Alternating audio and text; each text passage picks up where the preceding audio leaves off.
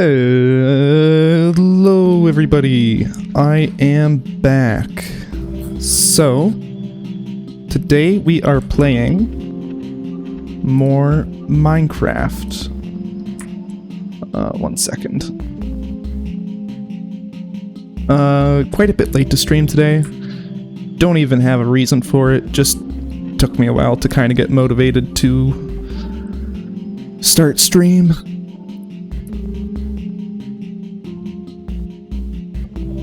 So,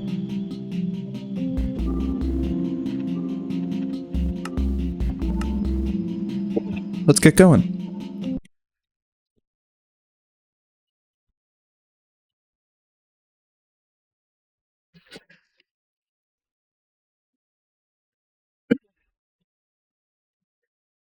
So the only thing that I really did offline was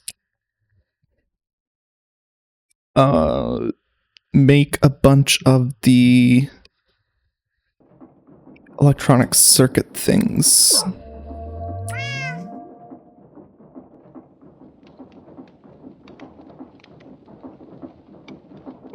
Oh, that's actually what they're called, electronic circuits. Yeah, I just made 64 of those, so I should have enough to do MV tier.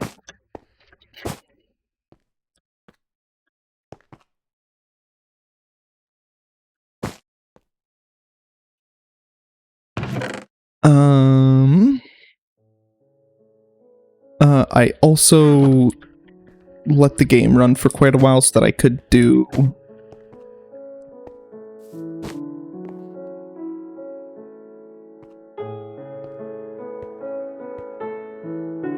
what's it called? Oh, so that I could let the centrifuge run its way through all of the dust that I had built up, which was a lot of galena, a lot of ruby dust, and I can't remember what the other dust was.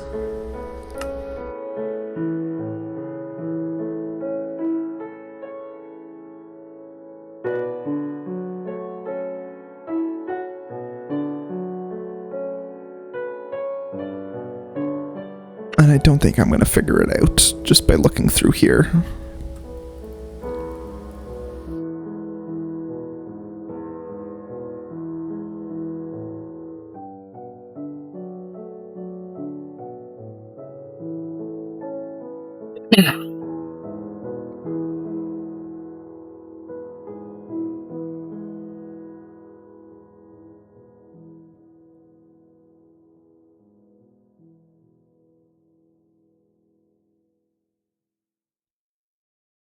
Oh, ligonite. It was a bunch of ligonite. As you can see, a bunch of other ligonite has built up. This is completely separate from all of the ligonite I had in my storage system already. Once this galena is done, I think I actually want to do this first. 20 seconds. Yeah, 60 seconds. So once this galena is finally done, which it almost is, it'll start going through the ligonite coal that's built up, and then it'll go through all of the raw iron that's built up. And we need to do raw iron in here so that we can get crushed manganese, which we are going to need going forwards for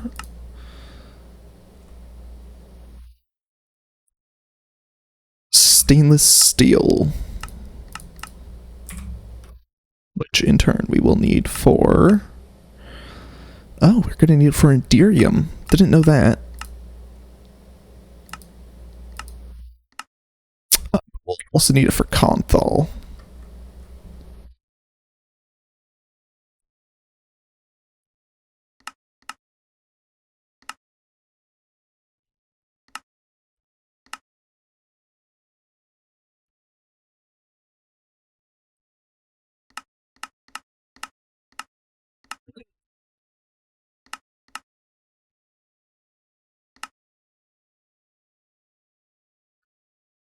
Which we will then need for ultra dense metal balls, apparently.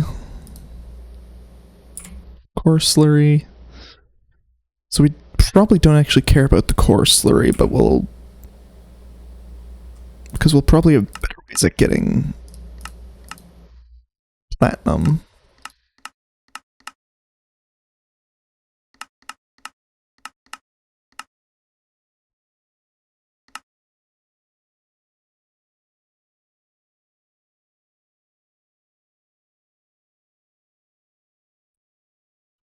Actually, you know what? That's not a bad way to get platinum. Although it requires 60 seconds to get enough for this, so that means you would need to have 4 core mining drills going at the same time. And these are pretty big structures. I assume they take a lot of power.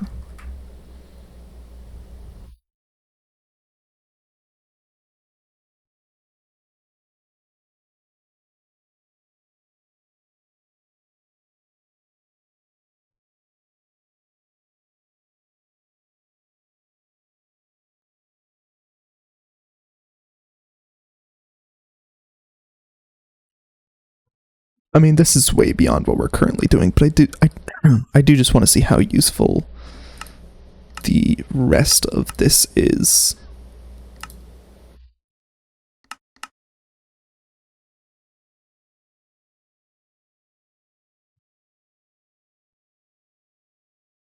So, if we compare that to...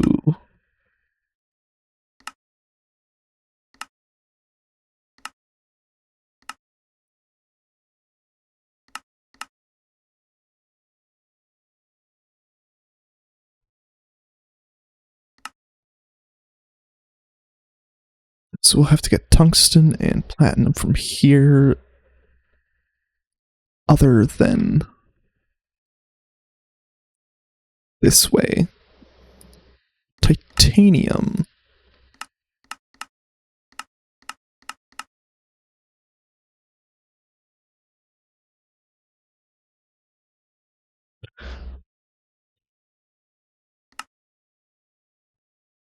Bauxite and...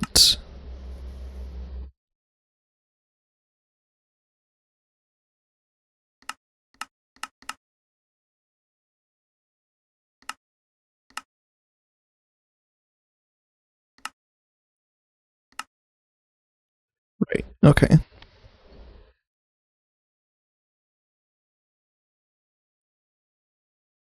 This won't be necessarily the worst way to get this. It'll just be kind of slow.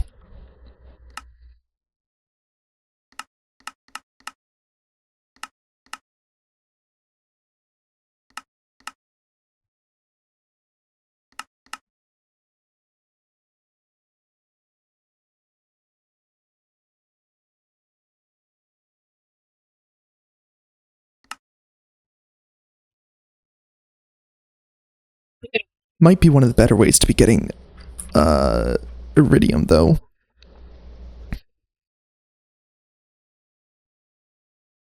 So it's 2 1/9 of an ingot, 1 ingot, 2 5/9 of an ingot, 9, 18, 27, 36, 45. So that is 5 ingots and 4/9 of an ingot.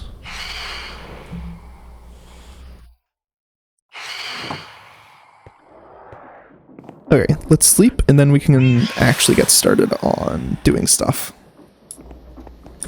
Now that I'm done looking into that.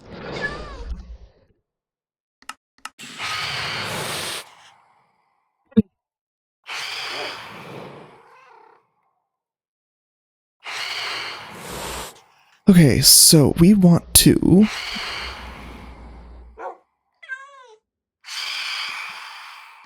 What is all the stuff that stainless steel unlocks for us? Sorry, I am going to get distracted by one more thing.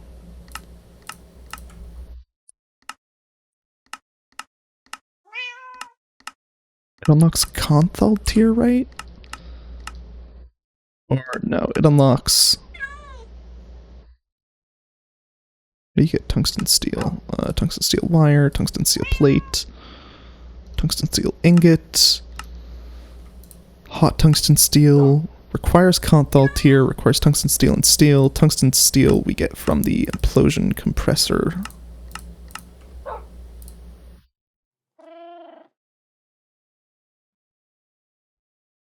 Which I assume is part of the digital age? Yes.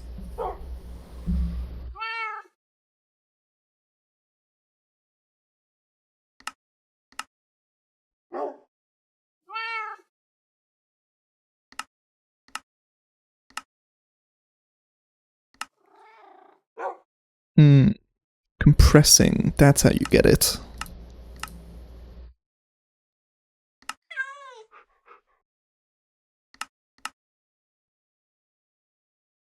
Tungsten steel comes from the stainless steel drill.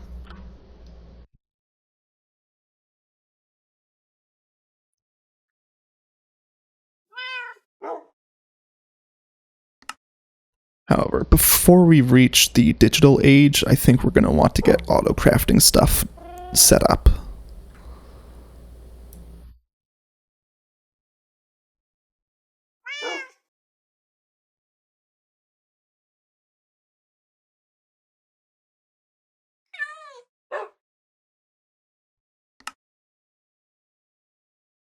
Although this is where we reach the distillation tower, and this is one of the machines that is more useful. As well as the large steam turbine.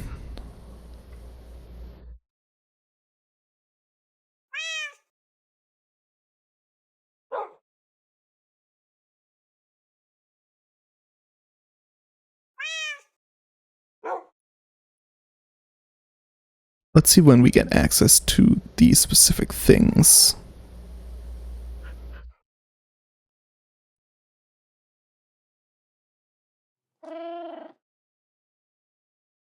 Distillation.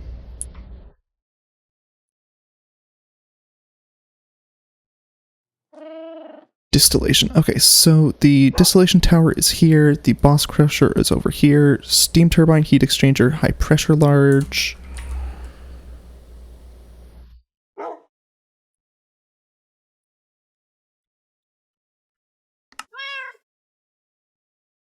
High pressure advanced.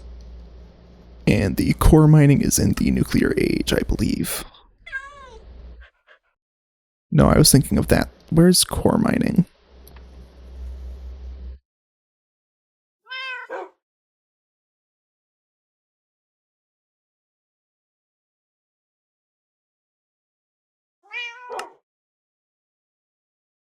Here it is.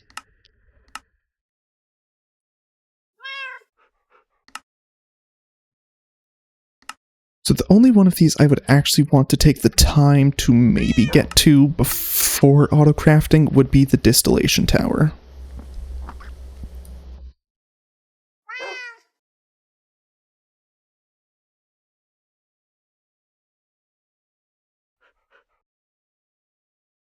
Which would be possible. I would only need to make...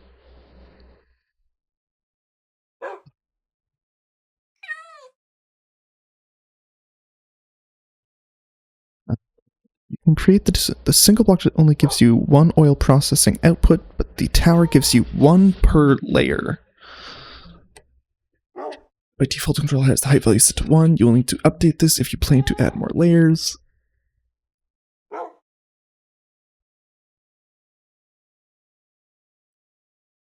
Let's look at the ponder for this. I know I'm just getting distracted by things that we aren't doing yet, but I assume it's the amount of center block layers. So I assume the very first layer is just a 3x3x3. So let's read this. The output fluid is turned by the layer in REI. The first output fluid corresponds to the first layer, and so on. How do you pause again? I'll just spam click so that I can think about this. The output fluid is determined by the layer. In REI, the first output fluid corresponds to the first layer, and so on. Oh, so when I last time in Neotech just forced each output to be a specific fluid, was I brute forcing it when I could have just been setting each layer as a specific thing? Oh, the minimum size is just a 1x2. Sorry, a 3x3x2.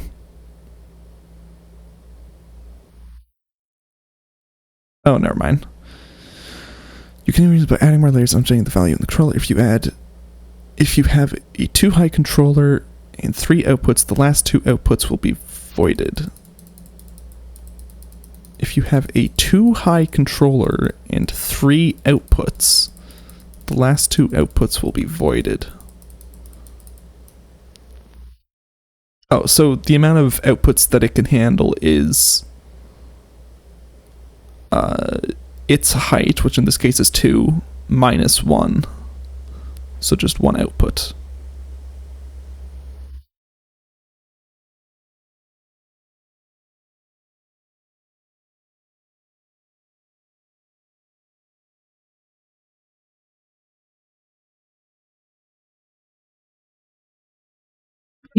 I mean, we'll see if this mod actually does work how it says it works. You never know when they'll get something wrong. It might work like it worked in the previous mod pack.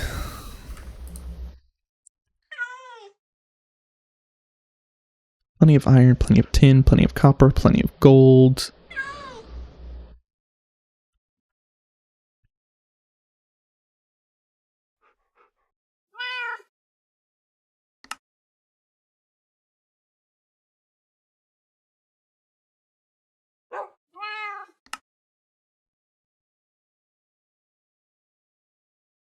So I would only need to make 3 digital circuits in order to make the distillation tower, and that would probably be the best point to get automating. Maybe before that, well, at the very least, if I, since I'm trying to plan out when I want to try and automate stuff, if I do it before I get into any of this very end of electrical age stuff,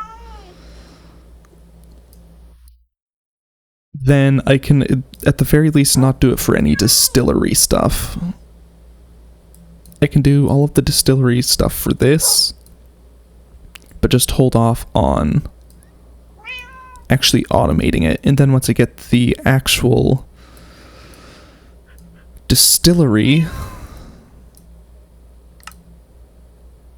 once I get the actual distillation tower, then I can automate all of this too.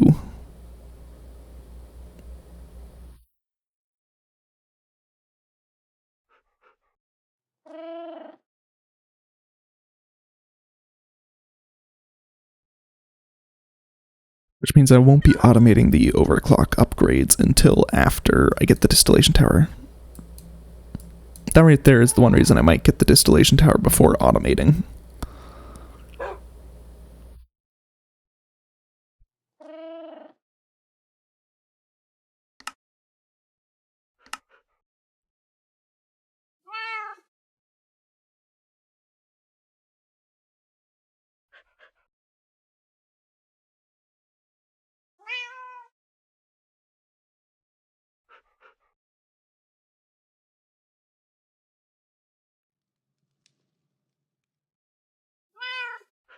Because I do need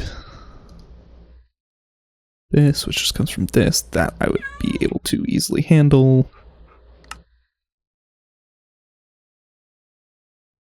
2, 1.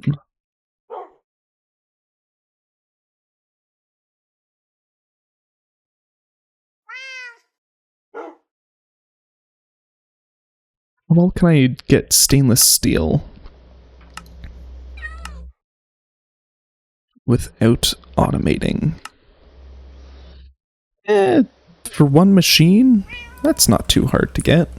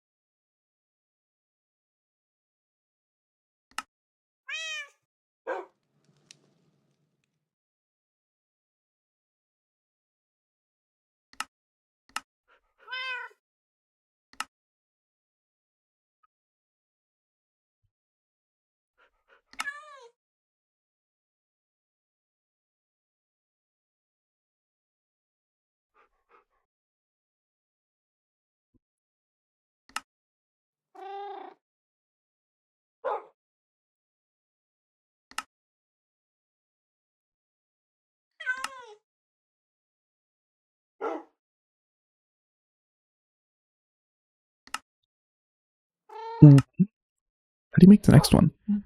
Oh.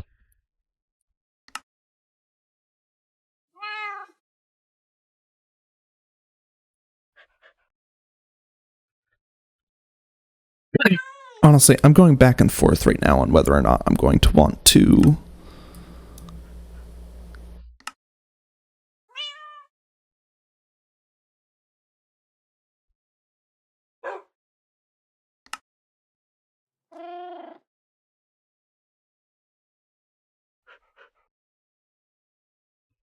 make the distillation tower before automating or not. Produce up to 2,048 EU per tick worth of steam.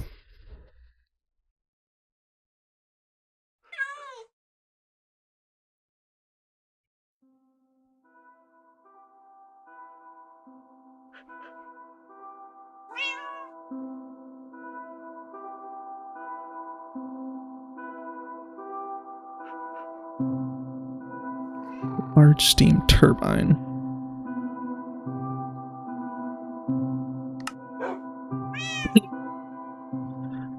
Looks at both regular steam and high power steam. So this can handle 16,384 EU per tick.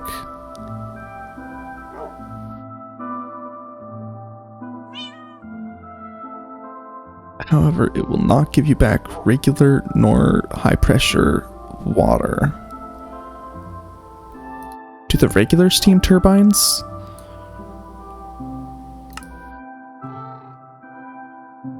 Produce, consume steam ratio.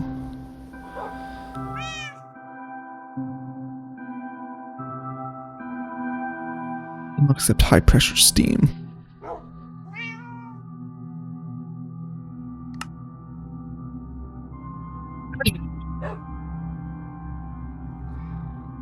I wouldn't expect it to give back the water.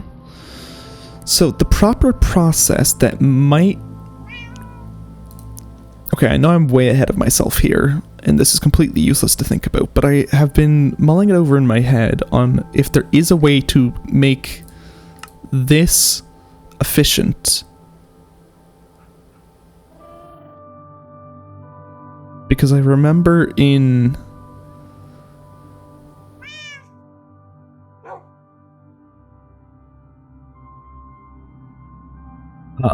the previous time I did a modern industrialization, at this point is when I switched to... Does this not have the large diesel generator? Sorry, I have to search. Yeah, sorry. This is roughly the point when I switched to the large diesel generator. Oh, there it is. Okay. Maybe it took a little bit longer, actually.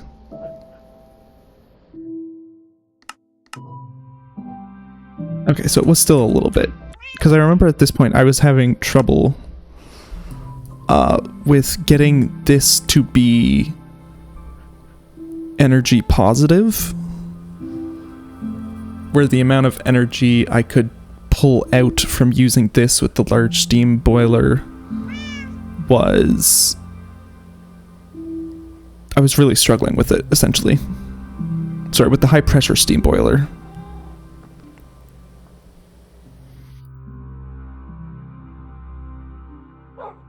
Because I would have to pressurize water and then with that high pressure water I would put it in here, get high pressure steam out, and then turn that into energy, and it would actually be less energy out than it took to make the high pressure water. So what I'm thinking is, if you set the system up right,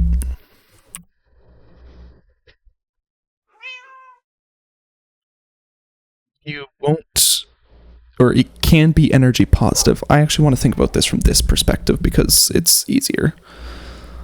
So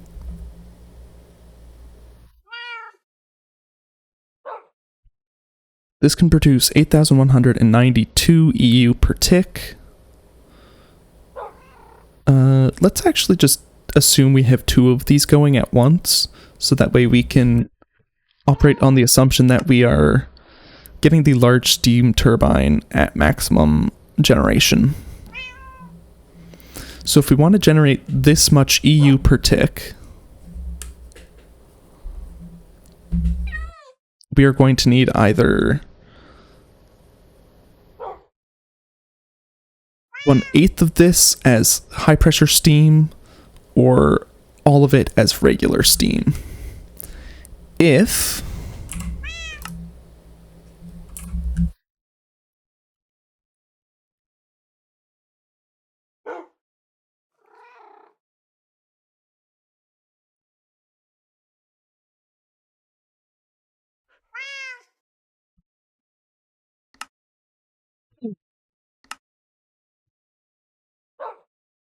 so we will be getting high pressure steam out of the system. If we just well,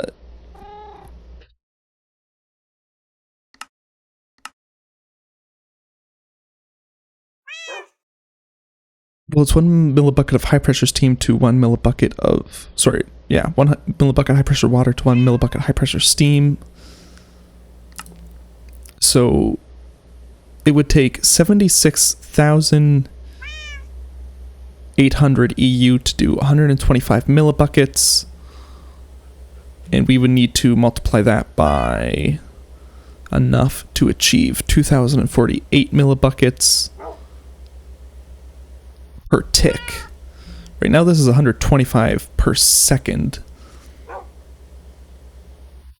So that is 2 5/60 per second.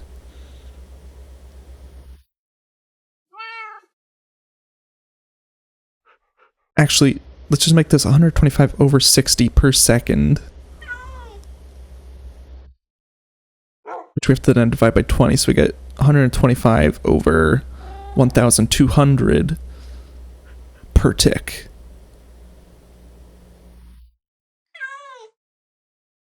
If we divide 2,048, because that's how much we need per tick, by the amount this gets us per tick,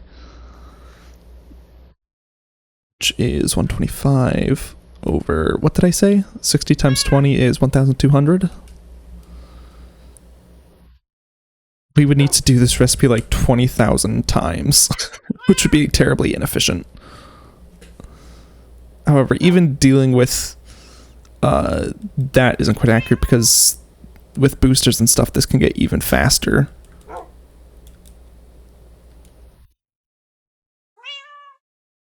So let's just assume that even this would somehow reach 2,048. Oh, plus you just need so much water. So you also need a way to get water, which takes energy for most ways.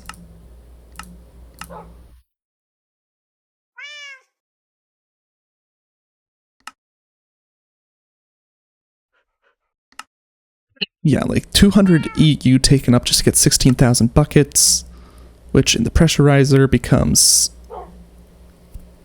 200 EU times 76,800 times 16 plus 200 EU.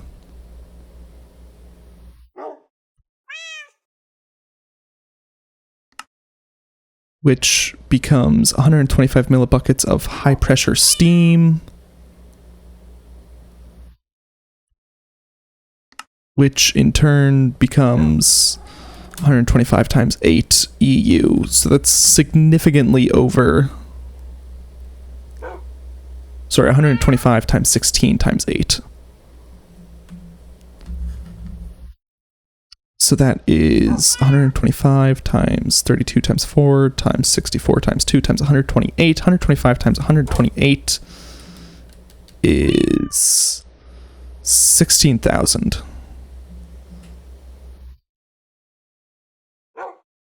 So significantly less EU than the amount of it would take to actually get the system going. But what I think I figured out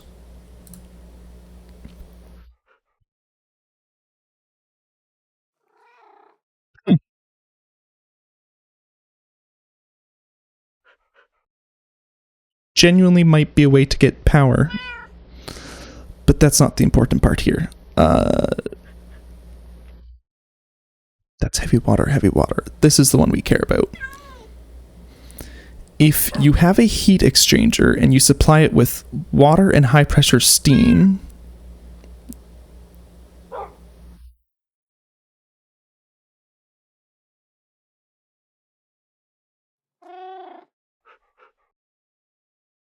wait, is it a 1-to-1 thing?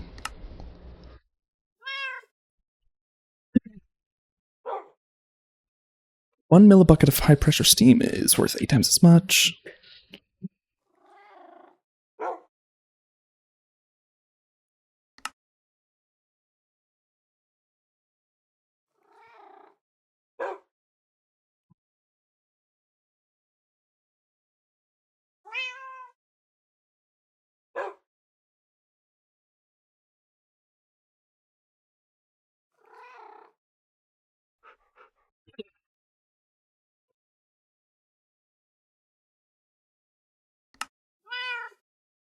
Pressurizing water costs a lot of energy, but the large steam turbine will not give it back. You can use heat to recover the HP water for another cycle. That takes steam and HP water as an input and outputs regular water.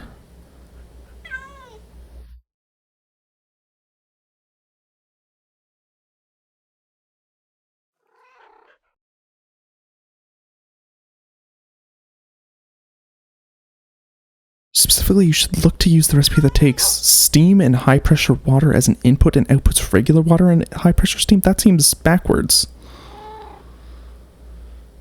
Don't you want to take high pressure steam and regular water as the input and output steam and high pressure water so that you can run the high pressure water through the high pressure large steam boiler?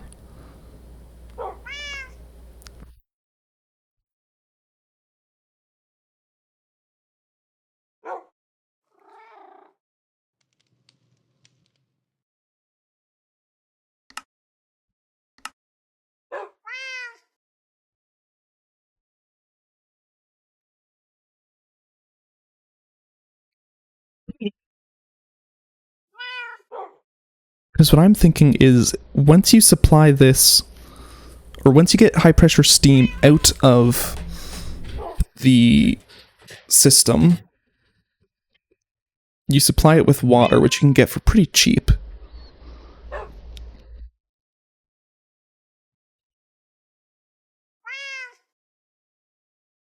And then you get high pressure water and regular steam per 2,000 millibuckets.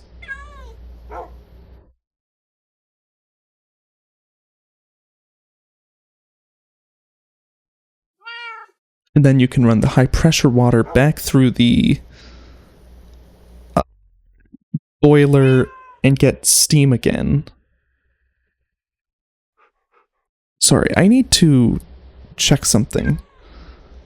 Modern industrialization, high pressure water to high pressure steam. I need to find out if this is a 1-to-1 ratio or not.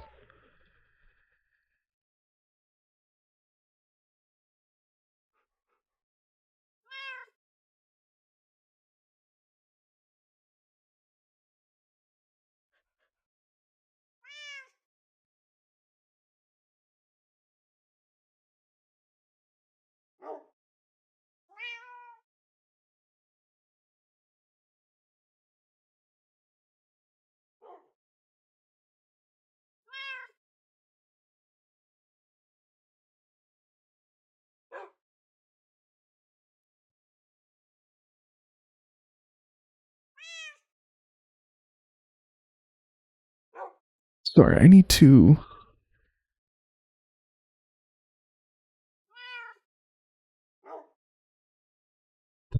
I don't think this one is about Minecraft. No, this one is not about Minecraft. It is about an actual high-pressure steam boiler.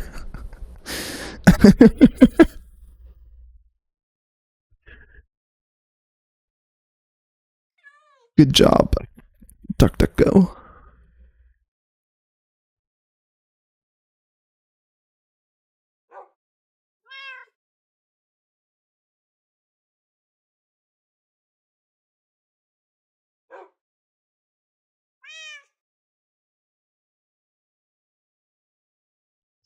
Steam.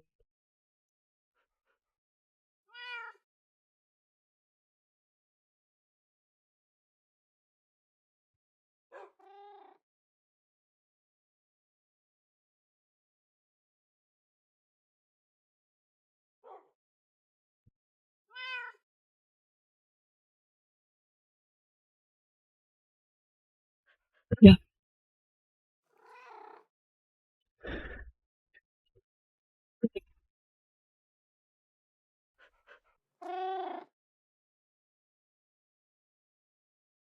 Wait, does this give high-pressure steam?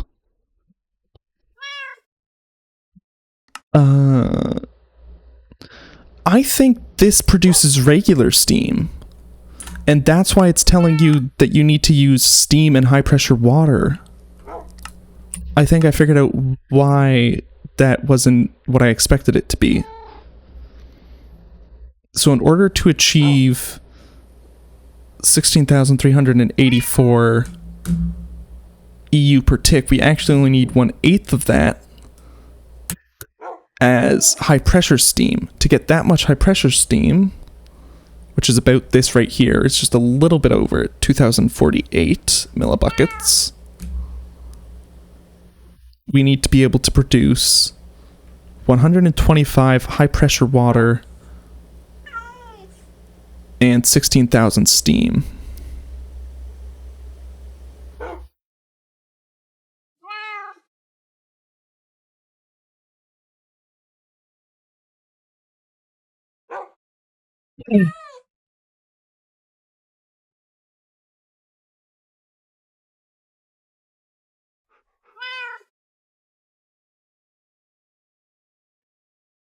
This gives us our water back, but it doesn't give us high pressure water.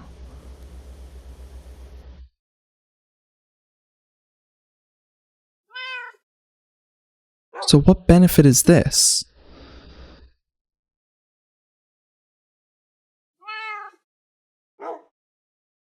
Neither of those would be relevant.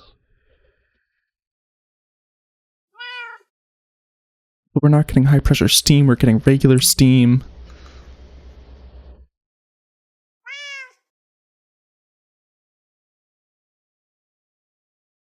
So when we put high pressure water into the high pressure boiler, we're getting 8 times as much steam out of it. Because we're getting regular steam, not high pressure steam.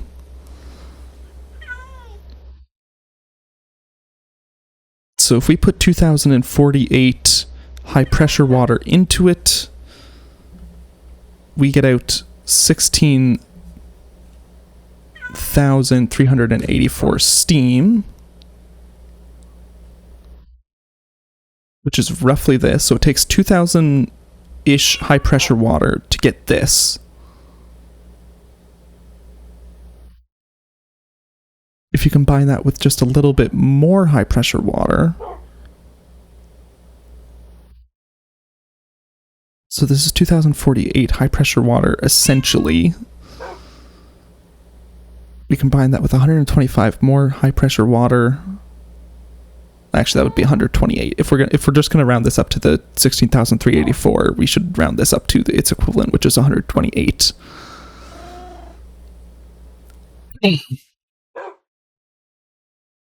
And then we get the high pressure variant of this steam, which is 2,048, which then that becomes the energy at 16,000 per tick.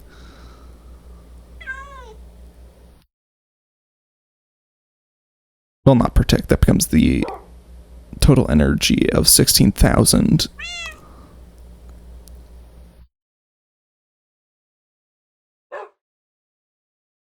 And this becomes regular water at 128 times 4 is 1,012. No, sorry, 1,024? Should be 1,024. 128. Oh no, I know what I was doing wrong. I was doing 3 times 4. I needed to do 3 times 8, so that is 24. So this is 1,024. And 1,024 water.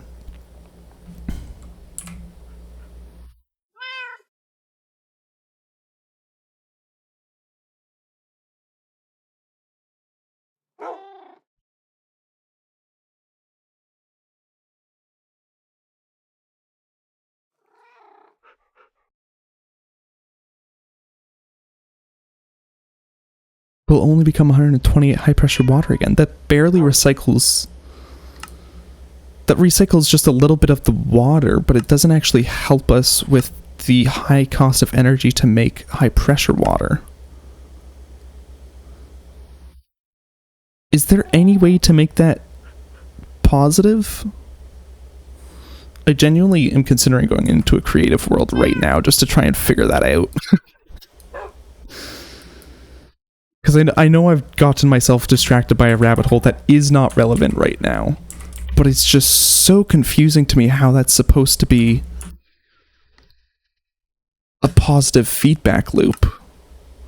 That I'm genuinely just going to waste my stream time trying to figure it out for the future.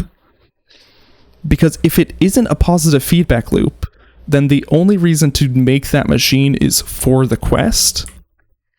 And it isn't worth actually building.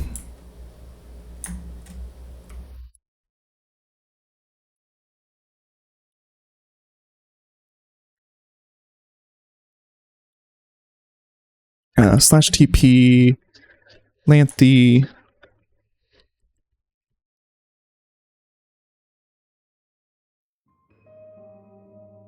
We need to move north and west of here. North is making us go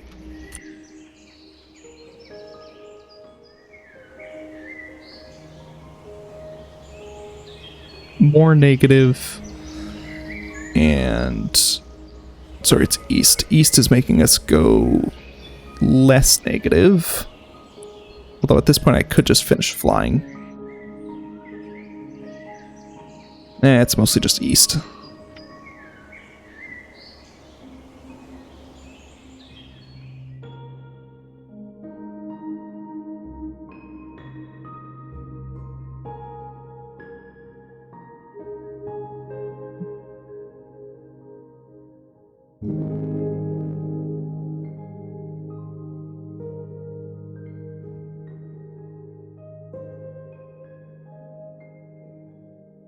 Okay, it should just be... Yep, there we go.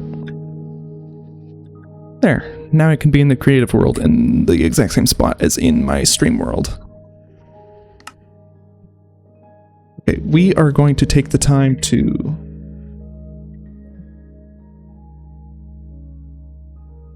We're going to need that. We are going to need that.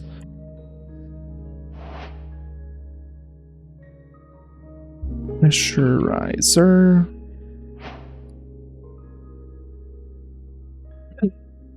And heat exchanger.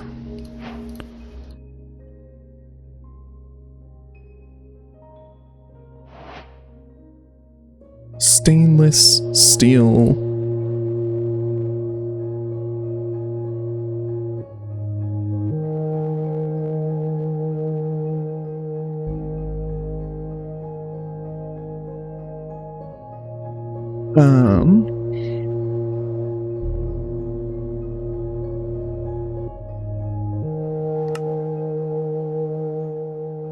Improved machine casings. Titanium.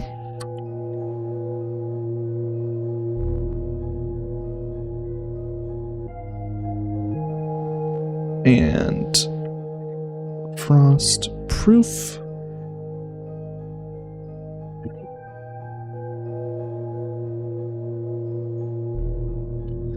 We aren't worried about our system, so we're just going to use the top tier for energy.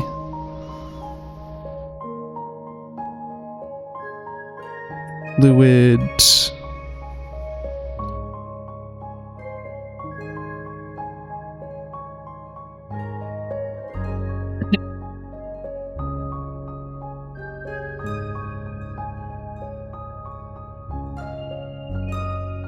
We're gonna need some kind of wrench.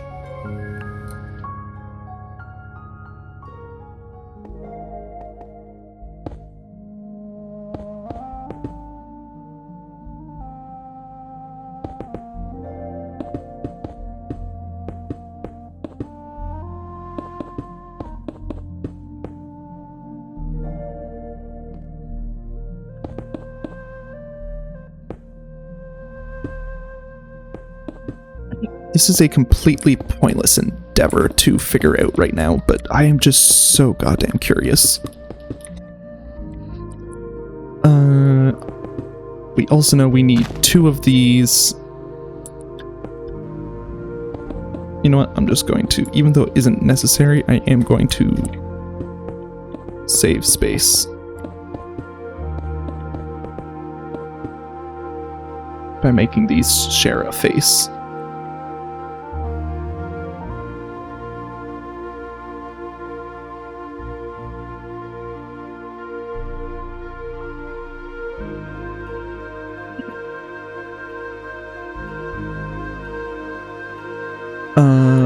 Boosted.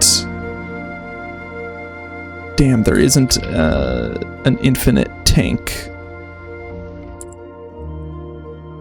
for creative mode. Fuel.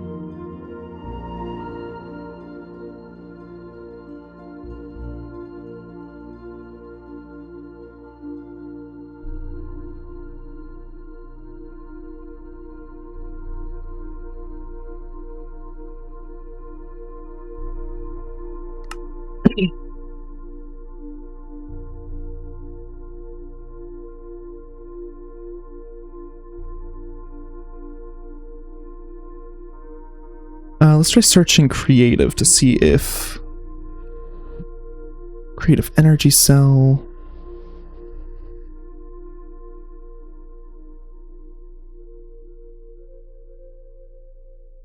Creative solar panel, storage unit, creative barrel.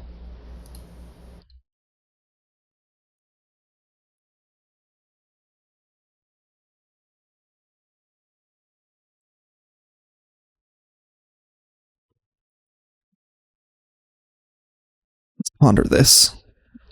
Can be used to provide a bottomless supply of a fluid. Right click with a fluid containing. Okay, so we need this as well as boosted diesel because we aren't worried about this pipe. And let's grab a couple different colors just in case we need it. item pipe. We will grab these same colors just in case we need them. And motors, just in case we need them. Okay, so fluid input hatch.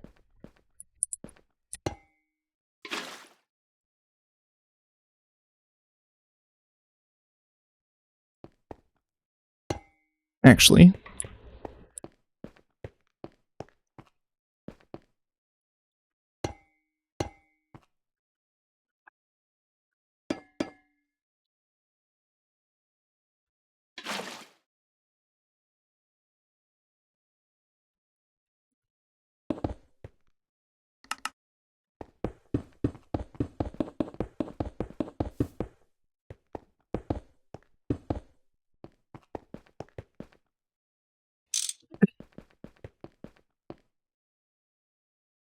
there we go. This can now move 18 buckets per tick.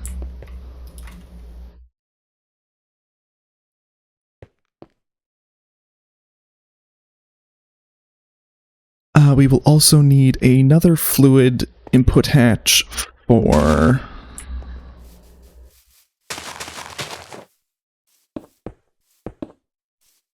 the high pressure water.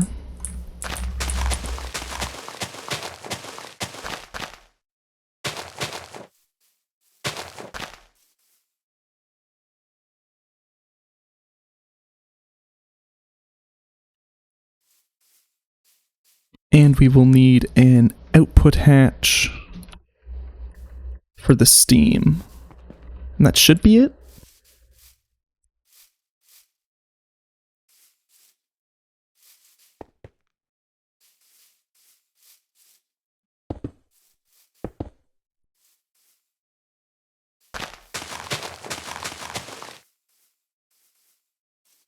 Slash.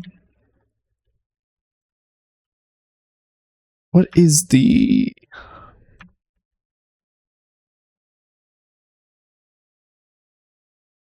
thing for, there we go, slash fill. Slash fill.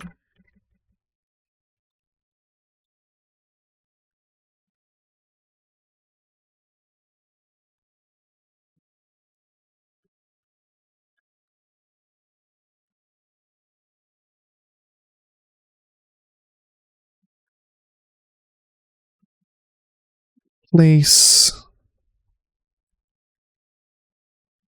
I always forget which one is supposed to be which. Grass?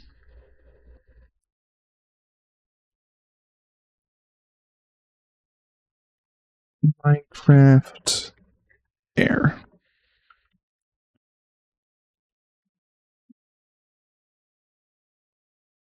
Oh, wait, I should.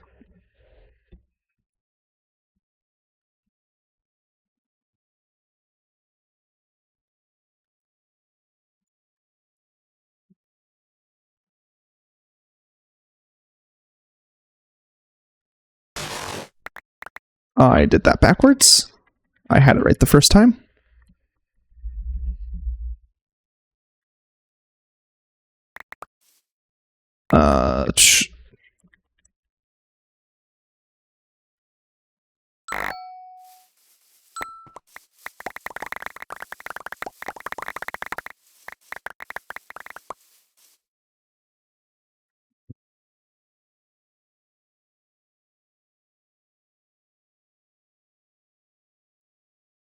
Okay, back to the project, now that I have a clear space.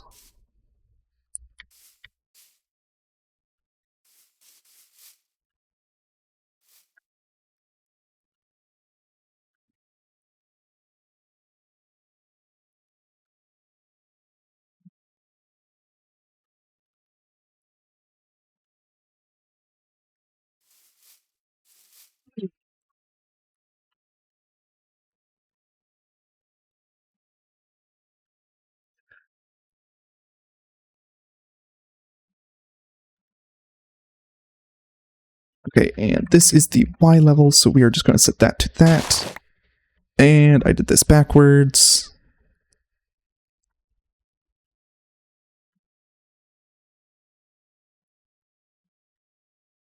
Well, actually, it's not that I did it backwards, it's that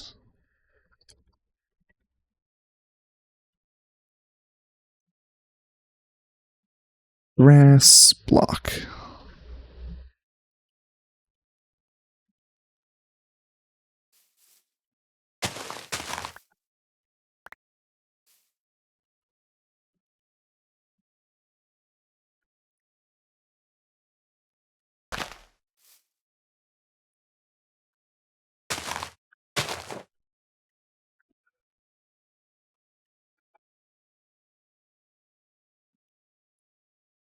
And let's finish terraforming over here.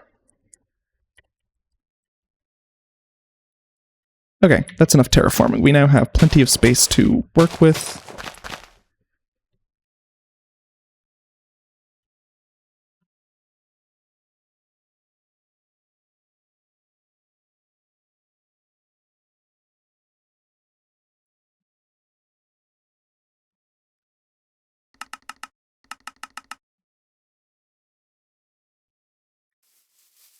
Yeah.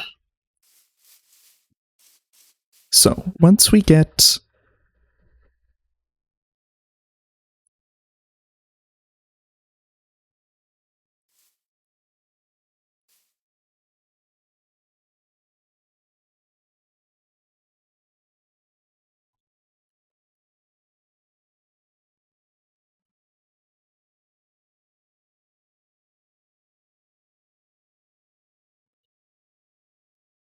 so this is going to be where the steam comes out, and that's where the high pressure water goes in.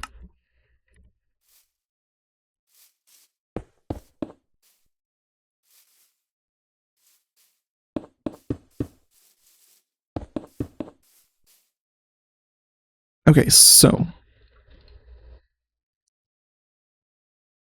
the plan is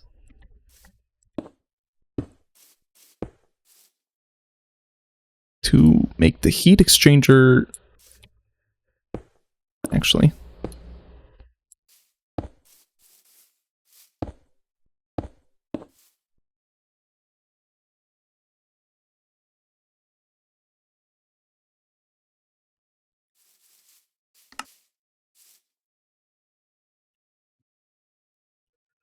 I did the wrong one.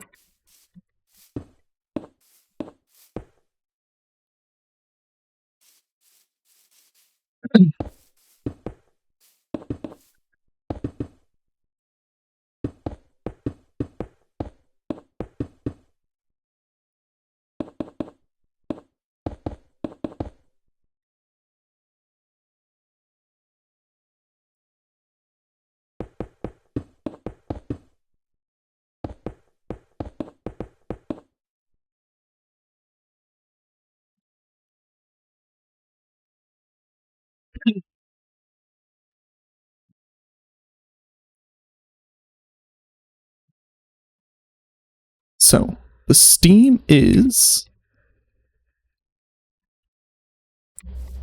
fluid input, fluid output, supposed to go into here.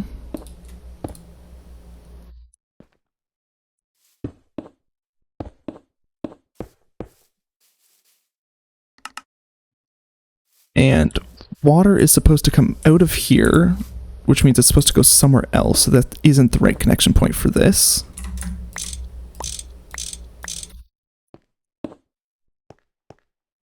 This is the right connection point for this. So steam goes into there. High pressure steam needs to come out.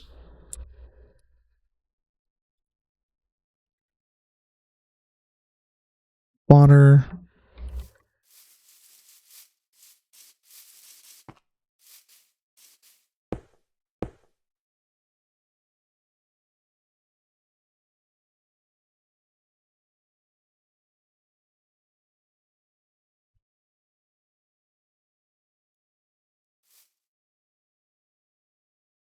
So water is supposed to come out of there.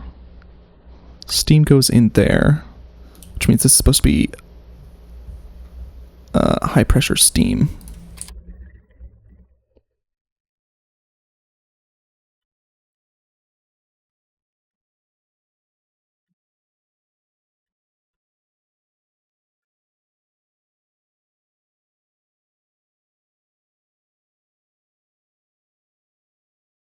One second, getting a phone call.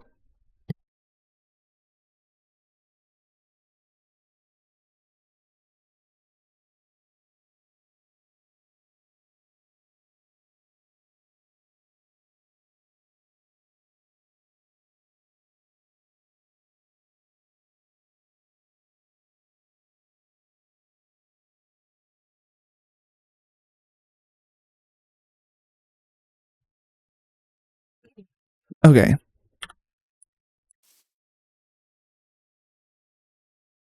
So the regular water has to become high pressure water, which can only be done in the pressurizer. 2, 3, 4, 5, 6, 7.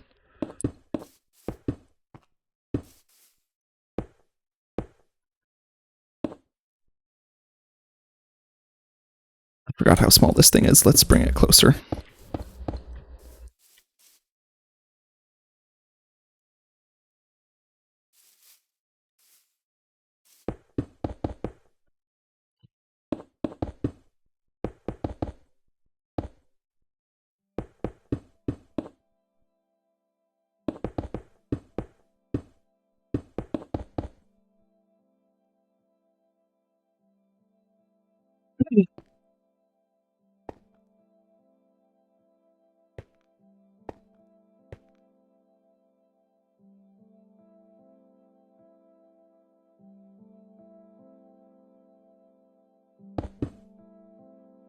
So the water comes out, fluid input, fluid output.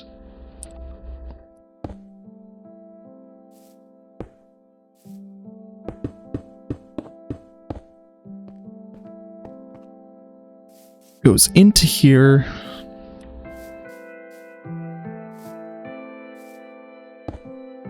It needs to come out of here as high pressure water.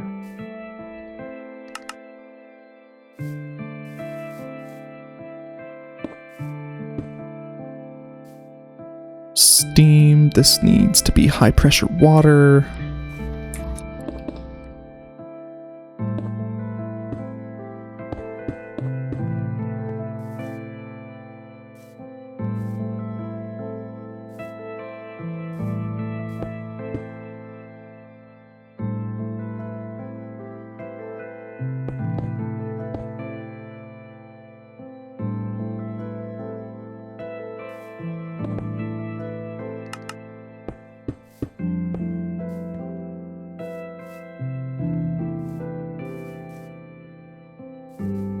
Should prioritize this one.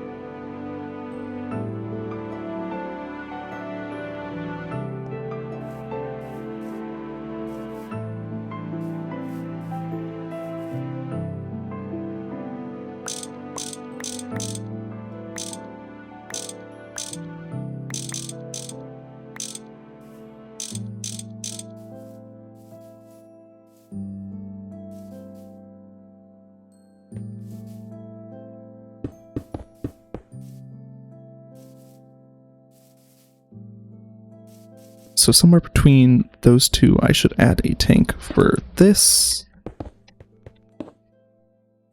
Actually, let's add it back here.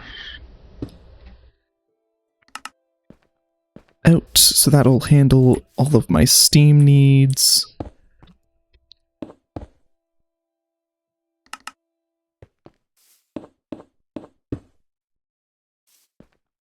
That'll handle all of my high pressure water needs.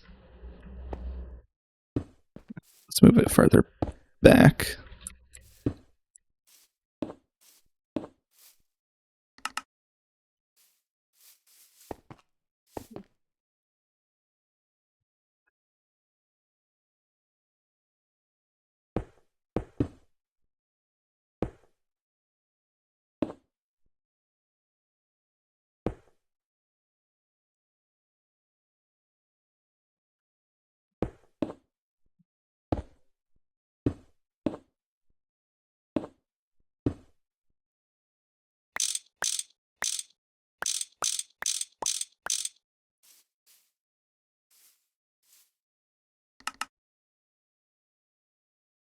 Water.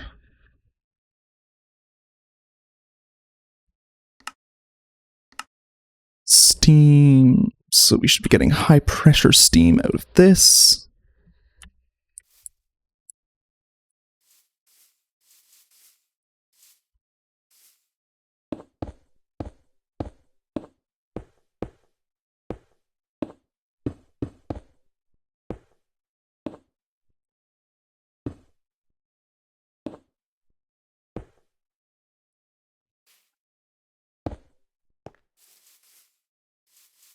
In, out, water.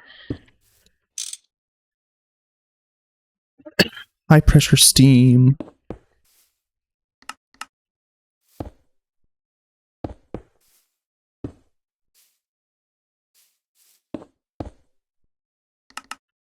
Out.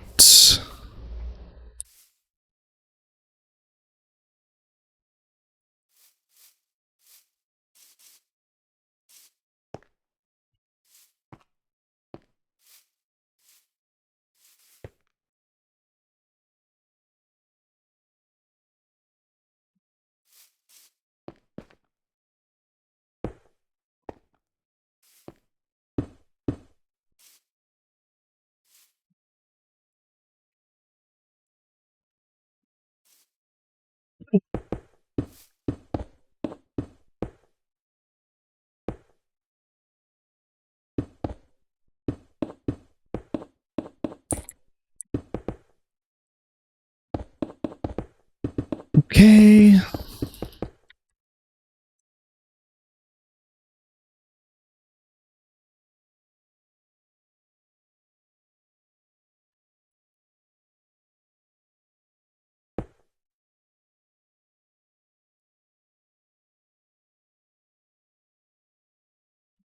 Energy output.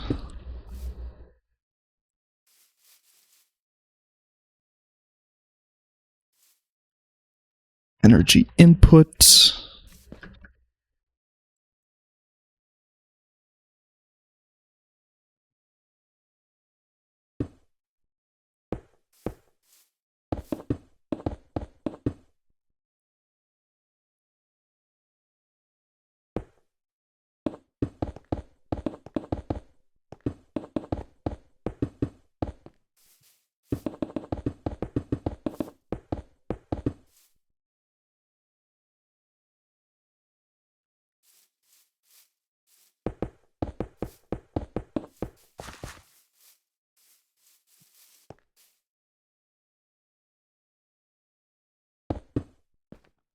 Energy input, energy input.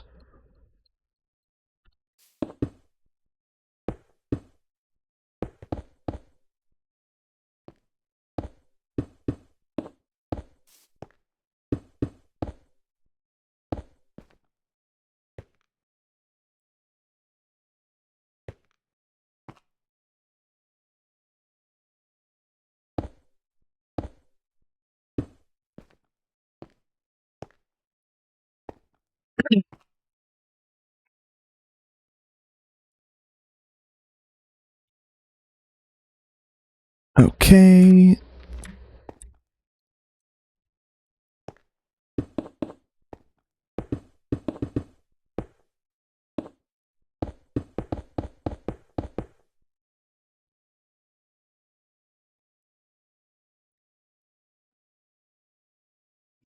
And I need a way to store energy.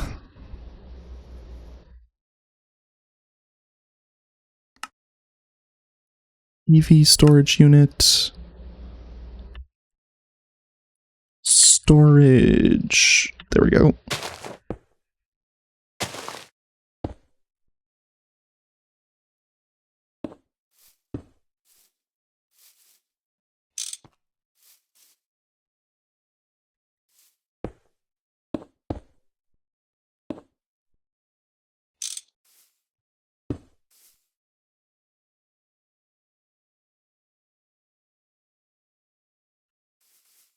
Okay.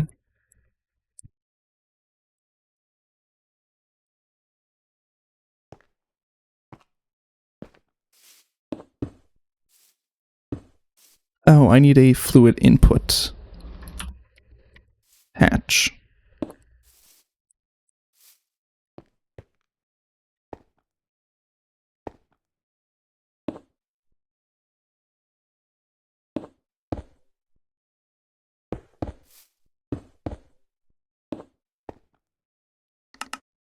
Out.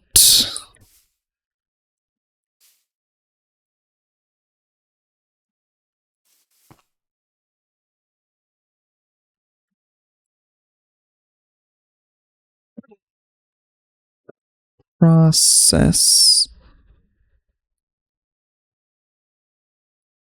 Overclock.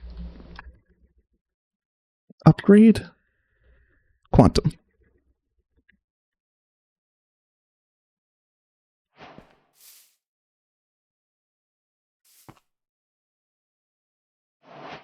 Okay, we are just going to add those.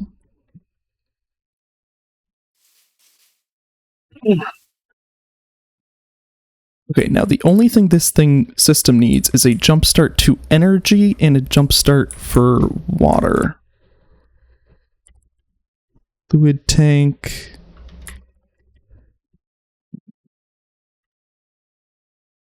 Water. Already had one of those.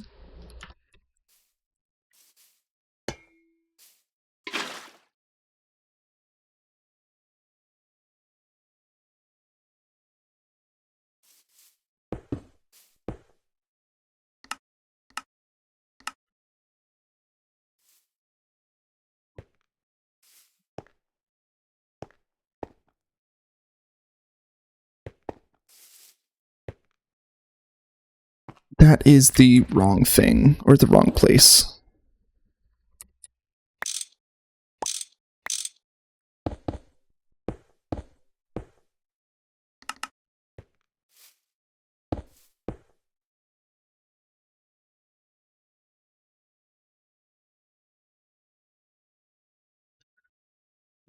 Energy.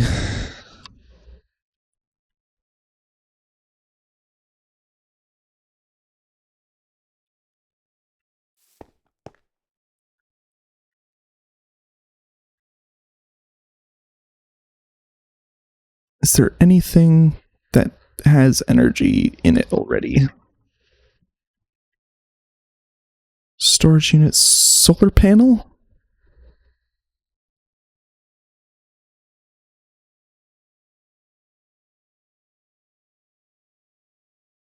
This should work.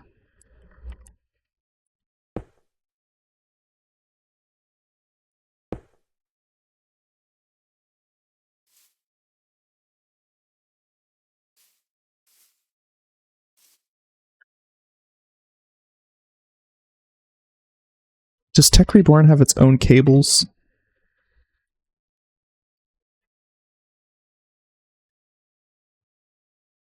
It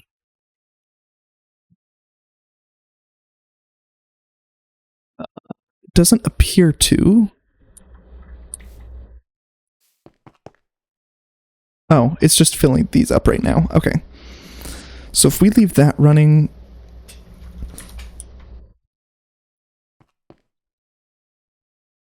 And...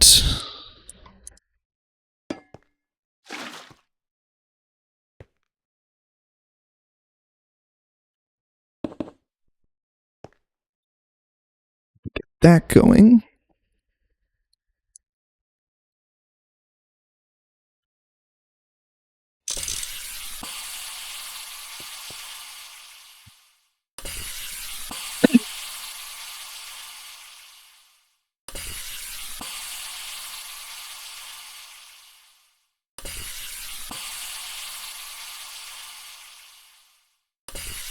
Once this gets going, we will have high pressure water.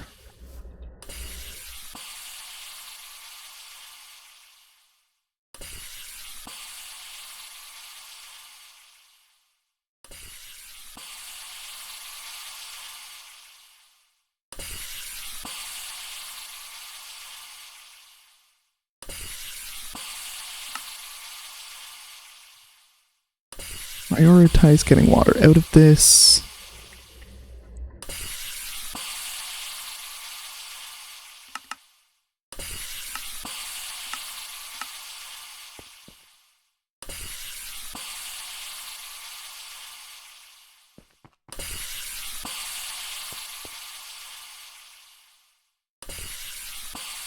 There we go. So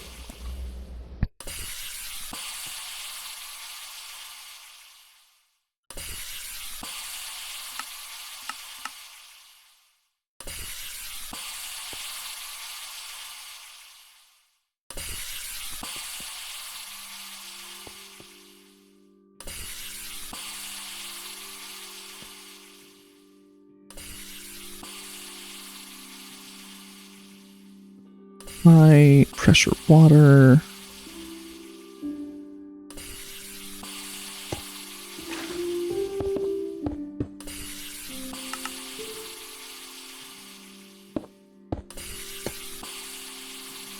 So now this should actually get steam out, which should put into here, instantly start doing this.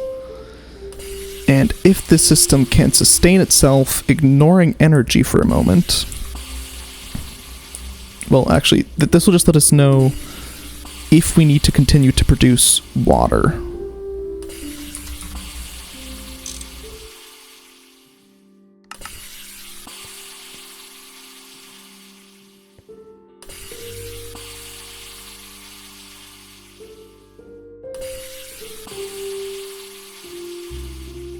Do I need to give it a jump start in Steam?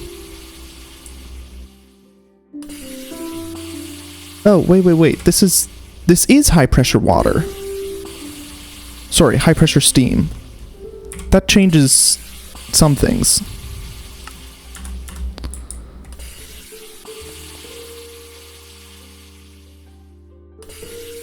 I thought it was just going to give me regular steam. So in that case, with the high pressure steam, I can give it water, get high pressure water back.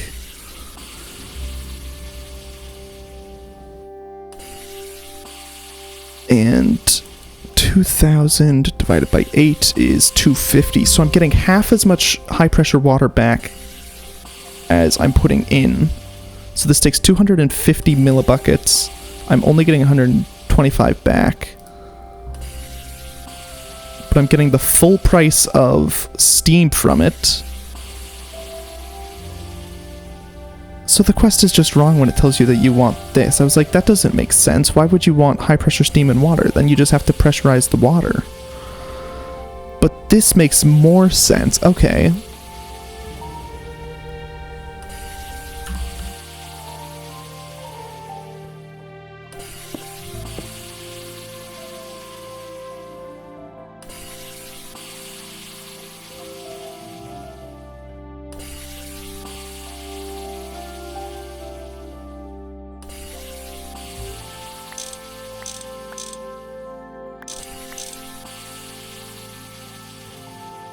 So we get high pressure steam out. High pressure steam. With regular water.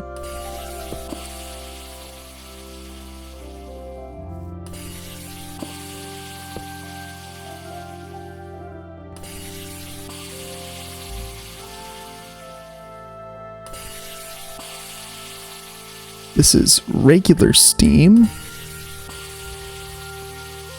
Doesn't matter as much. And high pressure water.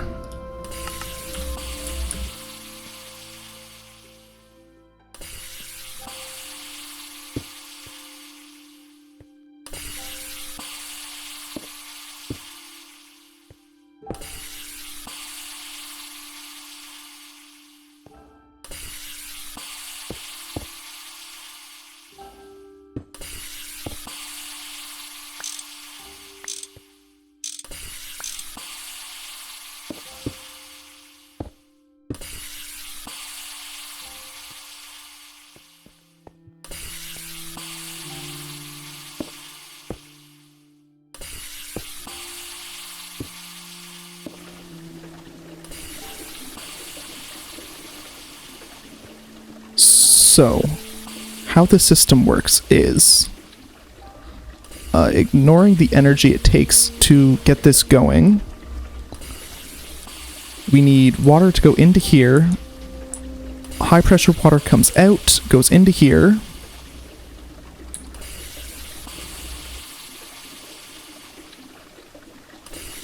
High pressure steam comes out, goes into here.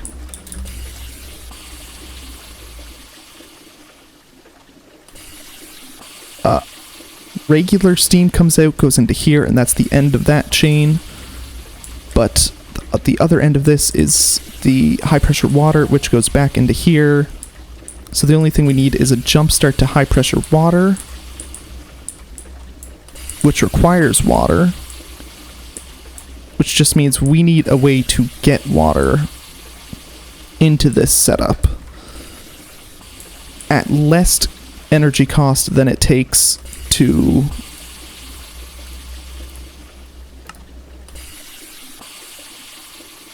so that's 4,800 for 1,000.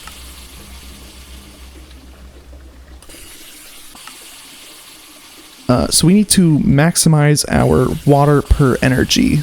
So that's 1,000 divided by 4,800.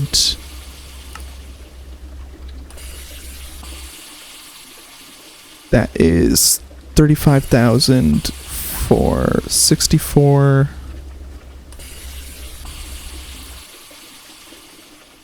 So it's 0.5 versus 0.28. 0.5 is better.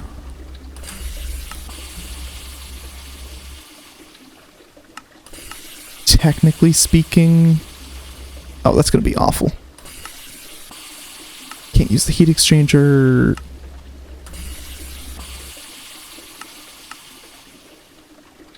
So this is going to be 16,000 for 200, which is 80 millibuckets per EU. So it's either going to be the oil drilling rig or...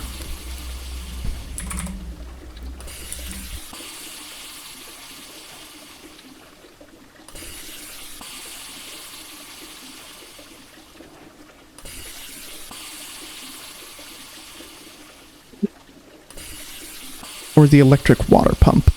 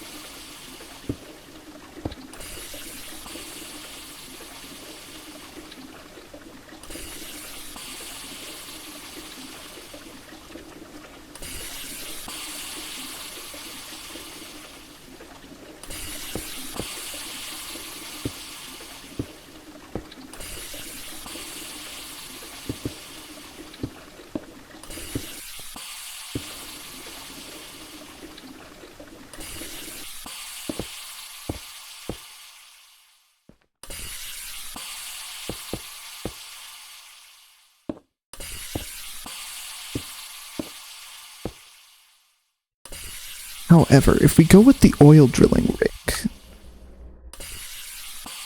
Yeah, this actually probably wouldn't be that energy intensive to make. It's got a 2% consumption chance. So we can write that off as negligible.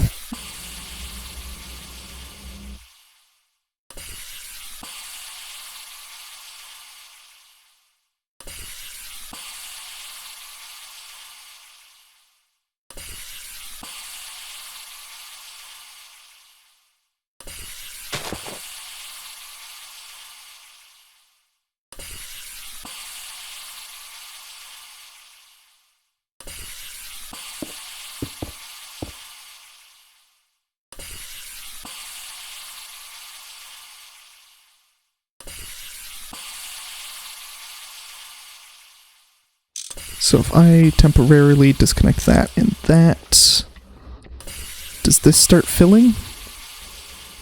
It doesn't.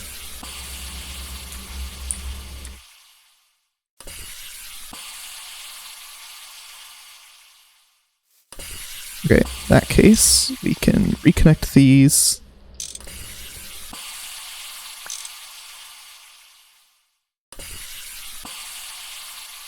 Universal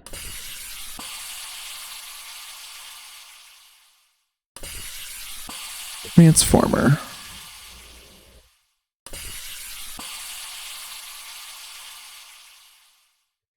EV to superconductor. Sorry, wrong way. We need superconductor to EV, EV to HV, HV to MV, and MV to LV.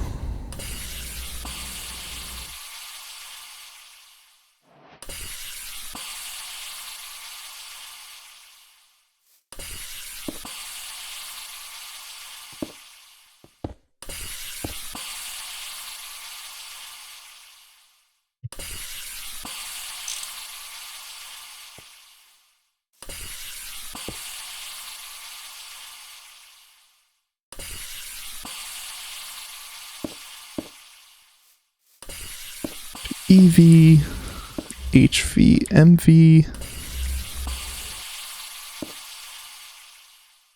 So I do have to get the right cables.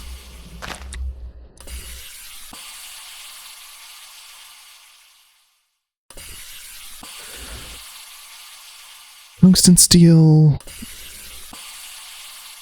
aluminum,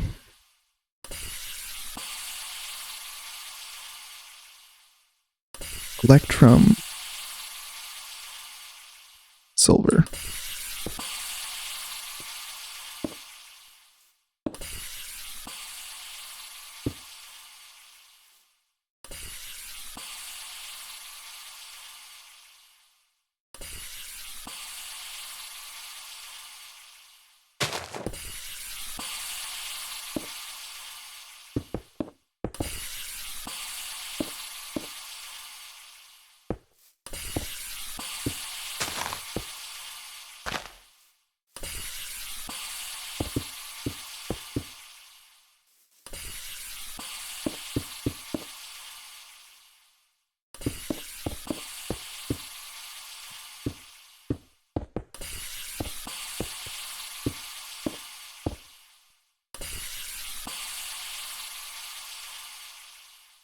Water.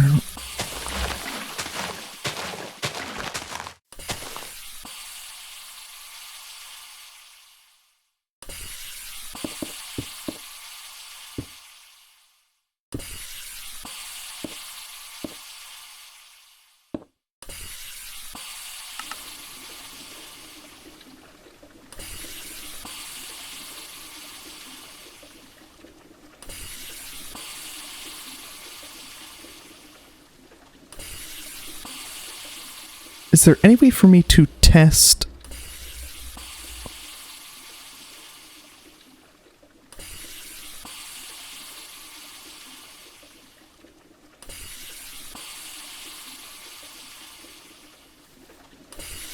Okay, I have to go AFK for a little bit.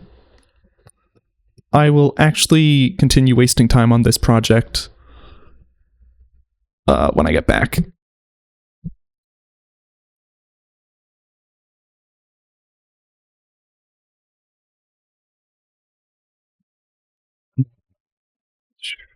Wait, that.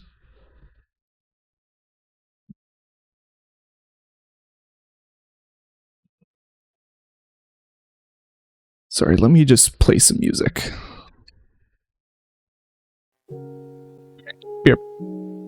Be right back.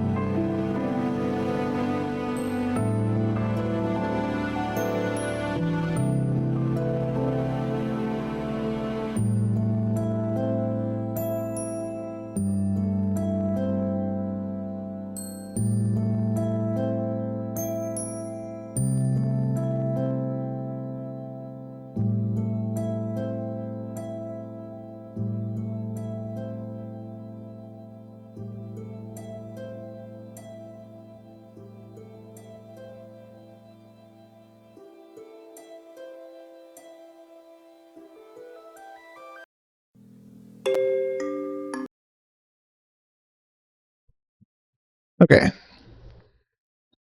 So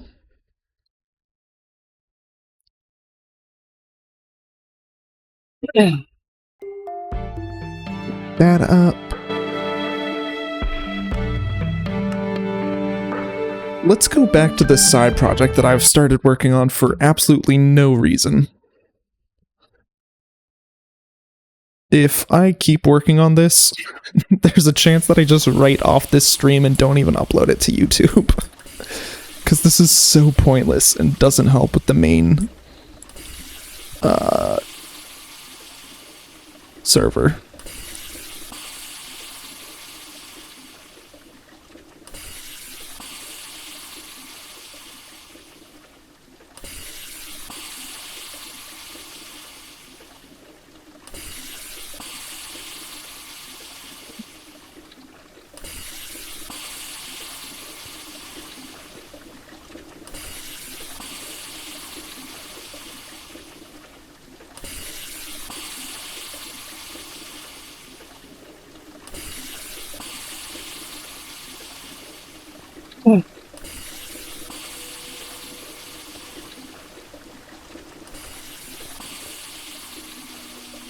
So right now the thing we're low on is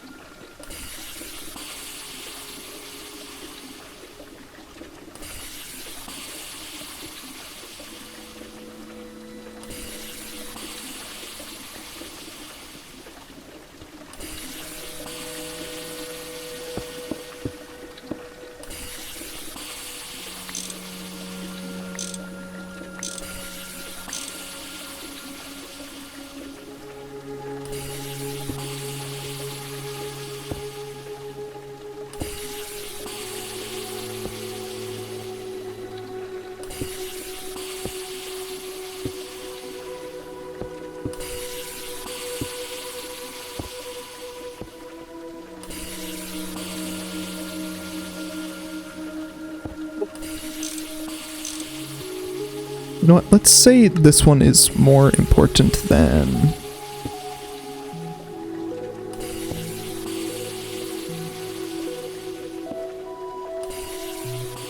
this one.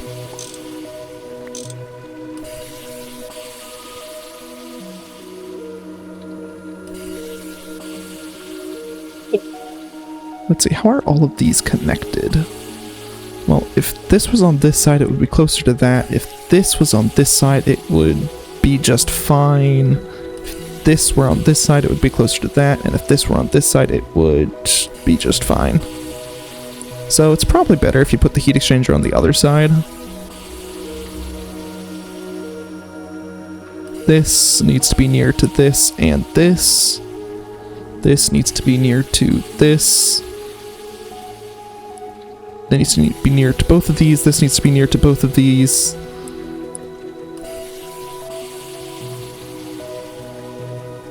This needs to be near to this. This. Nope, not that. This.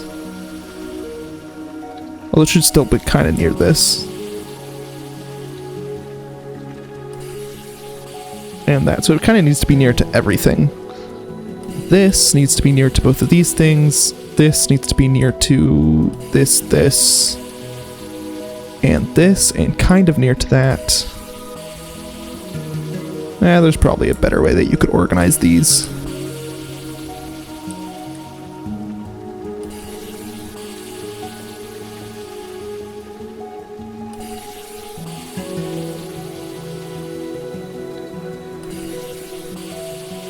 So this is like 1 EU per tick.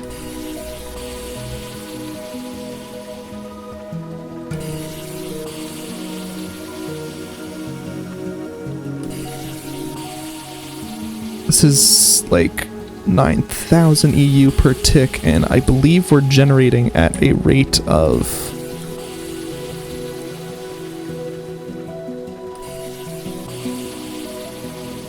less than that right now.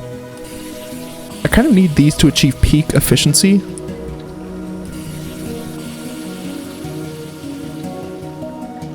Oh, this is being limited by this.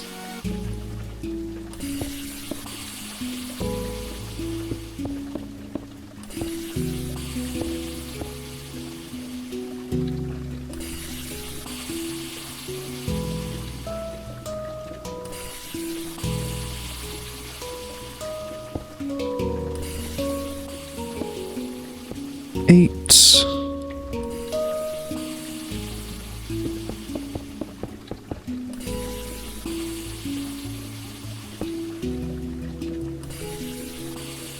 $16K.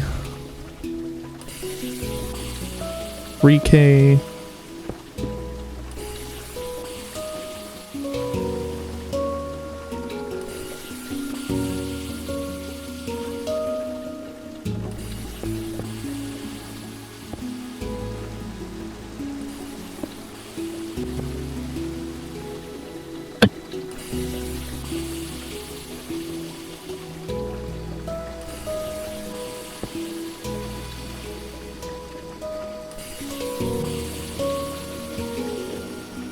So that is not capping out, this is not capping out, this is not capping out, this is not capping out. This doesn't actually use much water at one time.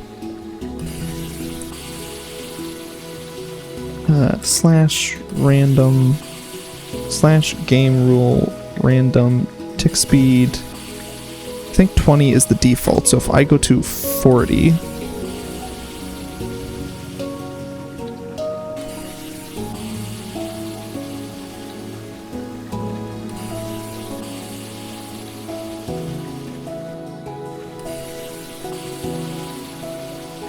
Oh, we aren't producing water fast enough. What if we set this as the higher priority?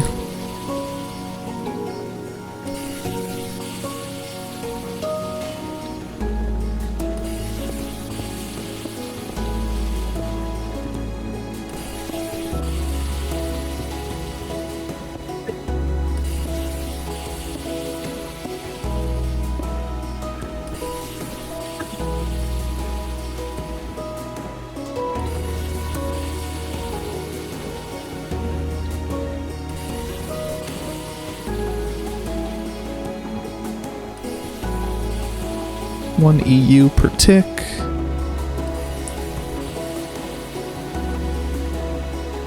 Network amount 18,000, 16,000, 64,000.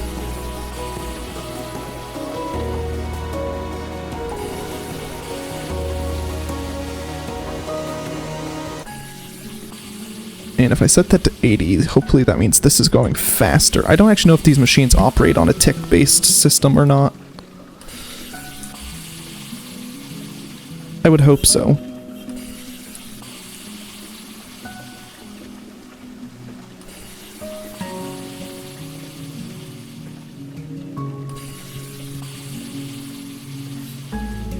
So this is transferring 8,000.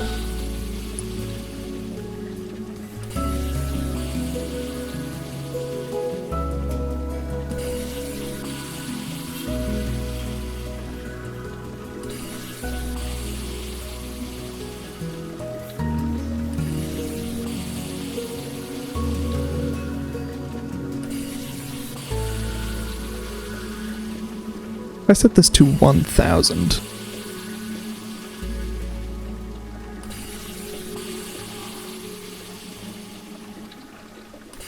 Can I go to 10,000?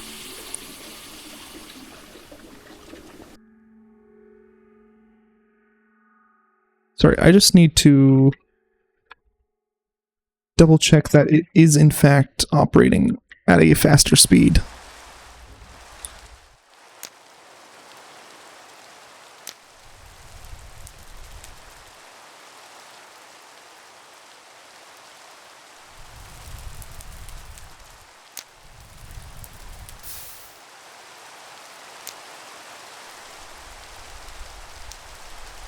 Let me double check how this command works. Minecraft game rule random tick speed.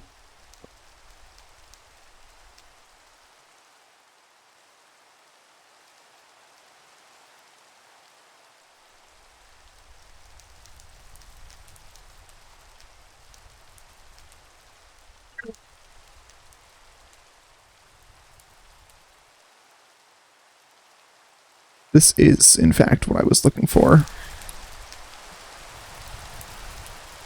I think.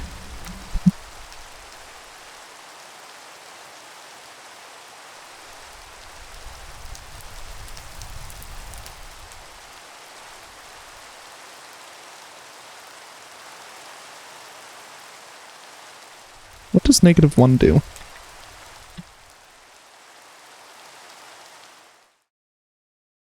I like how even though I don't have the dehumidifiers in this world, it's still...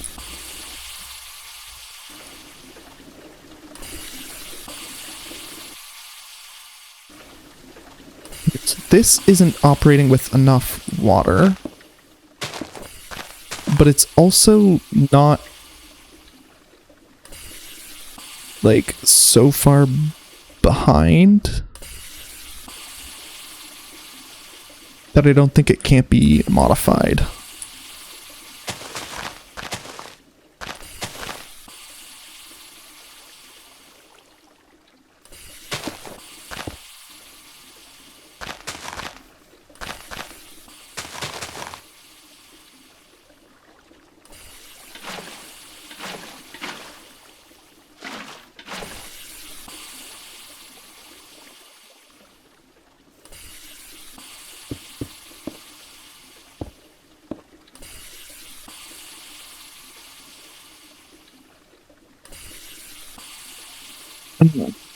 Blue fluid pipe.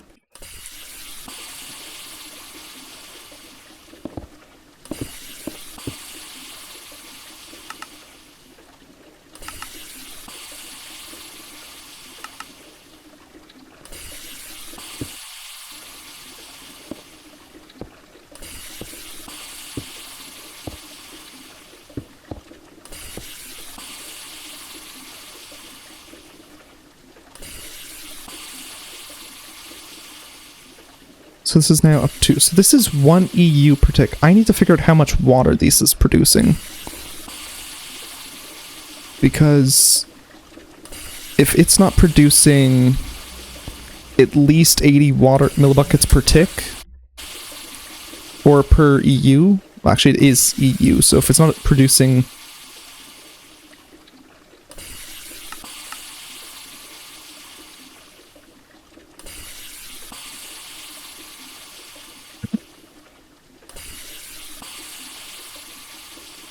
If it's not producing water at least 80 per EU, it's not fast enough.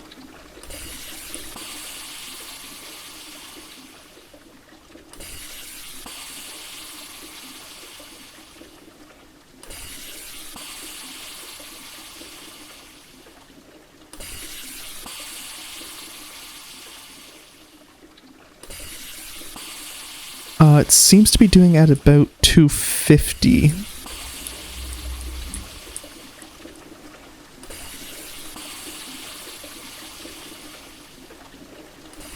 Is this maintaining... It's maintaining like a perfect 8,000 steam.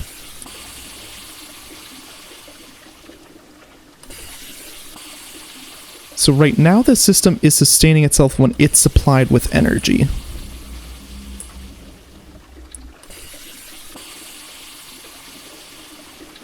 This has achieved maximum efficiency. This hasn't.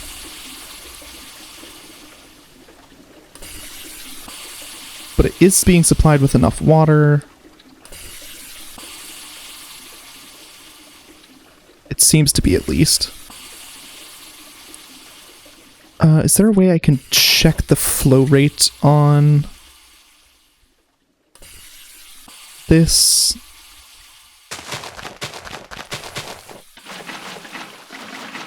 Actually, rather than checking it here, let's just...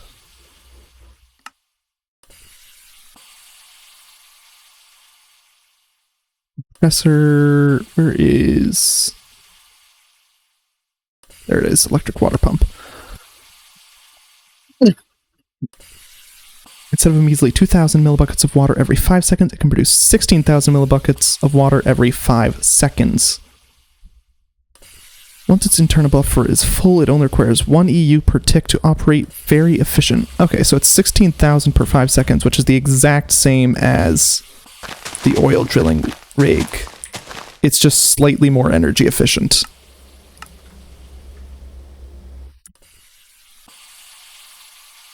And 16,000 per 5 seconds is 3,200 every second, which is 160 millibuckets per tick.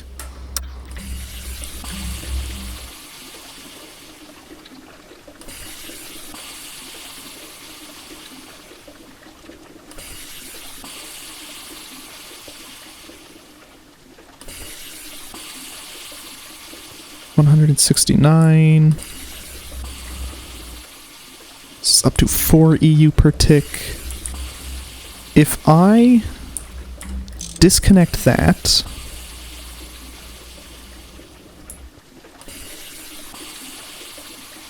it has a large internal buffer already.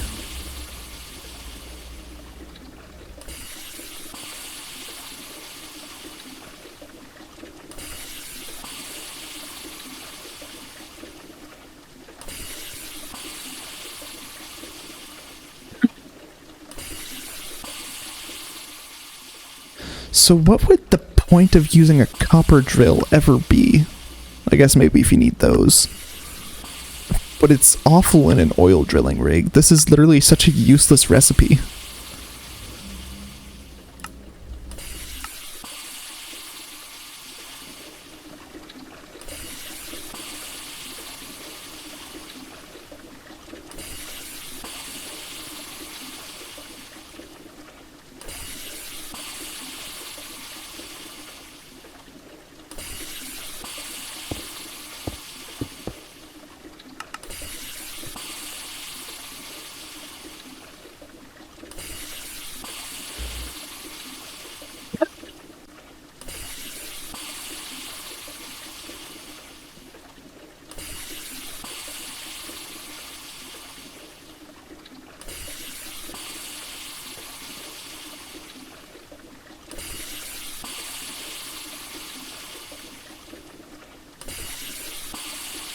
So this is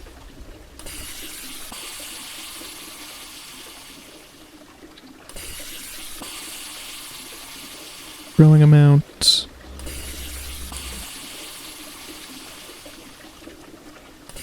Where are we getting limited here? Do we need to...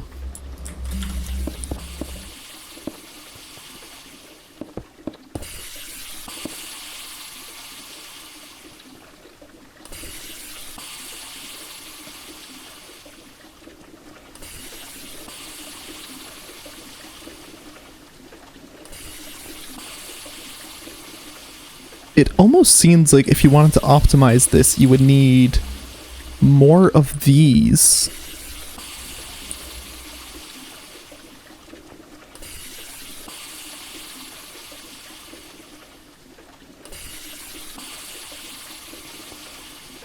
This is 188, this is 191. So this is still going up in energy. That's good to see.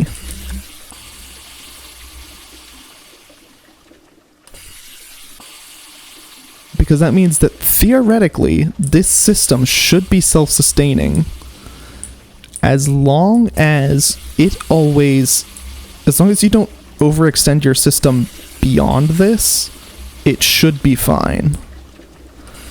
However, I don't know of a way to instill a priority system into energy networks. Because ideally, when I reach this point in my actual server, ideally we will want to have all of this being prioritized and then only take off excess energy.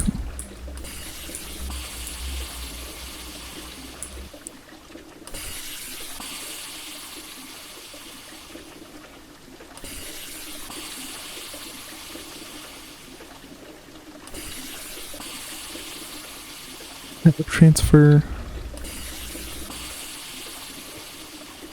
This is being capped by this. 1, 2, 3, 4, 5, 6, 7, 8.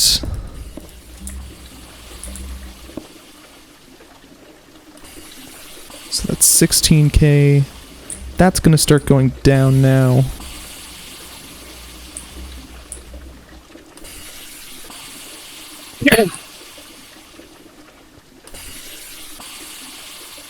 You're being limited in here at all? So this is apparently averaging 62 millibuckets per tick.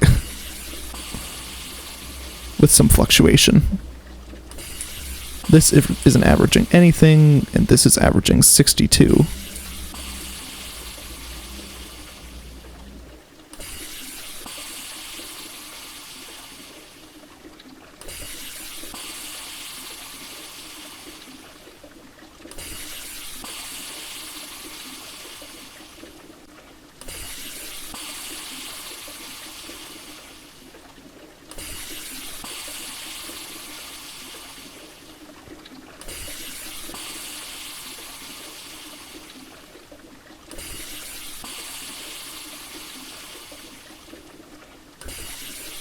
Fluid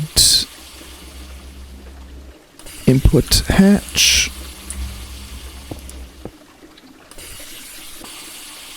So it's 16,000 buckets. Fluid input hatch, 8,000, 4,000 millibuckets.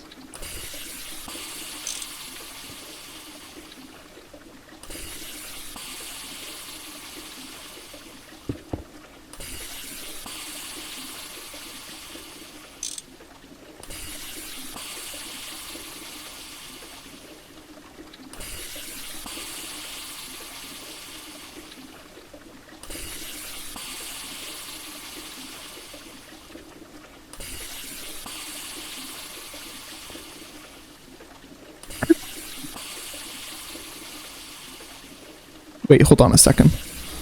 How many millibuckets of high-pressure steam do I need? 16,384 divided by 8 is 2,048. Yeah, so that should be enough. I should be producing extra at this point.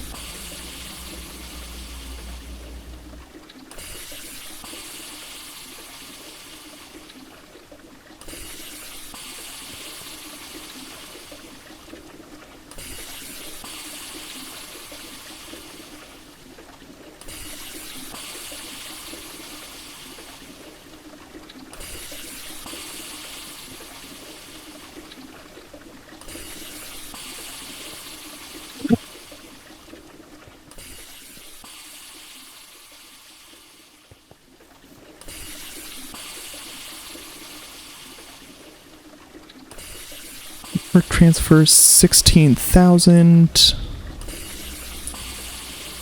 217, 220.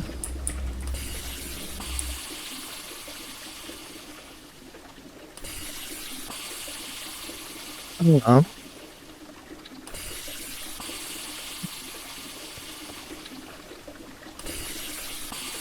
Why is this building up on Steam? Is this actually so efficient?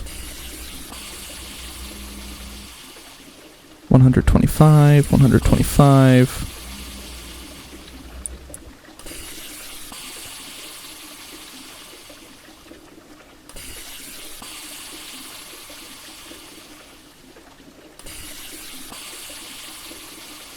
Maybe I shouldn't be wrong about how much that this can handle. It literally, unless the description is wrong of how fast it operates. It can produce up to 8,192 EU per tick worth of steam.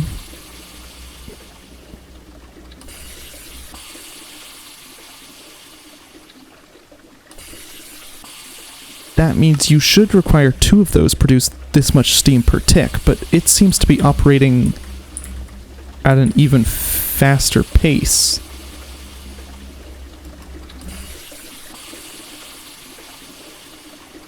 Or maybe it's not operating fast enough. Maybe that's the problem with this system.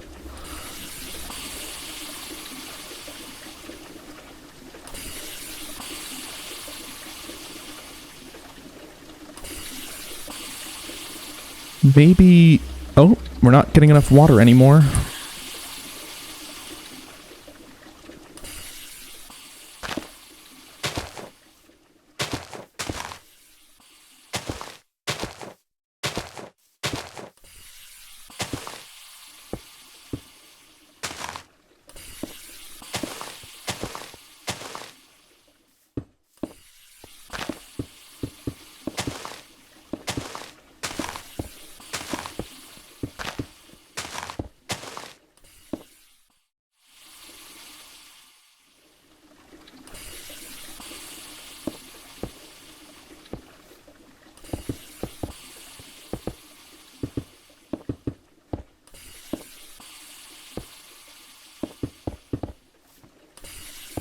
Okay.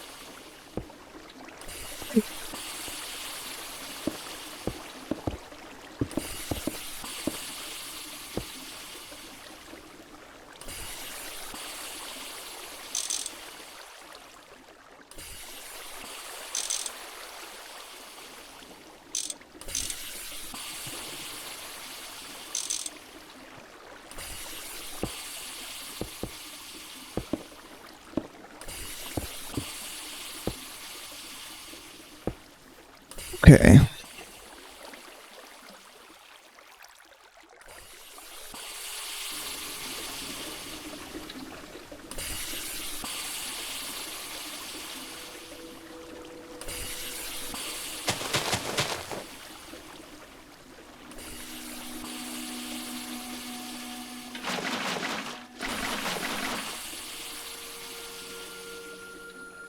So, we're going to surround that one in water.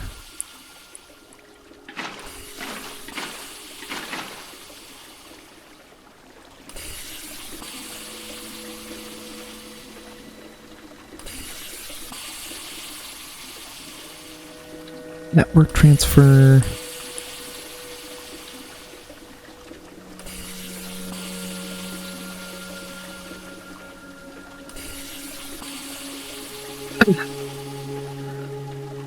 Well, I could actually look at how fast this is operating.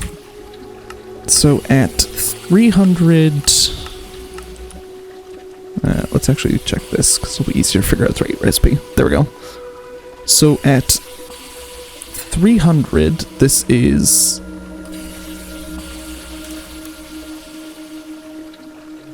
$600 per tick. And it's 15 seconds... times 20. Oh, so it's operating at once per tick.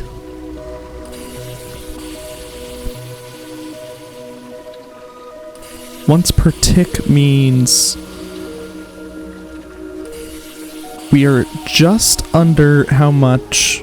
We should be just under how much high pressure steam we should be able to do at one time. Assuming... that each of the machines is operating at about 1,024 millibuckets of high pressure water into millibuckets of high pressure steam per tick.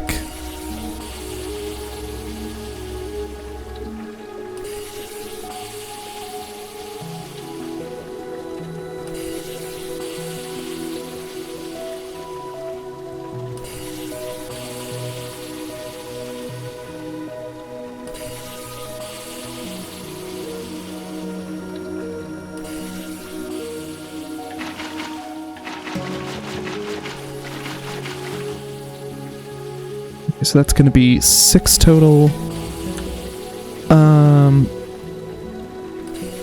Oops, wrong way. But in order to do that, we need 1,000 millibuckets per tick. And we get 16,000 every 5 seconds, which is 160 millibuckets per tick per thing. So that's 1,000 divided by 160. This will take 6.25. So that alone will take up more than I'm currently using. So if we set up 8 of those going at once now,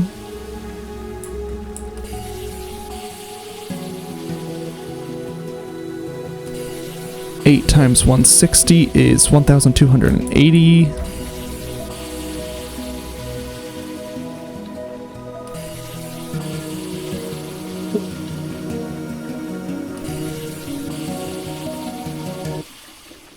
So we're currently at... Let's assume this gets up to 300 as well. At 60 times 20 divided by 300, it'll be operating once every 4 seconds.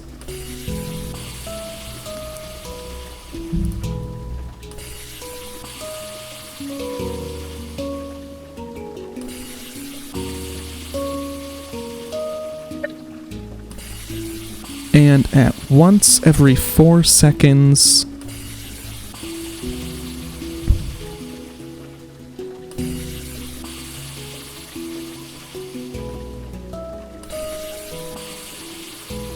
it'll also be operating at 64 times 300, 19,200 EU per tick. Wait, but if... Well, actually, hold on. Let's see. How much will that be making for us, though? Because we need 125 millibuckets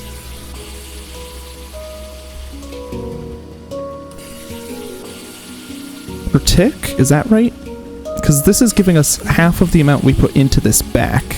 So we need to make up the other half.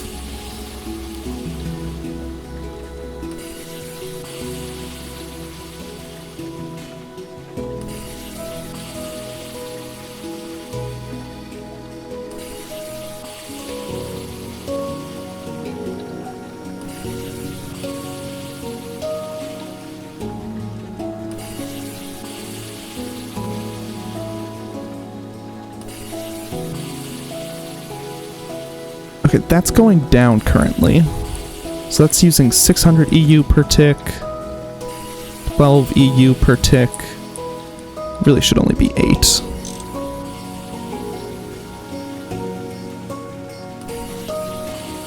$2,000.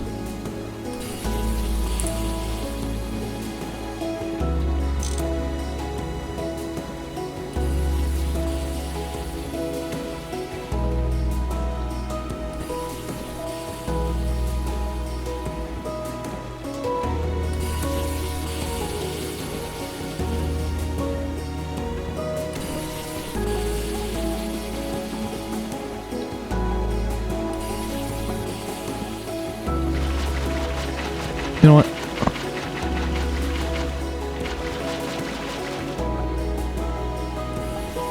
It doesn't matter if these are all operating.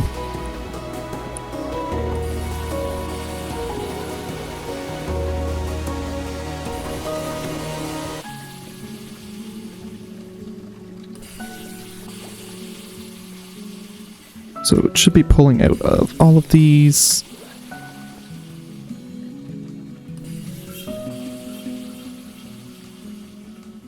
This one. There we go. 16 EU per tick. That is negligible.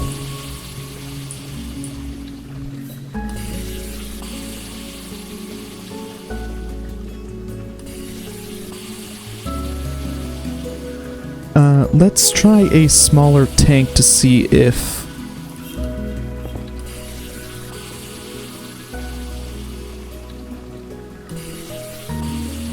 actually, I want to connect this into here,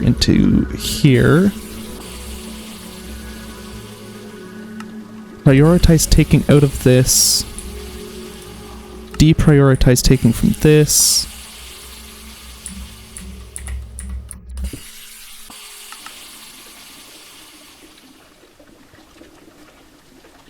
Yes, because we don't want that to fill up.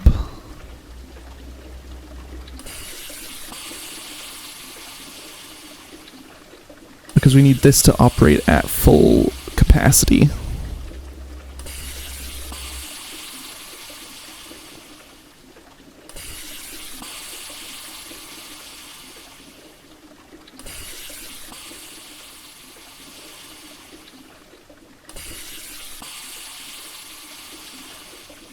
Yeah, this is a extremely complicated setup. Like, we aren't even producing excess power at this point.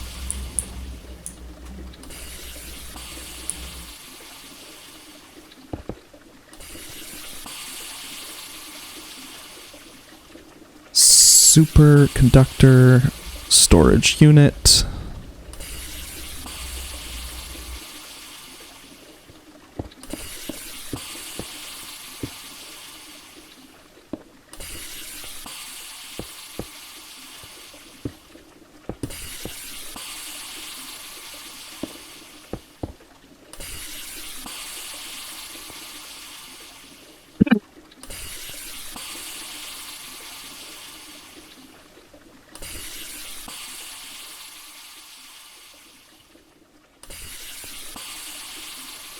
Is there some extremely weird setup that could be done so that it only takes excess power from this?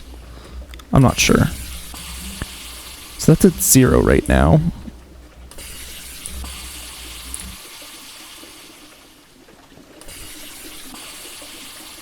$616.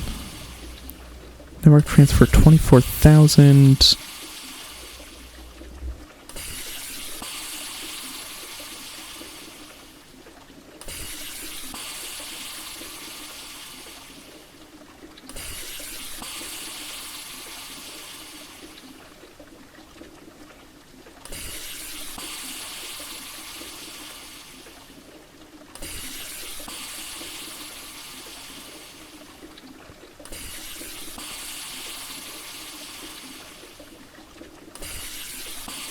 So I think it's actually best if you don't use the quantum upgrade.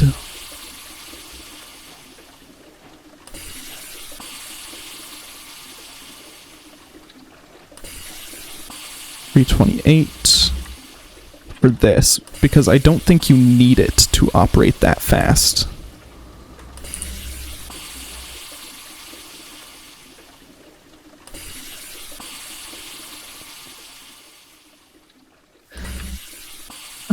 Because if this is operating at 8,192 buckets worth of steam, multiply that by 2 so that we get the total amount, since we have to have 2 of them going. Divide that by 8 so that we get the total amount of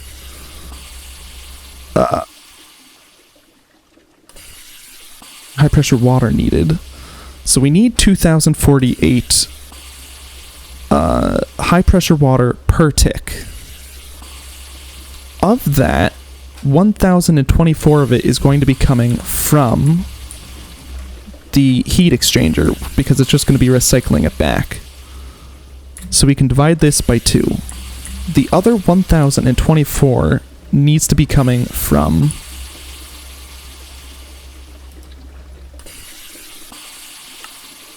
the pressurizer.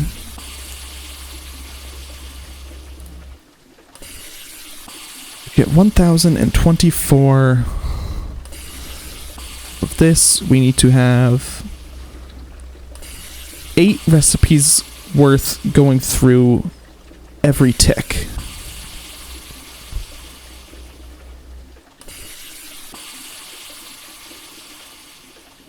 This can achieve... Sorry, wait. 1,024 per tick divided by 125 per recipe. So we need 1024 millibuckets per tick, and we're dividing this by 125 millibuckets per recipe.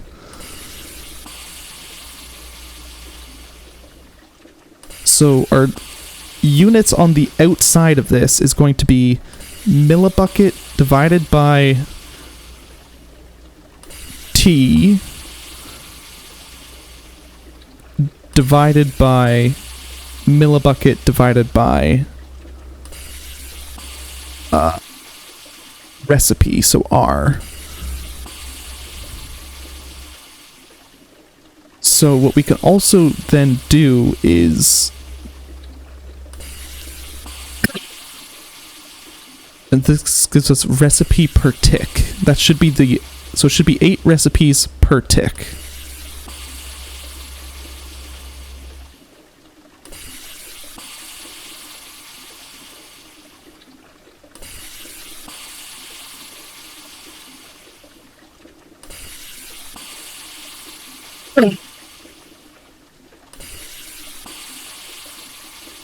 So we need 8.192 recipes per tick. This machine can get up to a maximum speed of 1 recipe per tick.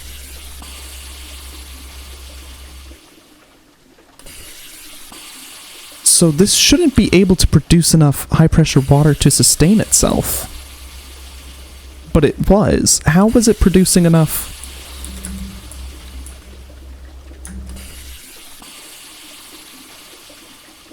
It should have been losing out on high pressure water.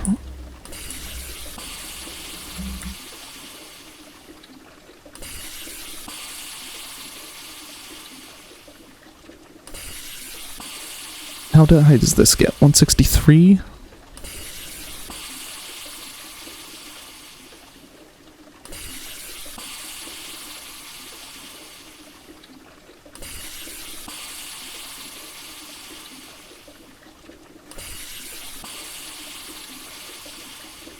$149, $373.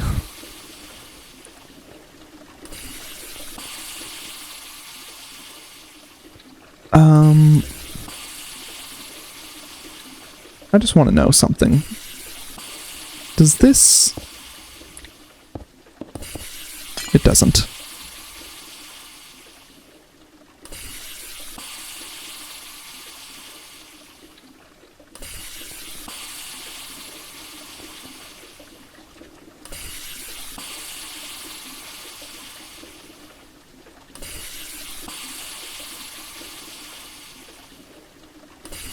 What is going on mathematically that is allowing this to operate as it is?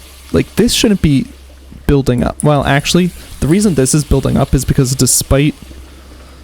well, it shouldn't be building up this much, though. What should be happening is, because this thing only operates on intervals of 125 and 2000, we're missing out on...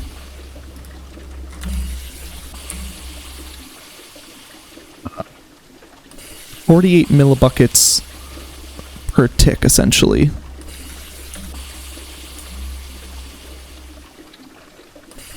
Oh yeah, never mind, no. That checks out.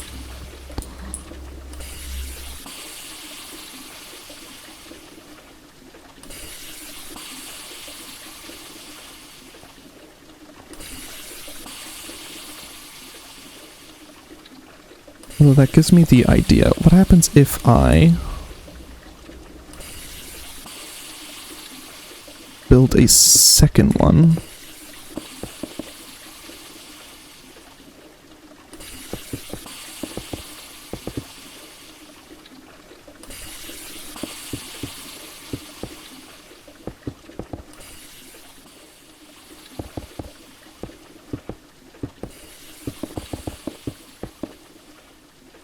See, the machine we don't want to have to build multiple of is the pressurizer because it takes so much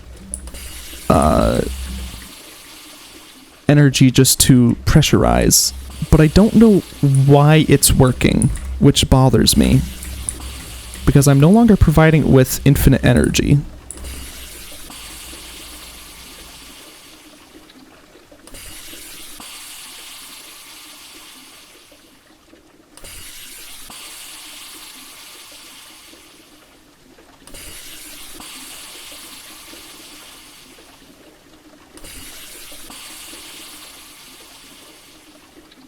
Where is all of the excess energy going?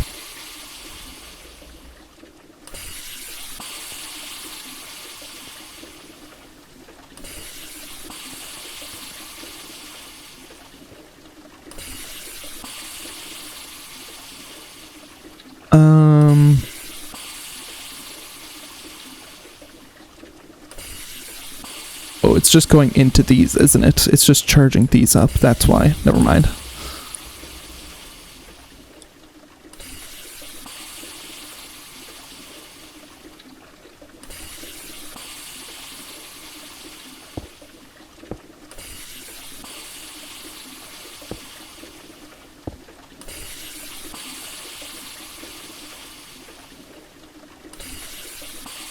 High pressure water, steam,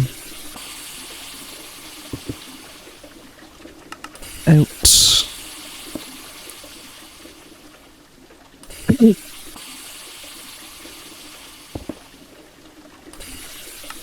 out.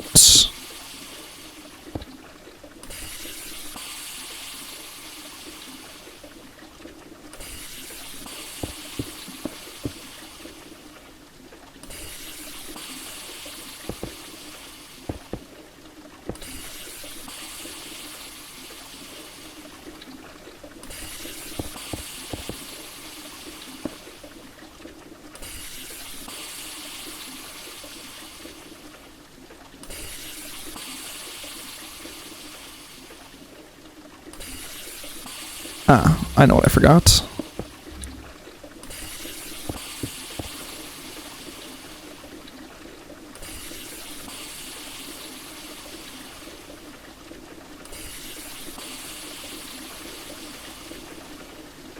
I don't actually think this needs any overclocking, to be completely honest. I'll put it in for a little bit.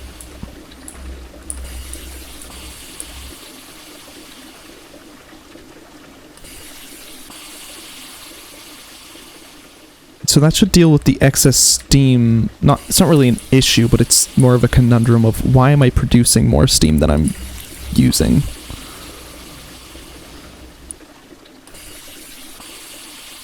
If I was producing more regular steam than I was using, that would actually be fine, because regular steam has more uses.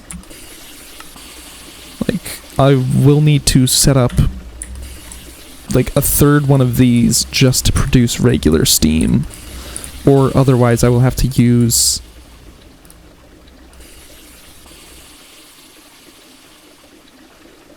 Actually,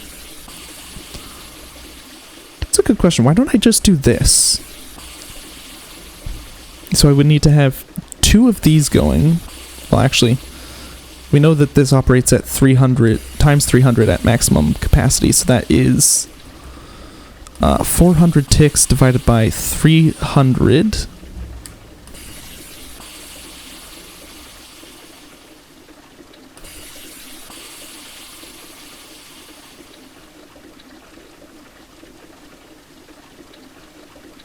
So this will operate at a speed of 1 1/3 ticks. So this is slightly less energy efficient. Why are you doing... Aren't you doing anything?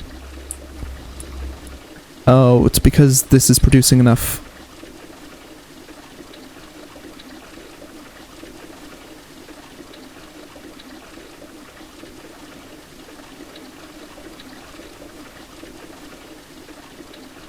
Yeah, it has to go through all of the excess it's made.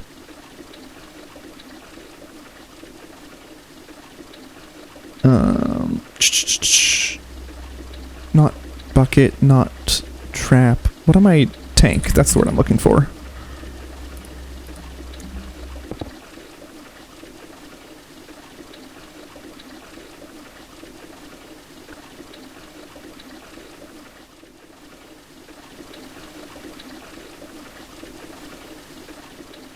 What is the most amount of blocks here that you can reuse? You can't reuse the very front.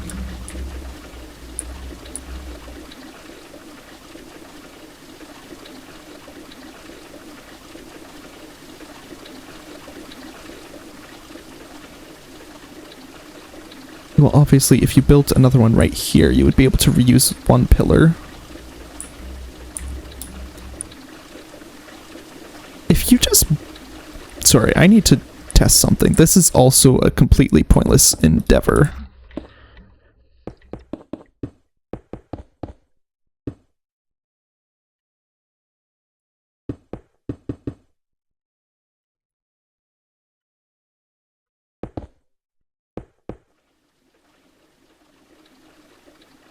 Oh no, you can't reuse that.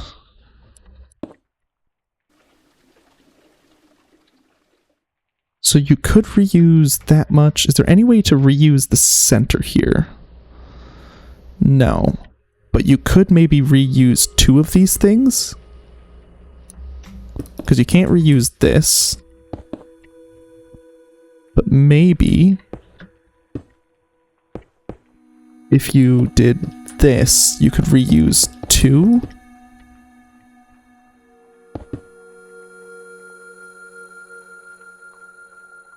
That's interesting.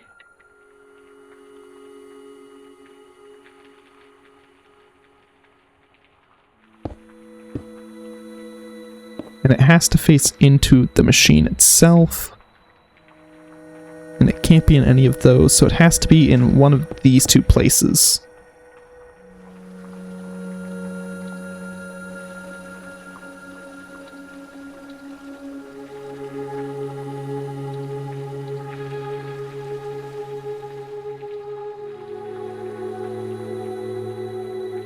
And then it discludes any of these four from being used.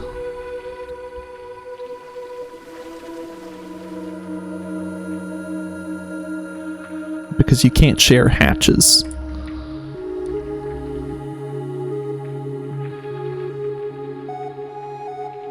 But seeing as you only need 2 per, plus a third for the hatch,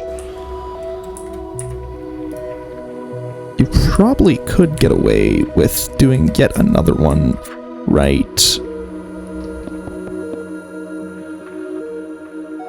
in here.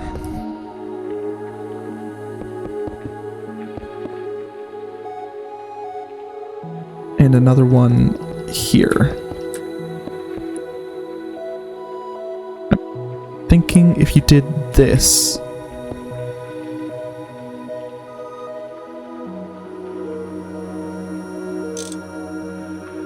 active and active.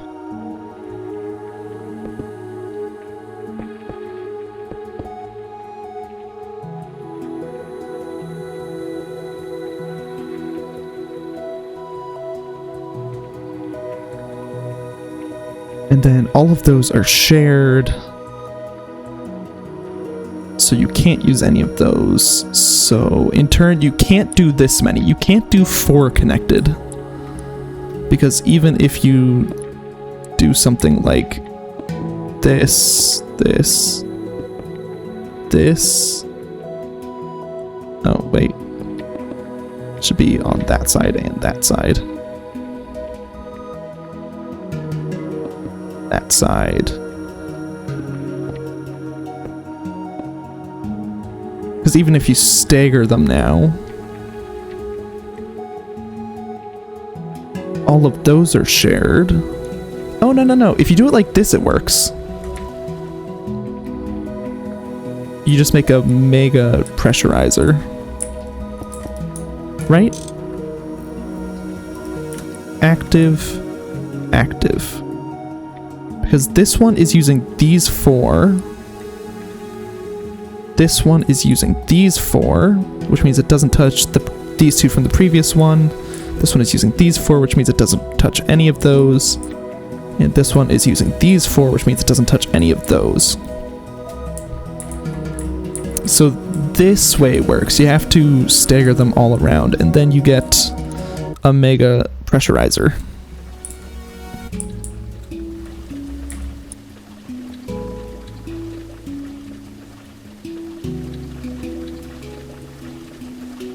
How did I do this?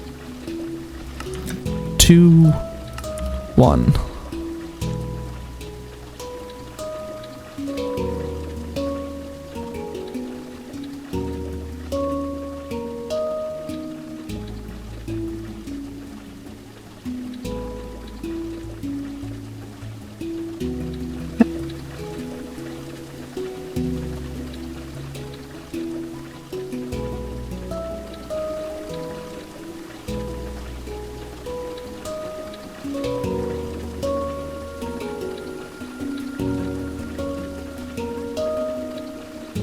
Oh, this is once again being limited unnecessarily by how many pipes I've put on.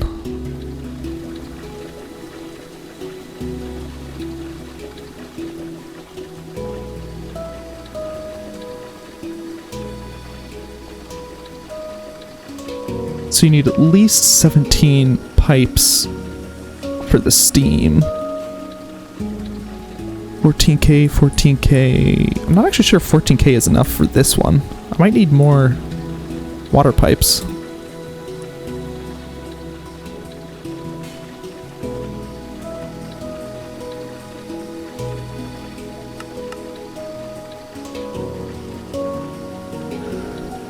Oh, it will be enough because this will only be coming in at 2,048 per, so this will only need 1,024k per.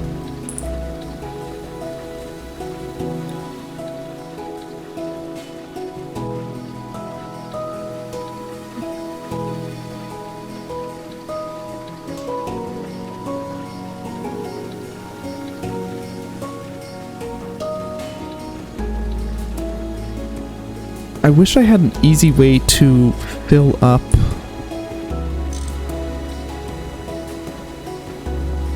the energy system here.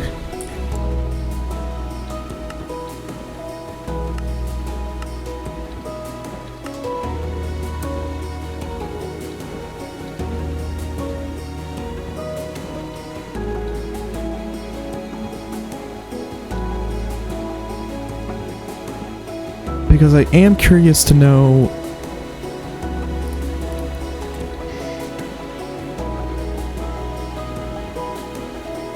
fluid tank, creative motor, solar panel, storage unit. This actually might be the way to go. Yes, yes it is. Okay, so we are going to disconnect that. Very briefly, we're going to connect this.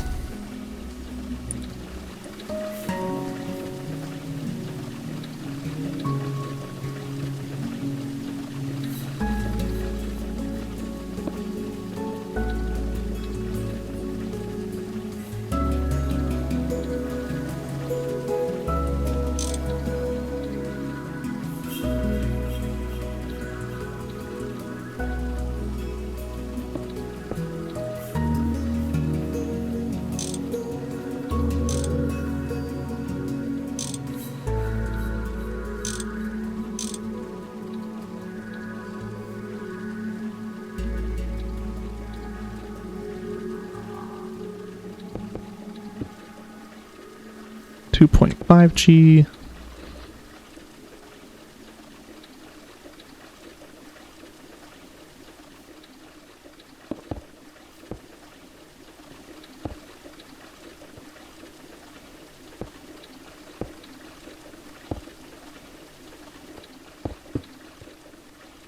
Trash.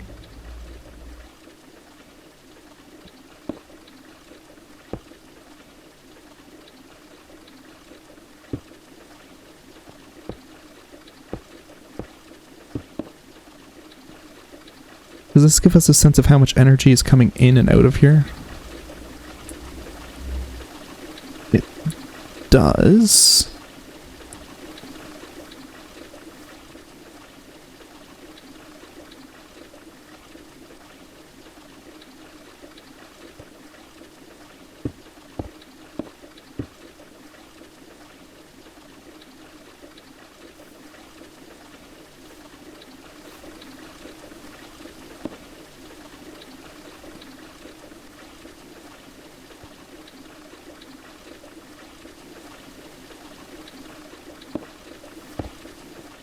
I think something like this might be a way to prioritize this for energy.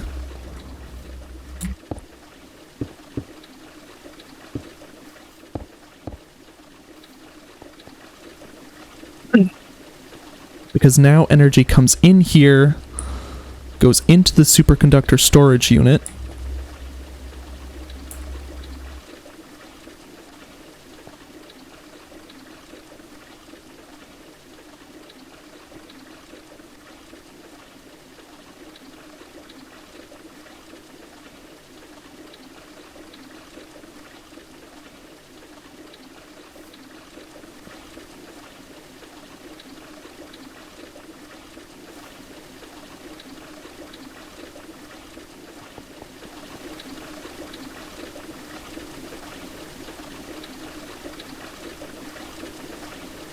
How is this maintaining both of these at roughly times 300?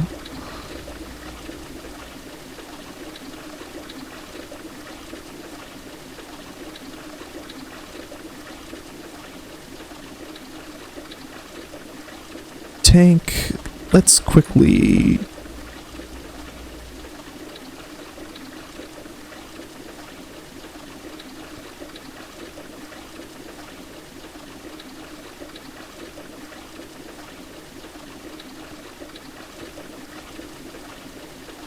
You don't actually really need very many advanced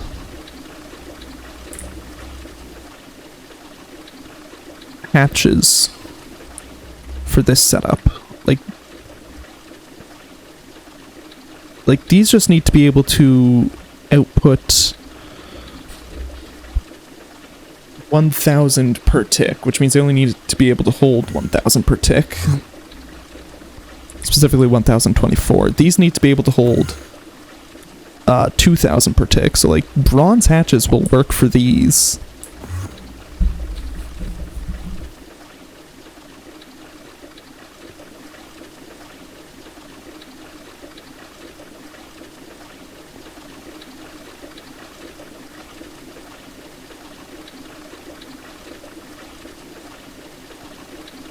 Am I being limited by something here?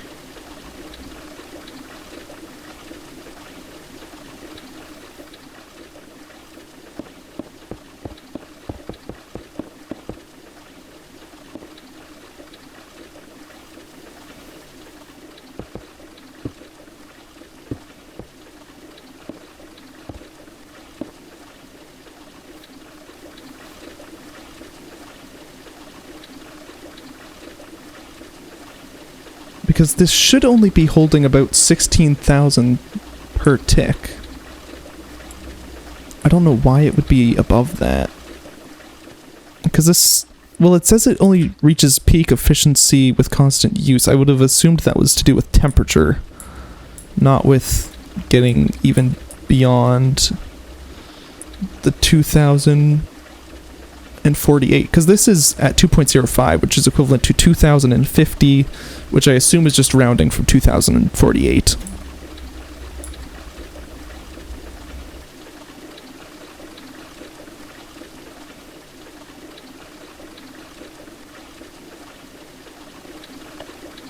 Oh, unless the reason that this system is operating so efficiently is because...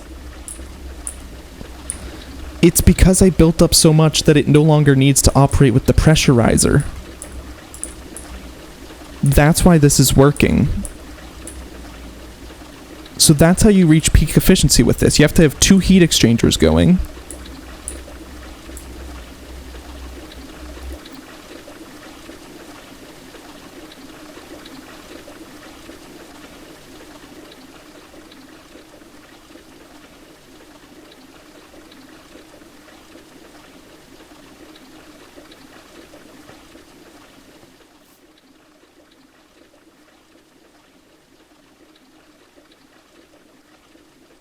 And of the 16,384,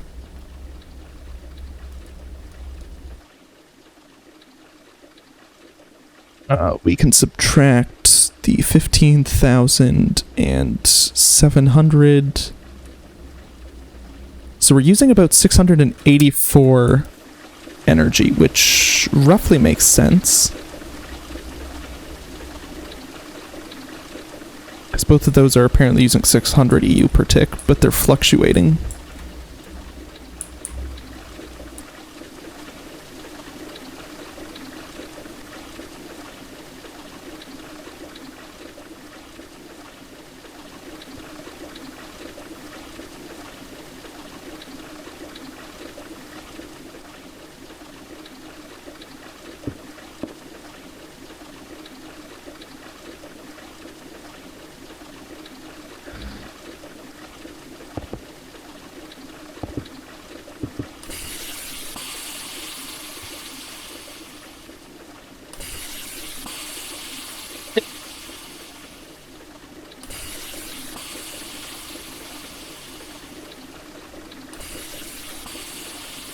water and high pressure water. So you need to be able to put enough high pressure water into the system that it can send out 2,000 of it as steam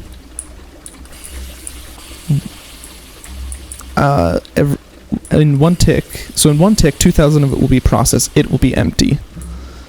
The next tick, you need another 2,000 to come in as that 2,000 goes out and goes into here, presumably all within the same tick.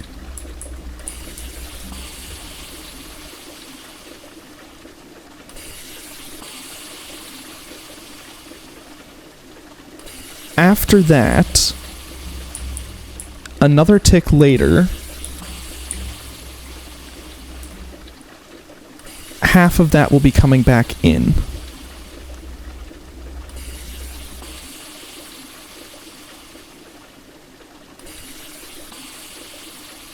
With half of that coming back in, you now only need 1,024. So this it shouldn't have been sustaining itself. It should have been going down. This should now need to be constantly operating.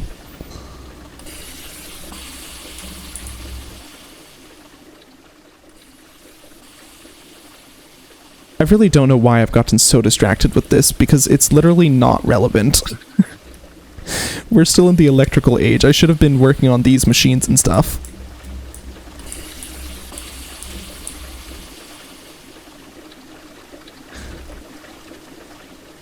Okay, see, now it's done again.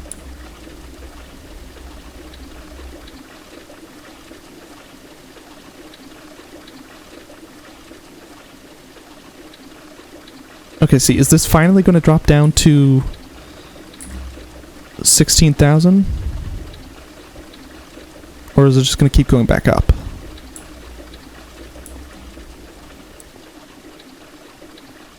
Okay, let's start with a higher than just one run-throughs number. Let's say we start with 32,000 high-pressure water.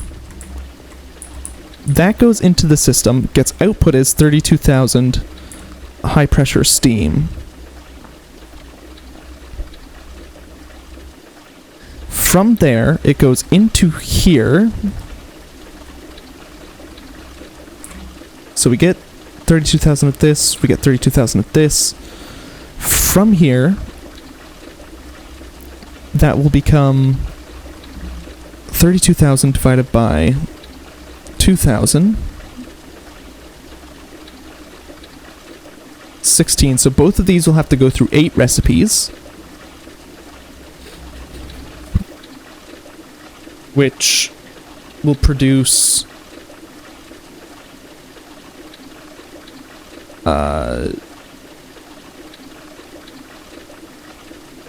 16 recipes times 16,000 millibuckets is 256,000 millibuckets.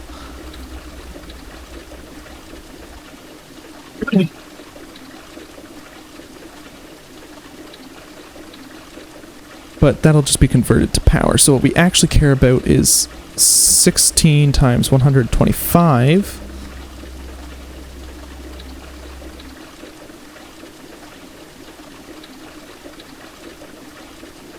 is 2,000. Wait, 32.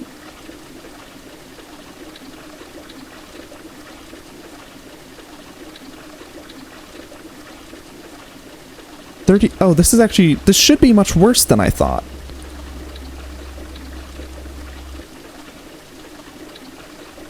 Because 2,000 millibuckets is only becoming 125 when it should be becoming 2,000. I'm losing like 15/16ths per run through, or I should be.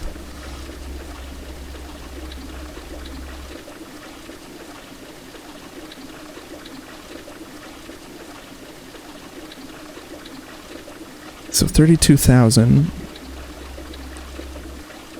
becomes 16 recipes, which becomes 2,000 millibuckets of high pressure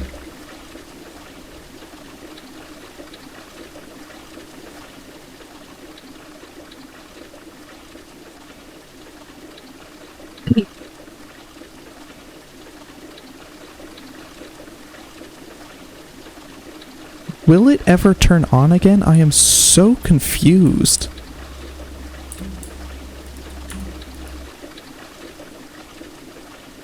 Because as I see it, eventually this should get low enough that it completely empties. Upon it being able to be completely empty, this should slowly start to go down.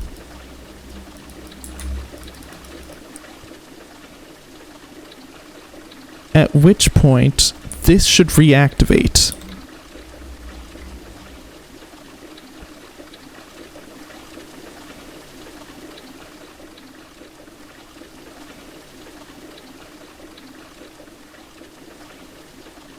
I wonder if the optimal setup is to have both of these connected like this, or if you should separate them so that their outputs both go into the heat exchangers, but then one of them is only turned on by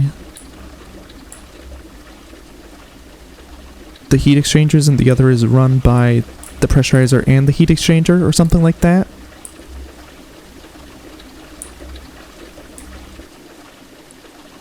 Or maybe the pressurizer runs into both, but the heat exchanger only runs into one. No, that's definitely wrong. The heat exchanger has to go into both. It's just a question of, is the pressurizer best suited to go into both as well?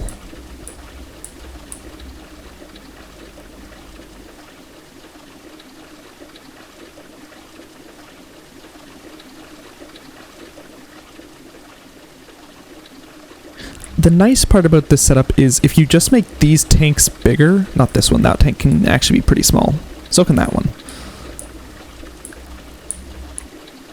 At least with this setup, because it's not actually about making steam.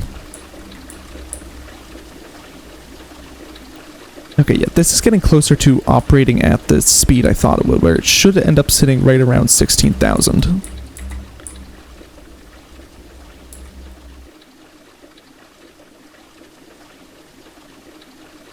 Huh, this is transferring 32,000 per tick.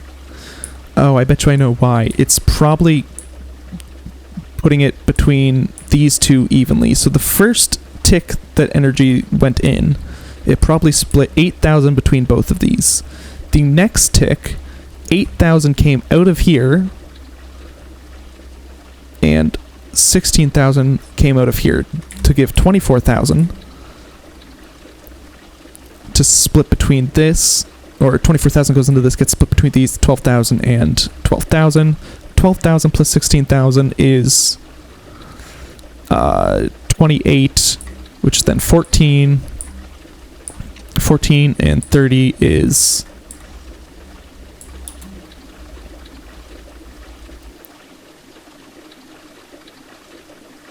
sorry, 14 and not 30.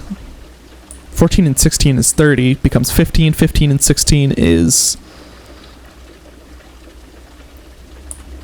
31, which becomes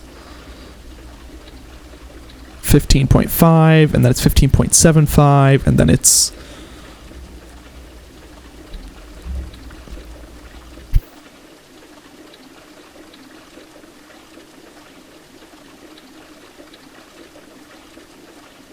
uh 15.875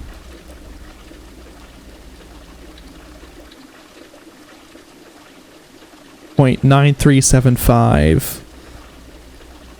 So you're essentially just adding up fractions upon fractions upon fractions. And after an infinite amount of time, you should find that it equals 16. Although in this case we're actually operating at 16,384, so it should eventually equal 16,384.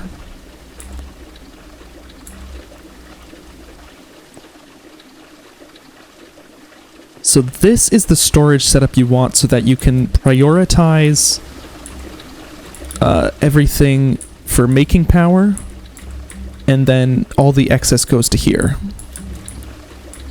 Because if at any point this starts draining, like, well, I mean, what's an easy way to show draining?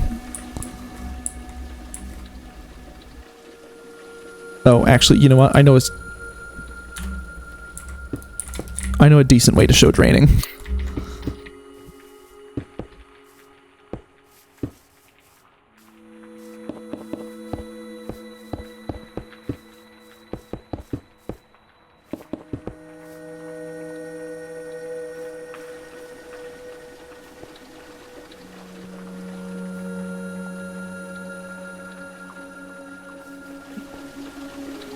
Is this ever going to reactivate?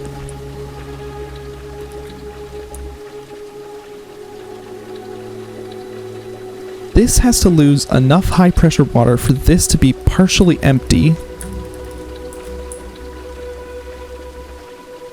so that this can lose enough water that one more recipe's worth, which is 125 millibuckets. 64,000 divided by 125, not divided, 64,000 minus 125 equals 63875.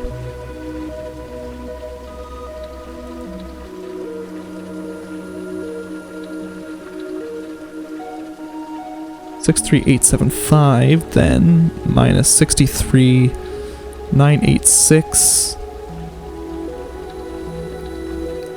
I need to add the fraction.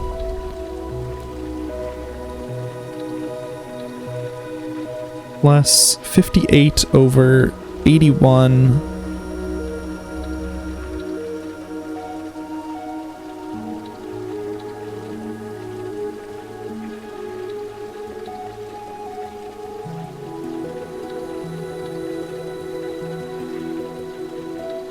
We need to lose 111.71 millibuckets. If I could even just see this number decrease, then I would know that eventually it will reactivate itself.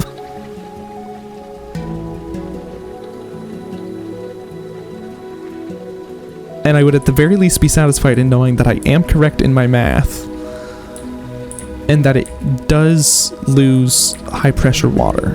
Right now I'm just surprised that it doesn't lose it faster.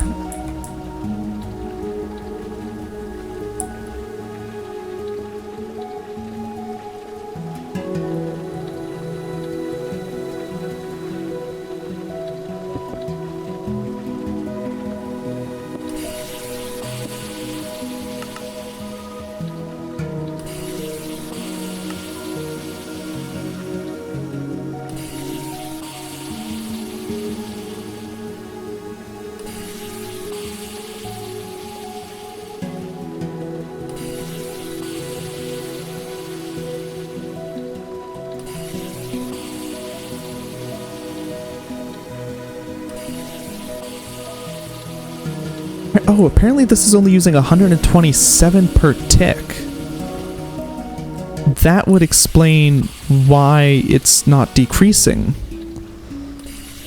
Am I just wrong? So this is producing 2,048 from...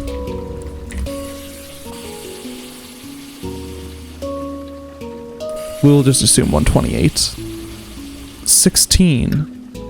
Why is it producing 16 times as much steam as high pressure water? Should it not just be 1-to-1?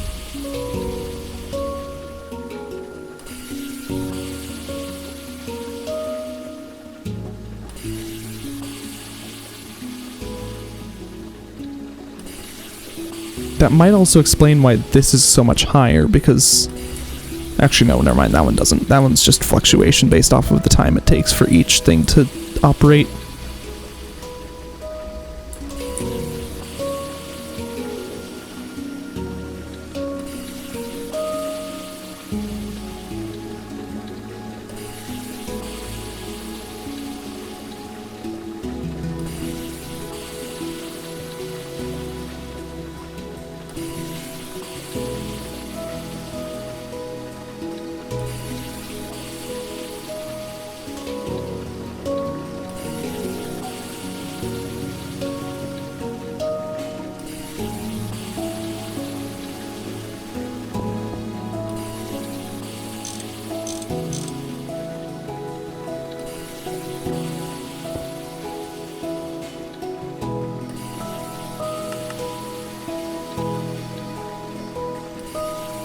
That's going to take a little bit to get back up to speed.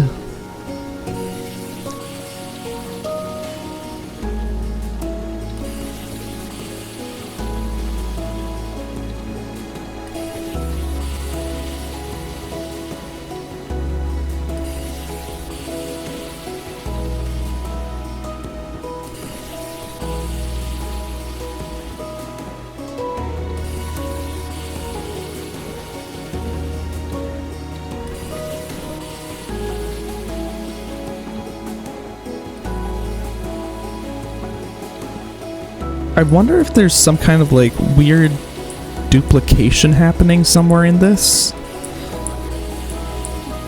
Like because of how it's operating and splitting stuff, it's just like somehow duplicating something here.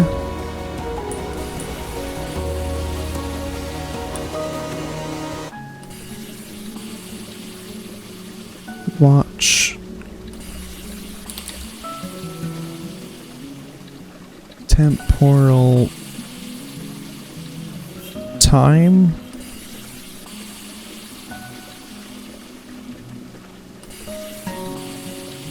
Time in a bottle. How do you make this? Oh, it's part of the spectrum.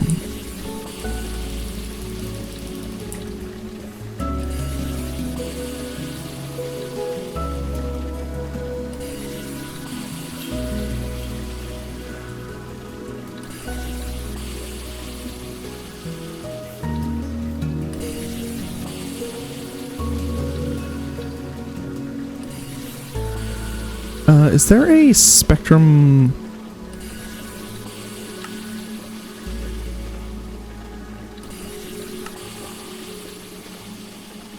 completer thing?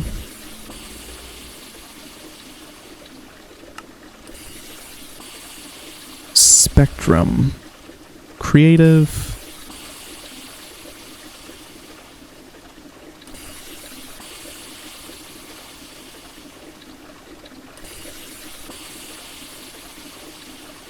Preservation chest.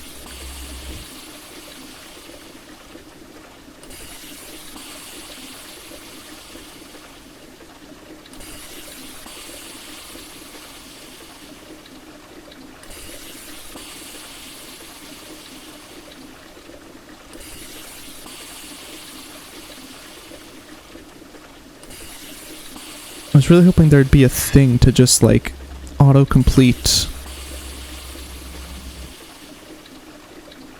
spectrum for me. Resources, cuisine.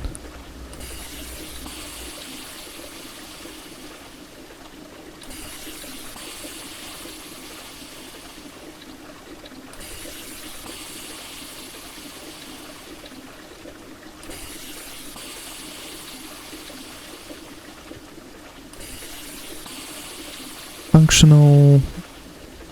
Did I get rid of my time in a bottle? I didn't actually mean to do that.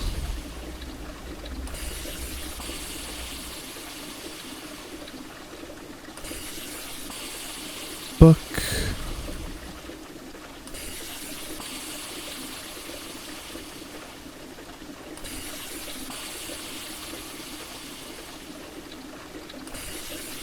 Two, three, four, five.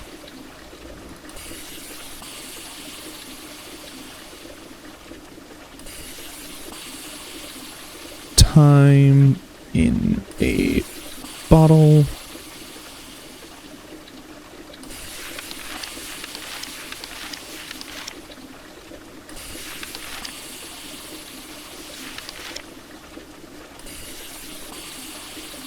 It does not unlock recipes though. So that's still dropping at this point.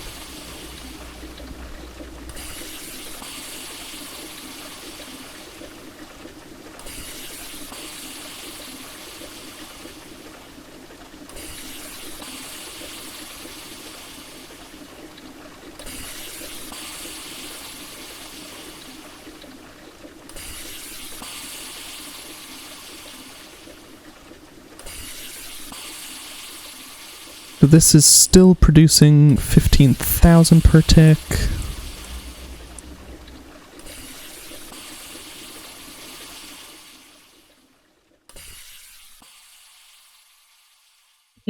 So we need a fluid input for water and a fluid output that we're just going to trash.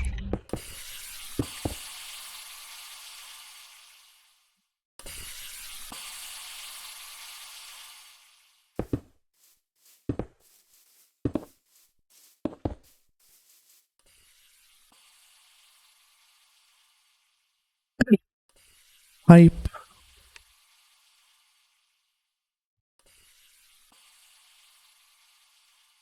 Water. Trash.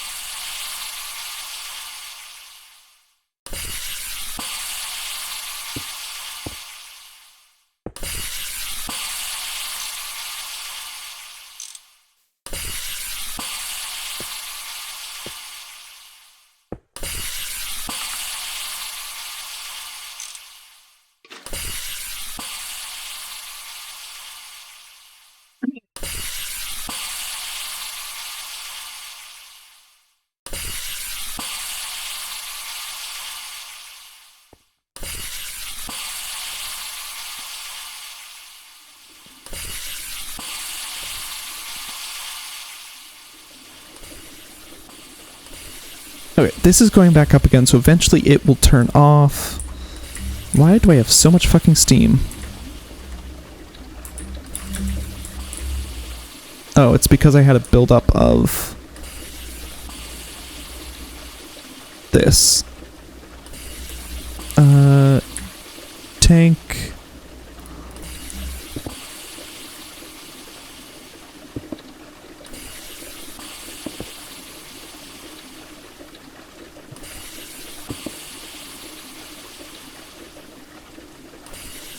Okay.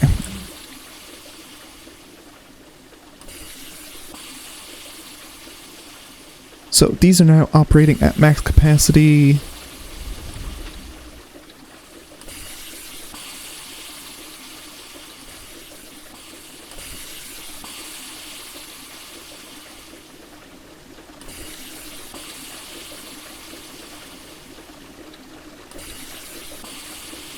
Using all the water that's necessary.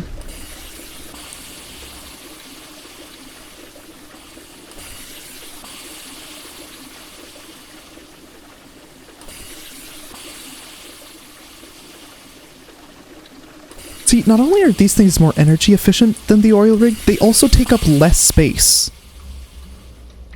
Like, it's literally 9 blocks per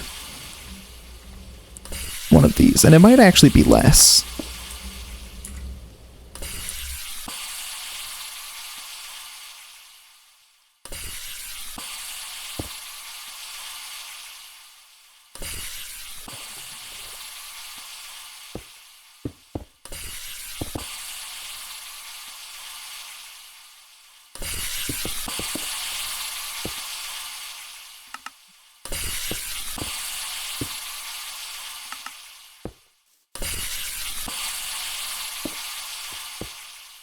How much energy are we using now? Still only at 68.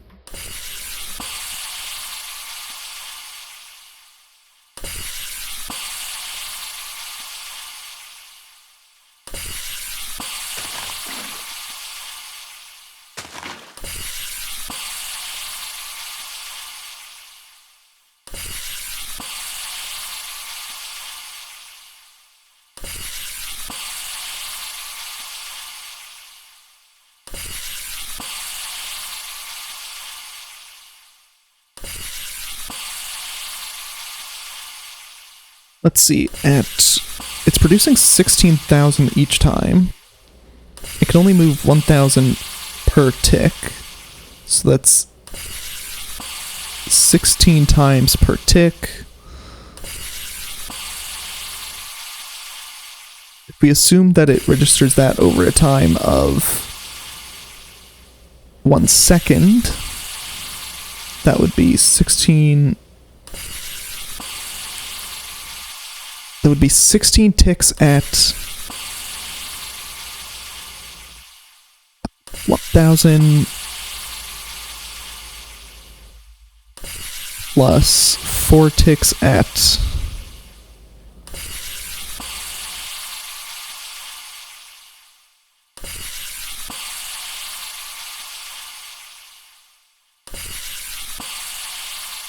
'How do you do the math on this? 16 ticks at 1,000 and 4 ticks at 0.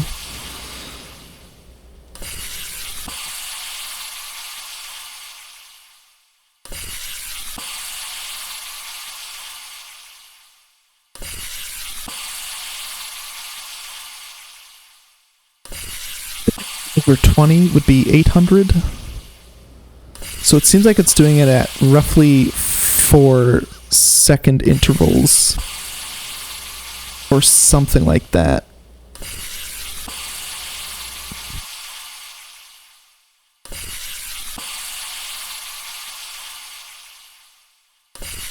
Because then it would be 20 times 3 is 60, 64.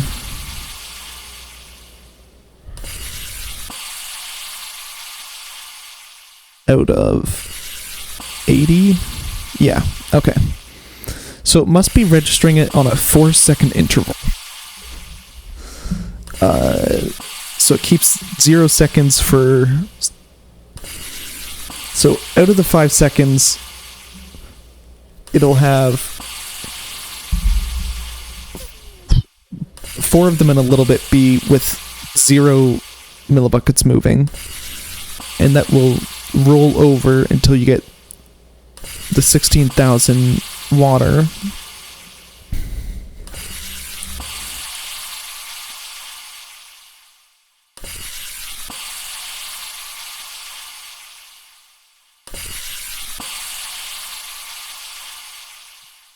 And then once you have 16,000 water, it'll move for 16 ticks.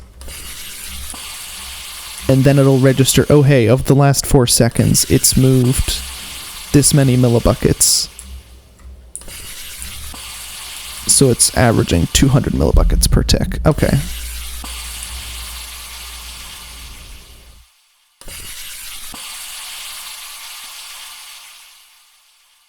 Yeah, so you can get this into a 1x3 pattern.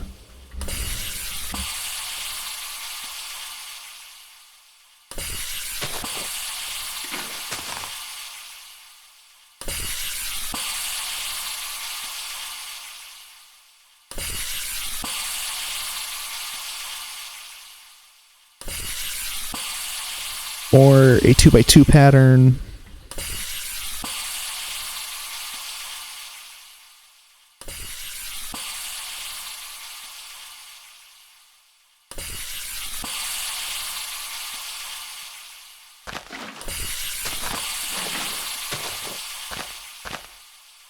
And this doesn't make it produce more or anything, so...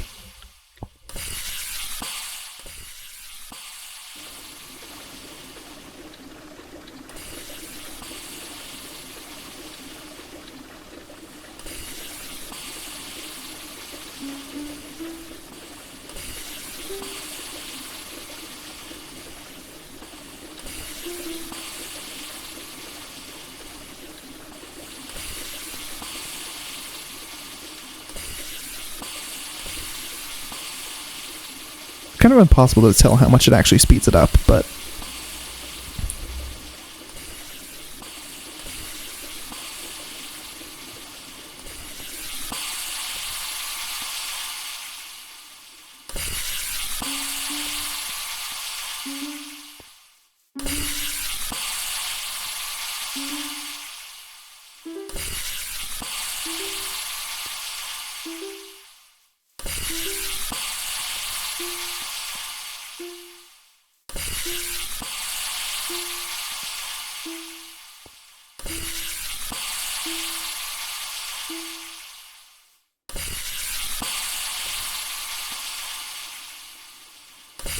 takes quite a bit for that to get up to speed.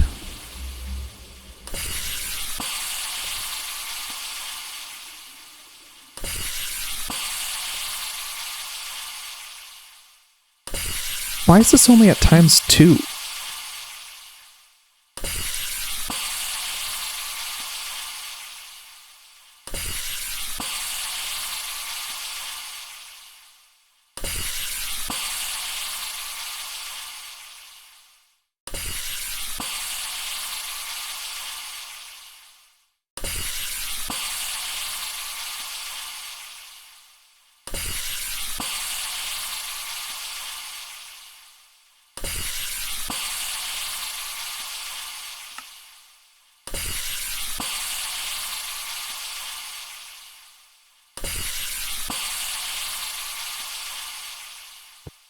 High pressure water,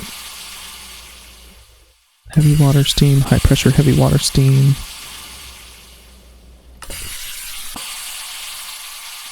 So the only things that this is useful for is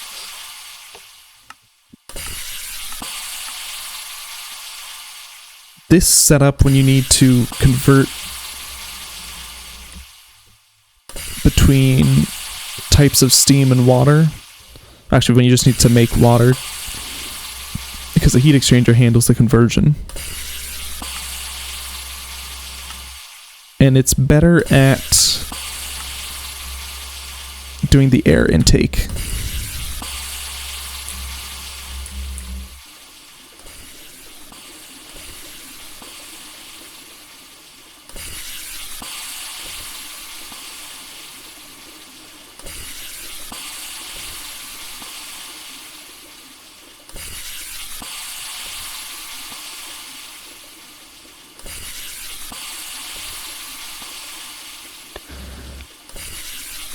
I wonder if it'd be worth doing something like this.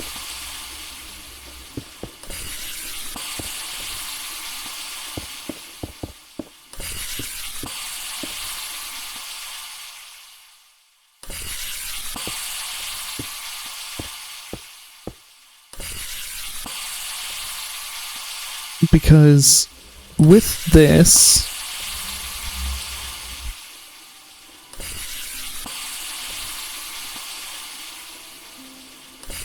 $19.38.35.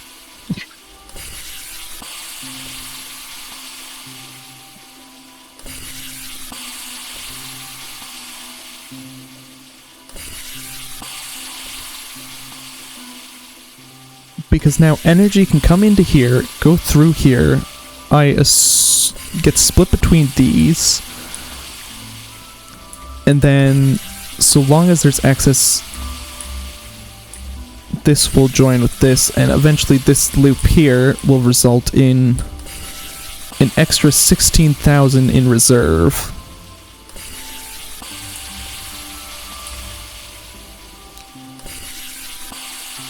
But the excess can go to here, and then get pulled into here, and be used for stuff.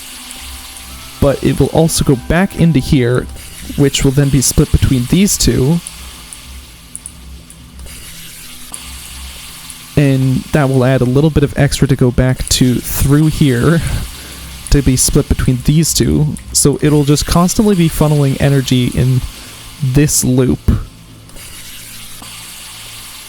adding little bits to both of these as it goes through.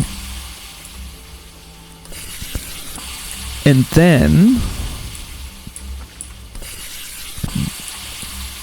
as it achieves more energy, if this ever pulls too much, none will be sent to here, which means in turn this will only be being supplied from this and this.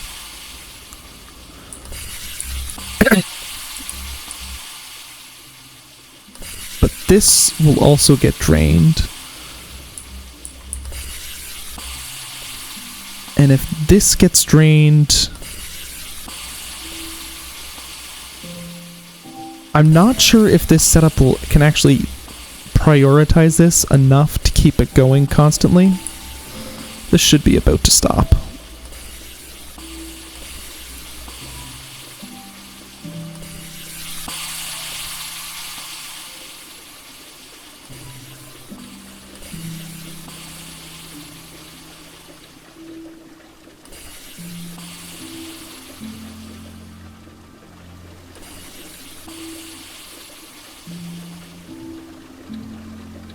There we go.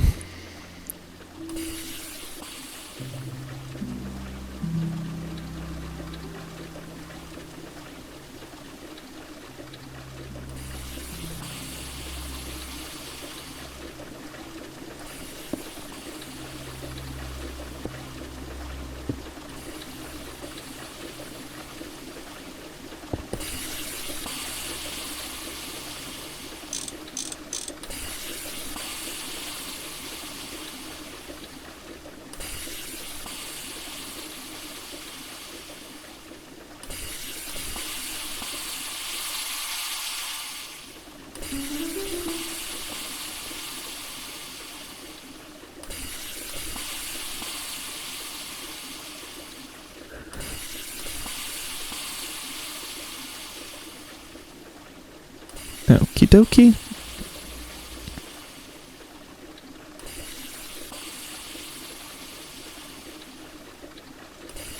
$63,986 plus 58 versus 3,979 plus 68. So it has used just a little bit more.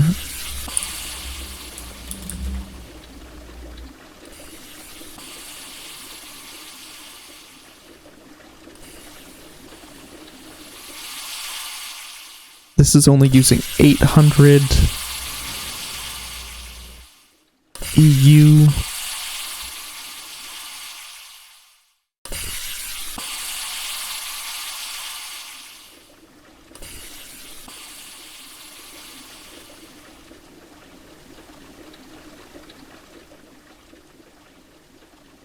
Well, seeing as I still want to be on this world, just so that I can see how this system handles too much energy being used.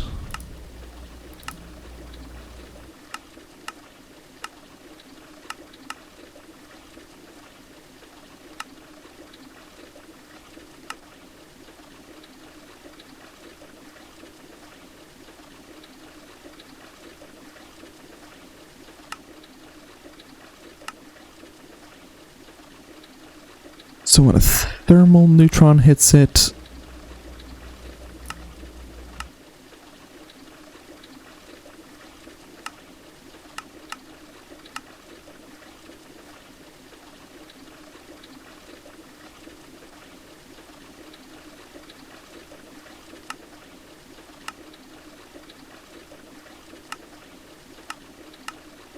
$14, $15, $20,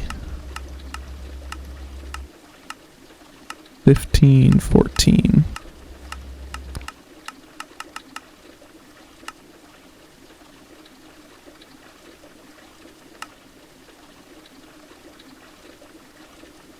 So high pressure heavy water goes through this. Assuming it has the same thing of a 16-fold increase. Or sorry, no, it is a 16.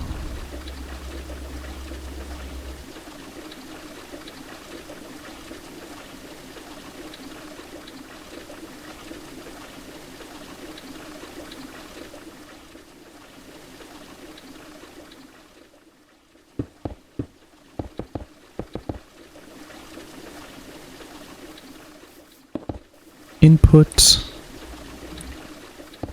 output,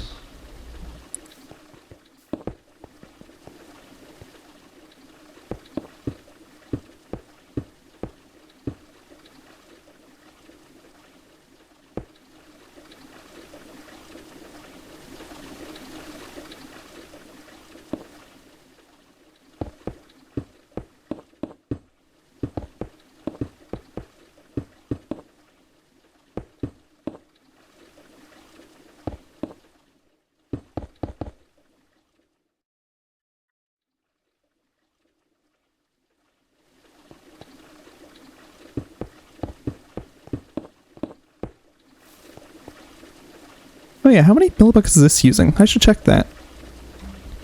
10 millibuckets per tick. That is good to know.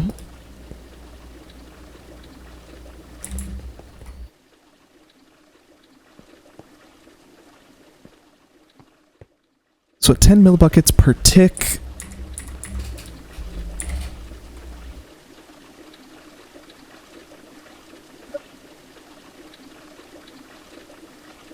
Millibuckets per tick. You need to be able to produce 200 millibuckets per second.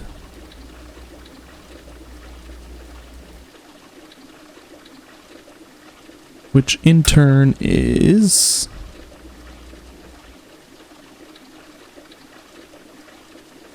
1,500 divided by 22.5. That would only be 66 millibuckets per tick. So if we insert 200 divided by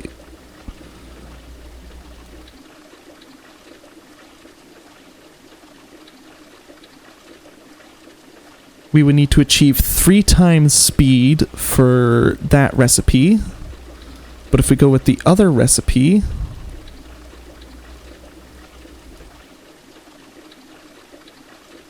we would only need to achieve 2.5 times speed.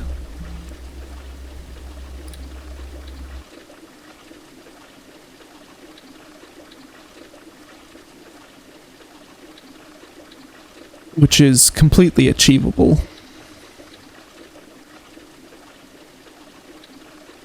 So then it's just a matter of which one is easier to produce.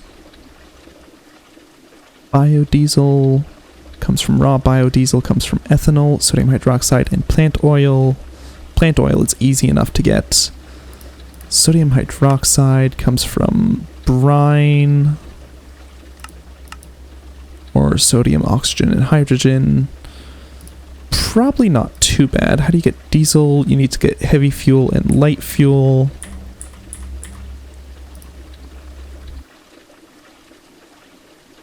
Which requires something like the distillation tower and wood tar, or a distillery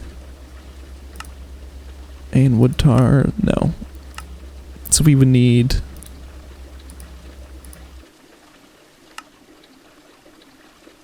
steam cracked heavy fuel,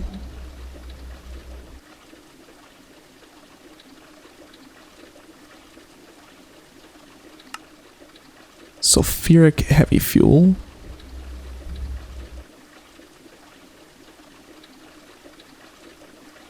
sulfuric light fuel becomes this, so we get a lot more light fuel than heavy fuel, but once we get enough,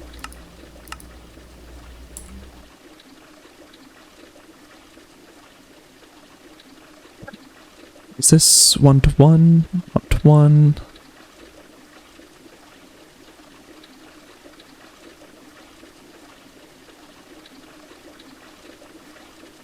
So if we look at 5 recipes worth, we get 1,000 millibuckets of this,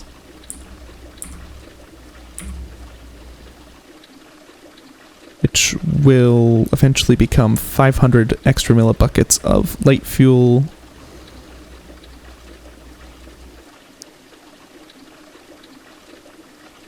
One-to-one.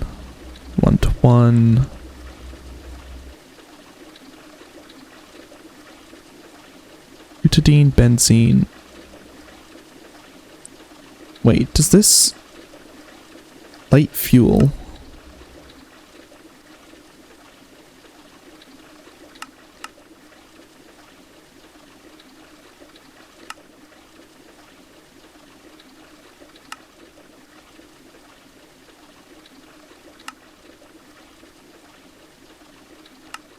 Crude oil becomes sulfuric. Becomes... Oh yeah, we get 3,000 millibuckets of light fuel then. For every 1,000 of these, we get 3,000 of these. Let's actually look at 10 recipes. So now we're dealing with 6,000. Because, so 3,000, it's 1 to 1. It's 1 to 1, so... Or, wait, sorry. At 10 recipes, we get 5,000 of this. Becomes 5,000. We don't care about any of that.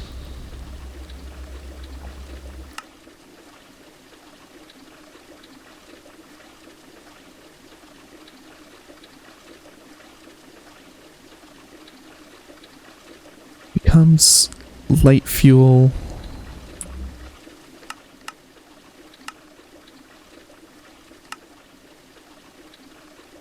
Right, okay, so at 10 recipes, 5,000 light, 5,000 sulfuric light fuel becomes 5,000 regular light fuel.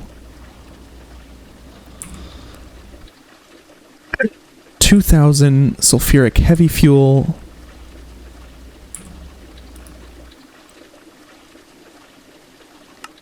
Becomes 2,000 heavy fuel.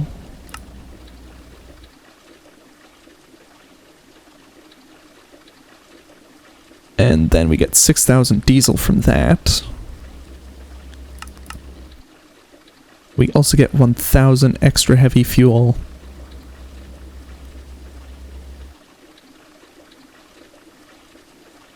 Which can become 500 light fuel.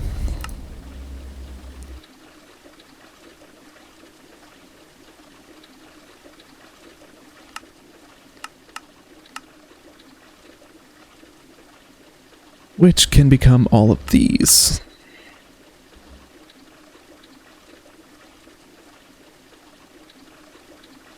Huh, I'm just noticing that naphtha can make, like, pretty much all of this stuff.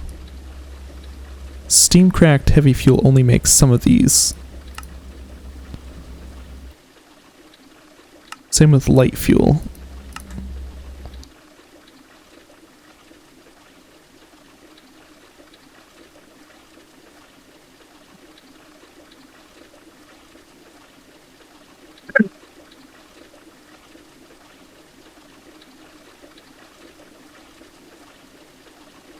Stainless steel. I need to know, what does this make? Shale oil, helium, sulfuric naphtha, sulfuric crude oil.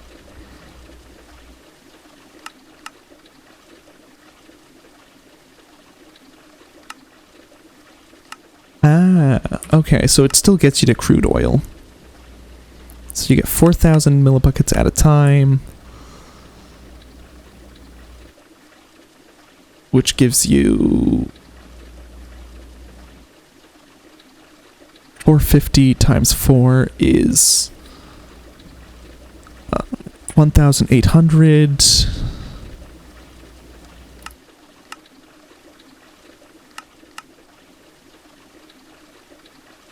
Per recipe.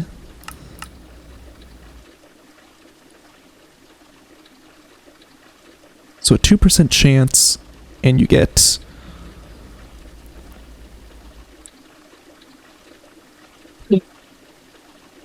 more than 3 times as much crude oil.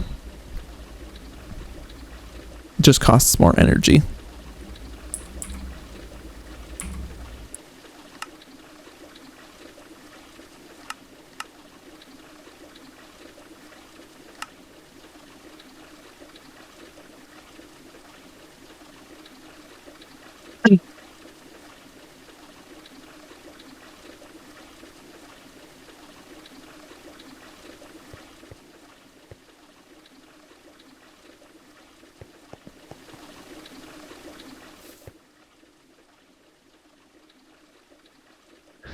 And I was looking at all of that just because of boosted diesel.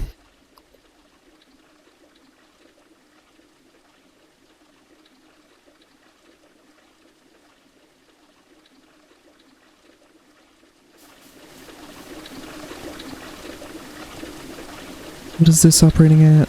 This is still working just fine.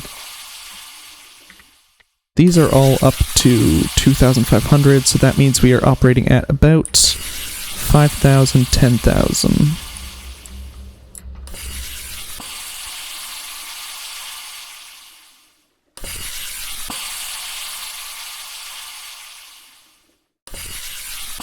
Okay, it is. This was actually the perfect time to come over here because this is starting to ramp up.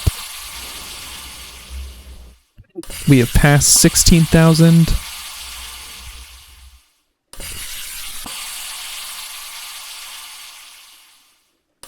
$20,000. So this is the point where we should be using more energy than we're getting.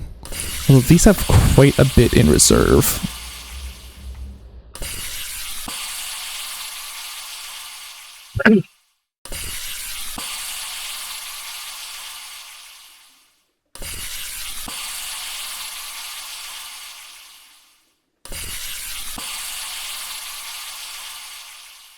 $258. Are all of these at about 258? Yes, they are.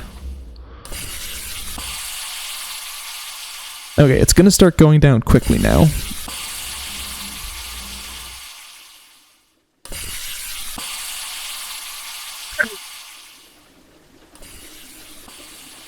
So all of these are already full. So as this pulls out more energy than the system can handle, eventually there won't be enough energy in the system to supply it. So it should drain all of these. At which point that should shut down. And these will have enough energy in reserve that they can just keep going. And then this would need to get back up to speed again before it could drain too much from the system.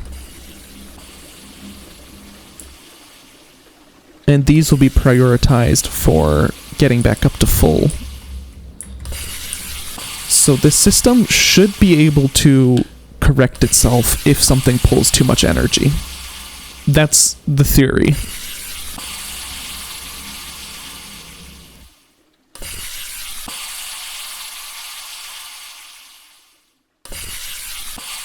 That's draining kind of slowly. Trash.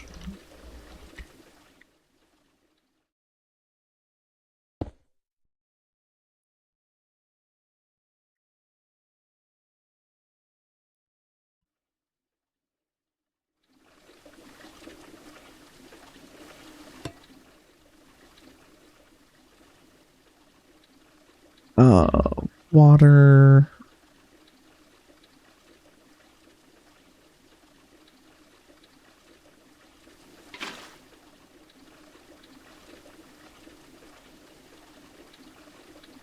Pipe.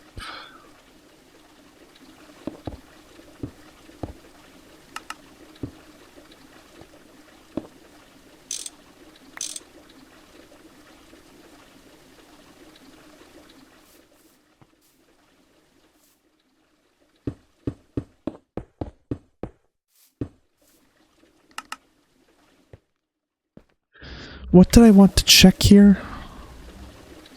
Oh, it's transfer, right.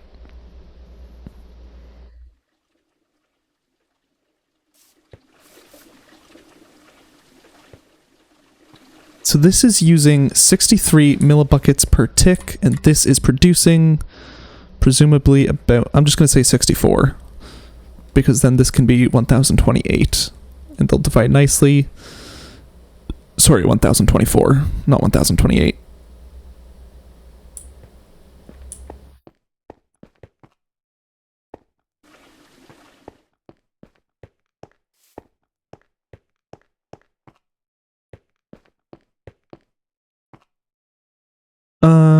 So yeah, that is 16 times as much.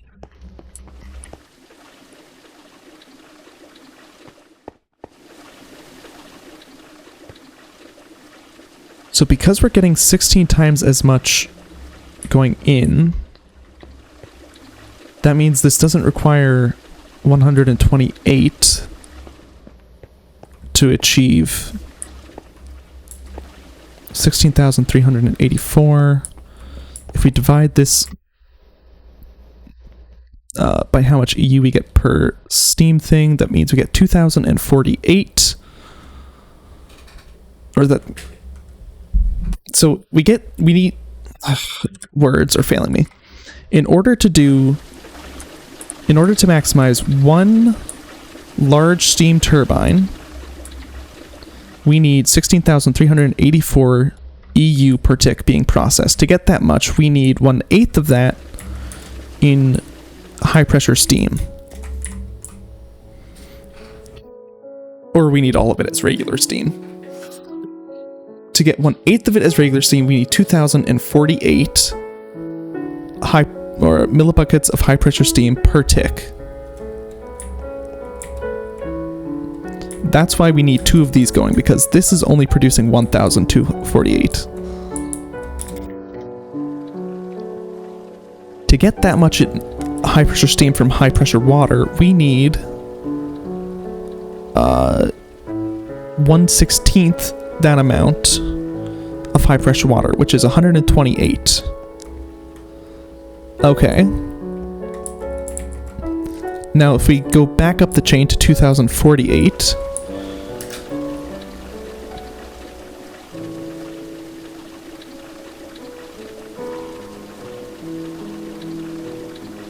at 2,048,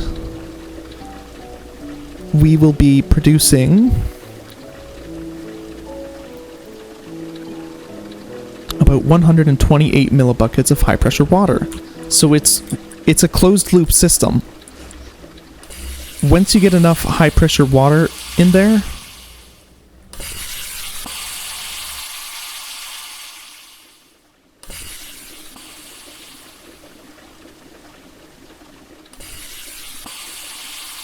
I was not around for when this overloaded.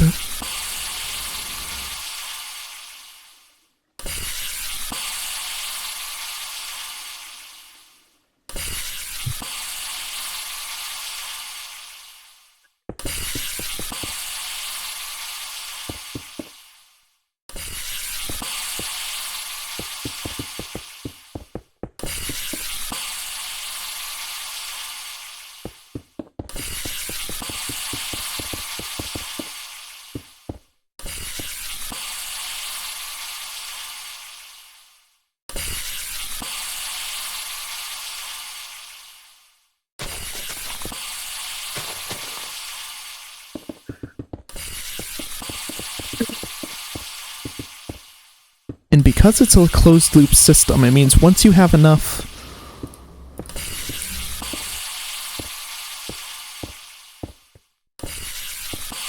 high pressure water to sustain, I would say probably about 3 loops.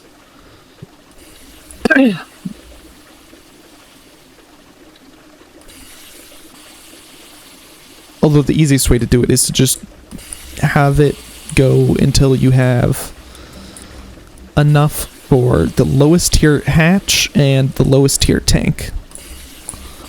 Because then you at least have excess in the system for if you ever make a fuck up at some point.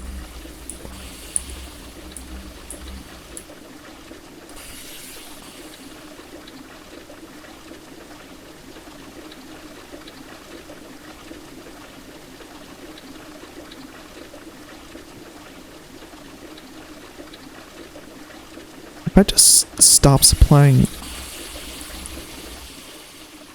water and steam to that, what happens to the system? It starts operating at a perfect 16,000. And in turn, it starts to build up. Is it going to build up steam? Ah, that starts building up.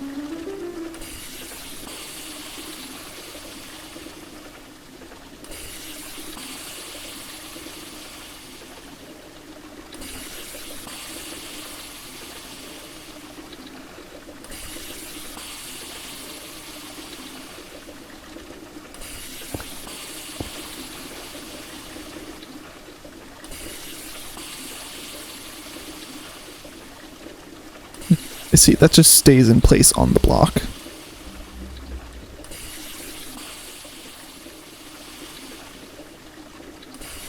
I'm trying to think if there's any way that you could combine these to use less things, and I think you could. If you moved this hatch down one and this hatch down one, you could share a layer there, and then you would have hatches there, there, and there, and that would be moved down one.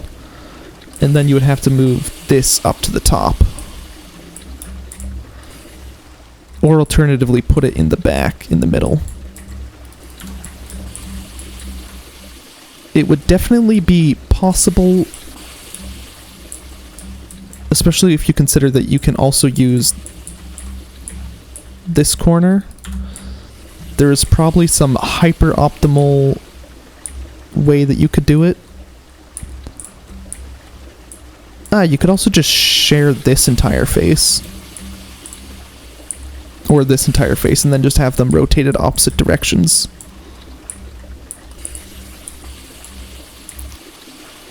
So then you would have the input for one and the output for the other, and then you would have the input for the one on that side and the output for this one on this side.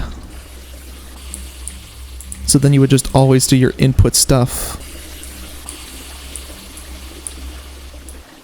Well, you do input stuff here and back there, and then you do output stuff here and over there.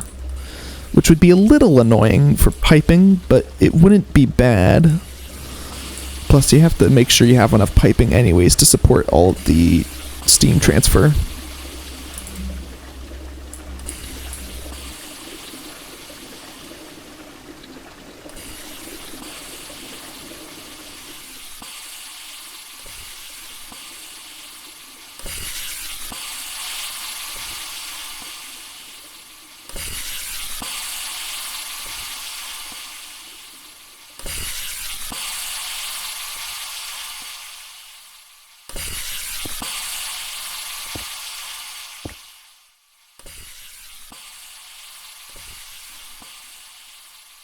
So this singular one should now be capable of going... Oh, nope.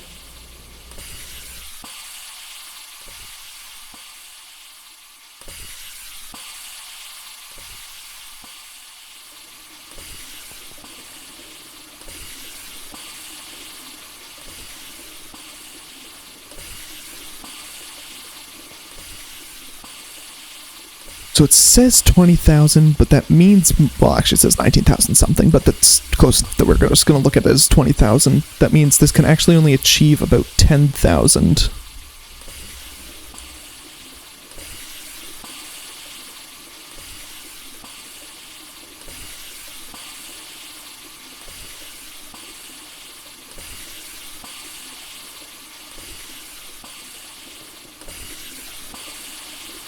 So this is achieving, apparently it's achieving about 18,000 output.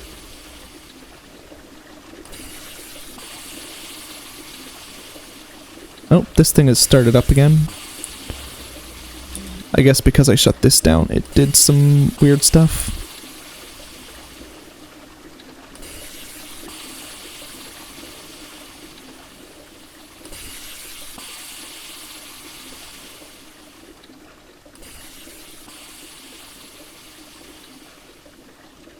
One second.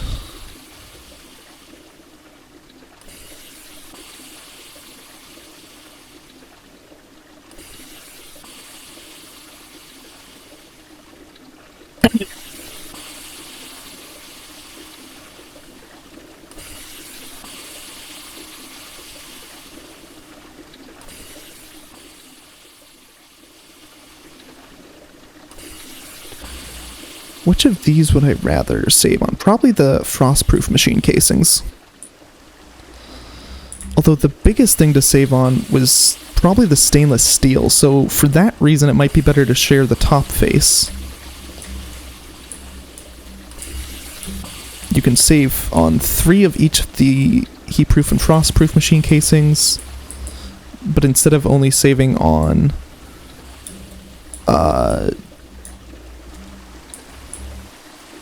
6 stainless steel, you can save on 9, which would just be the equivalent to sharing the back faces. So I think for that reason, saving on the top face is probably the best option. Because stainless steel is definitely the hardest of the things to get here.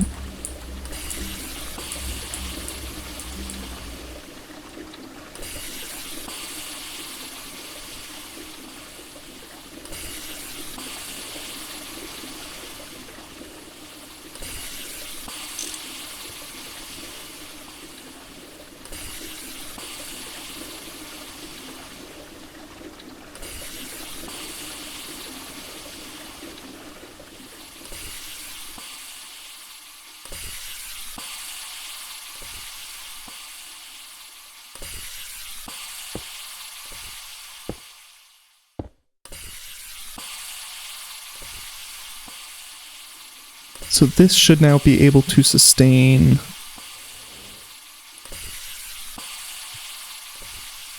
a much higher overclock.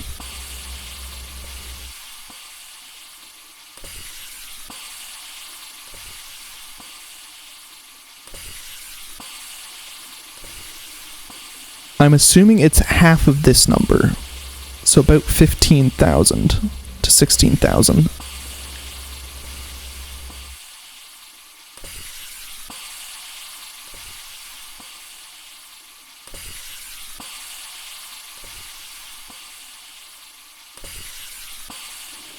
Are any of these going down? Nope, those are all sustaining themselves.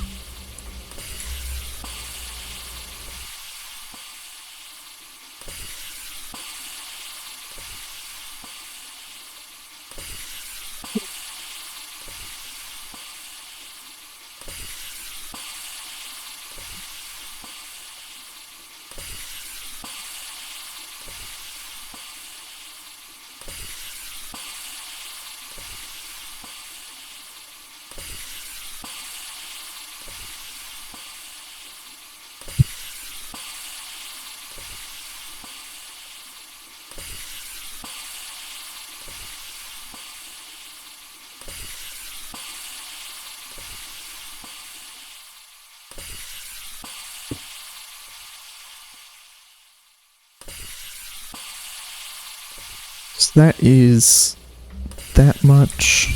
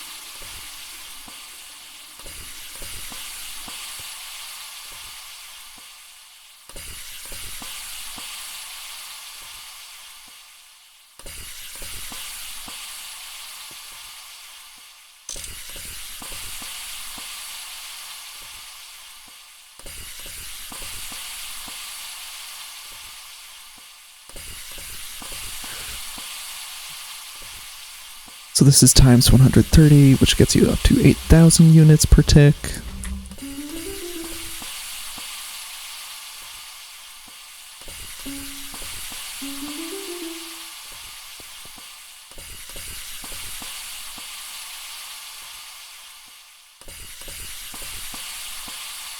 I truly have found a way to waste this entire time on this little side project.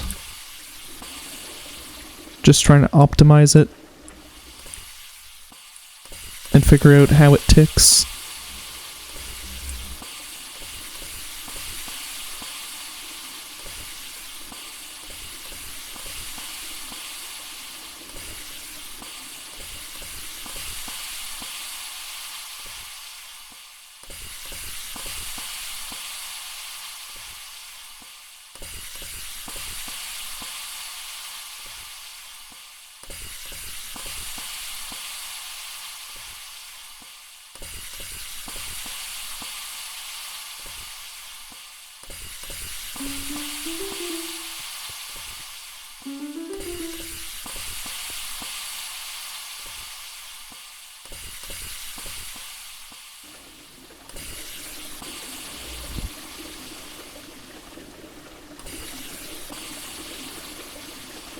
$64, $30. So this is getting through all of its excess.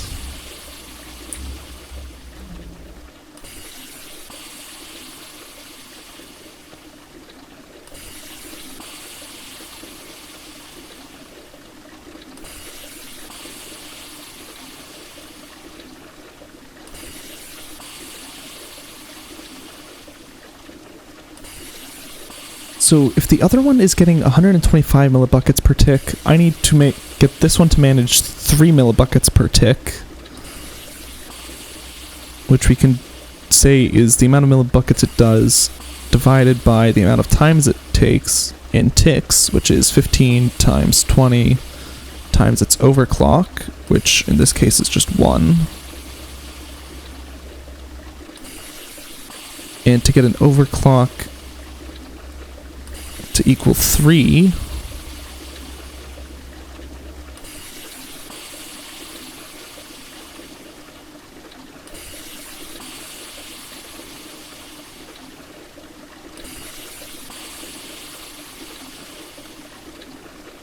millibuckets per tick.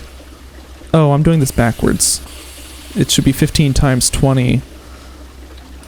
Actually, sorry, it should be 1 times 15 times 20 divided by 125. So its base speed is already 2.4. So, like, it actually doesn't need, like, pretty much anything.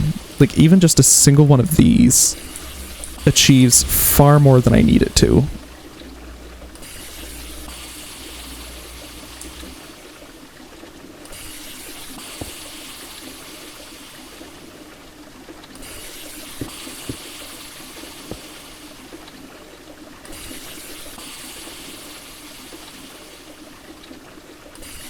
Upgrades.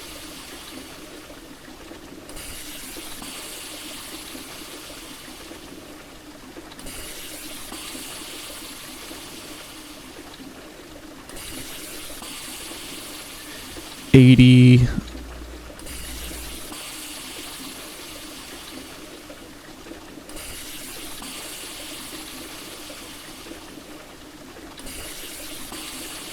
$128.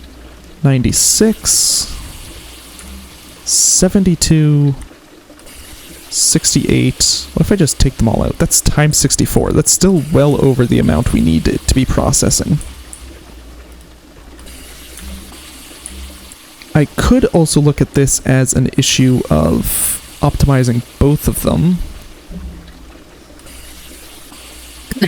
At which point, there is some overclock speed.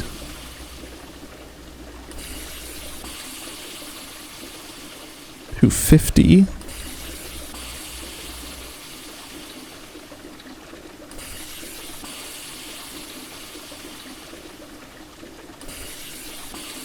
So, it's still the same thing of 15 seconds is 300 ticks. Let's just transfer that to that. Per 125 millibuckets.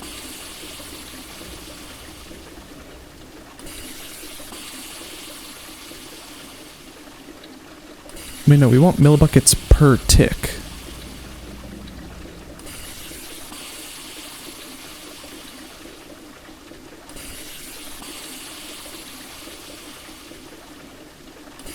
$125.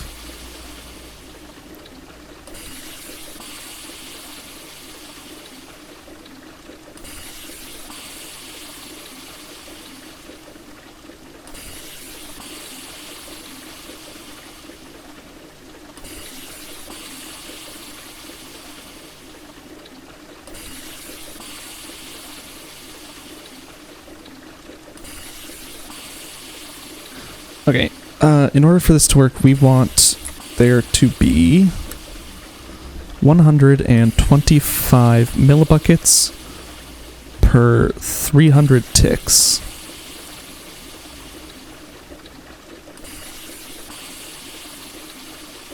As it gets faster, the number of ticks goes down, so we divide that number by whatever its overclock speed is.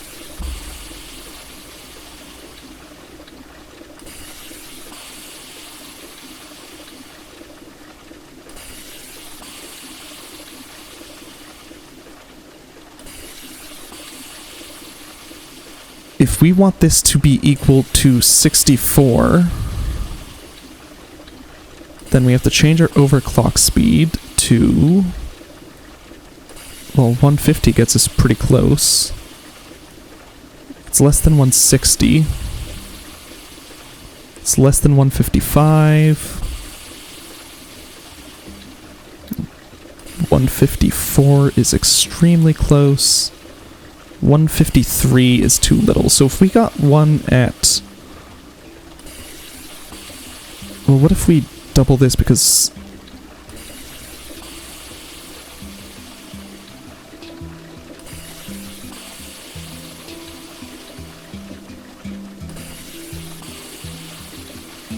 $53.5. So if we can get both of them to 154...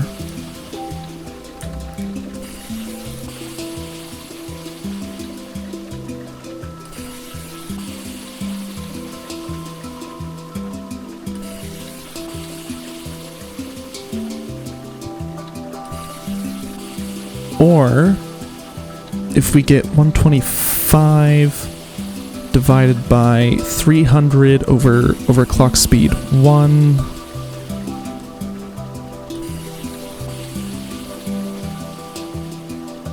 and then we put all of that in brackets. I should be doing this on Desmos instead of a calculator. That would be a little bit better. Plus 125, let's put all this in brackets as well. 125 over, brackets again, 300 divided by overclock speed 2. And then we need this to be equal to...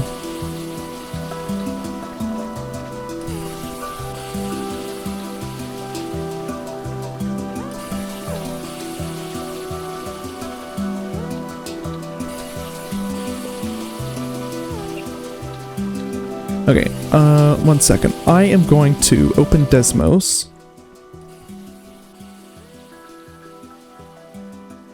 And type all of this out.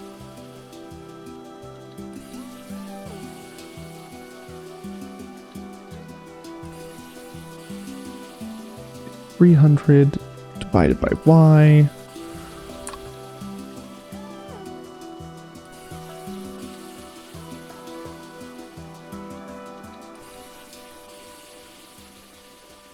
So we need 125 over 300 times x plus y to equal 128.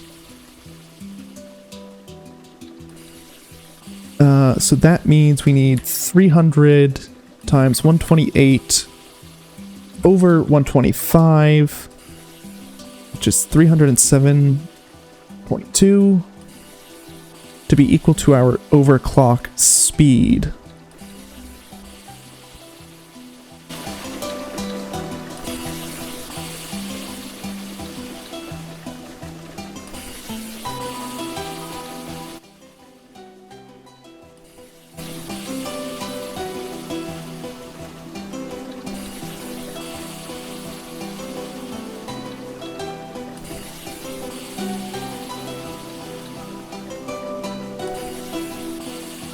65.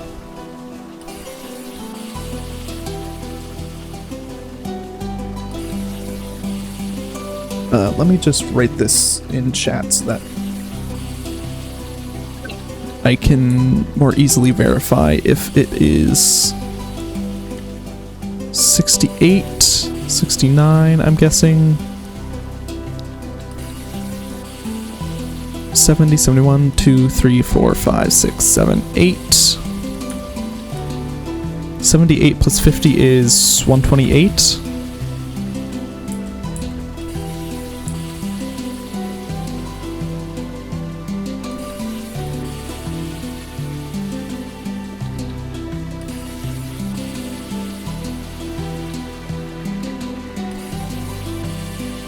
$68.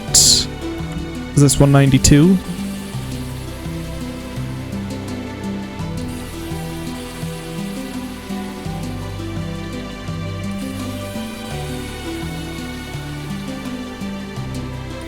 I'm sorry. That can get up to 200?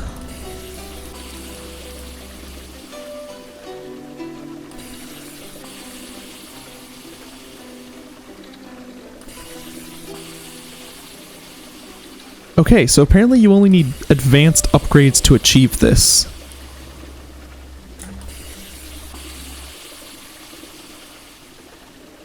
$472.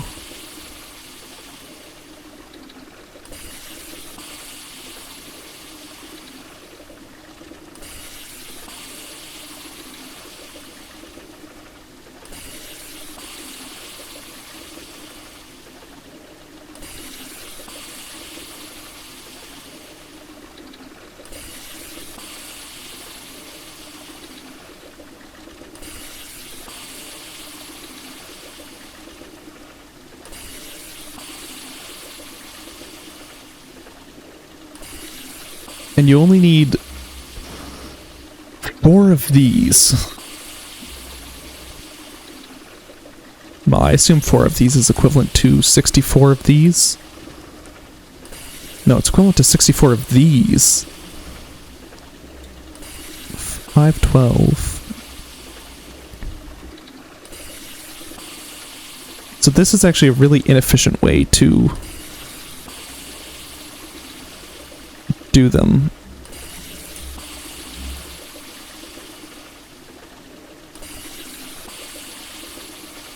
Total stack upgrade.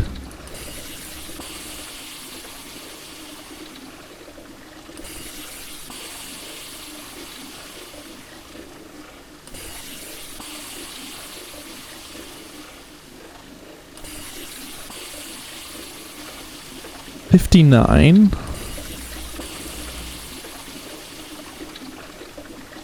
$29. Oh no, sorry, it's 4 per, so it should be 15-ish.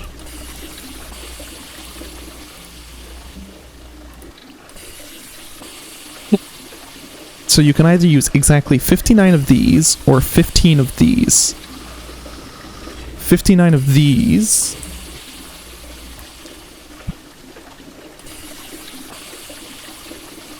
Oh, it's a 1-to-1 transfer. You just have to make all of the other stuff for it. So it's 1 to 4. Actually, there isn't really a comparison there. So it starts at 4, 4 to 4, 4 to 4, 4 to 4, 128 and 4096, and that's a significantly bigger jump.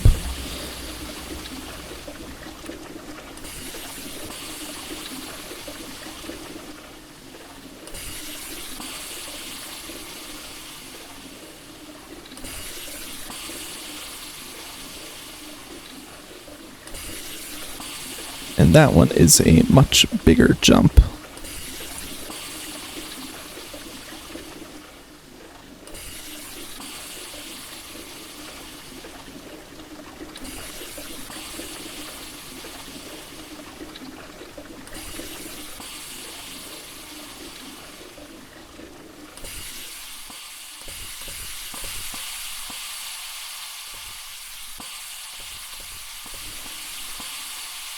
5,600, 640.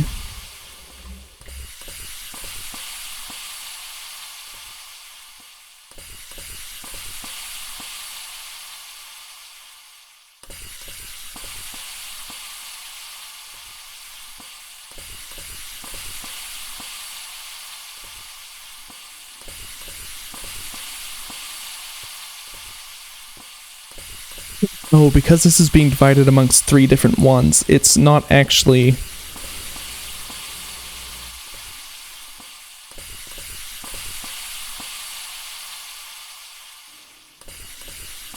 based off of what it can sustain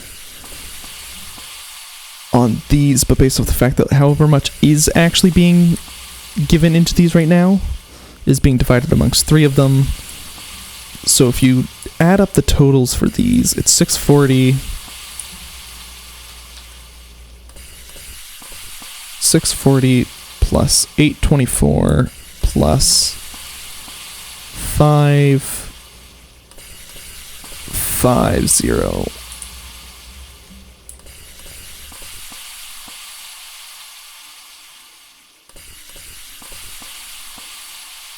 And then multiply it by 3? Or no? How do you do the math on this?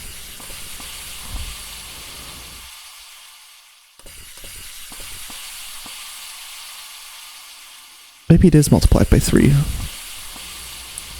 Or maybe it's just multiplied by 2 because... Or maybe you just take this and you multiply it by 2? I can't tell.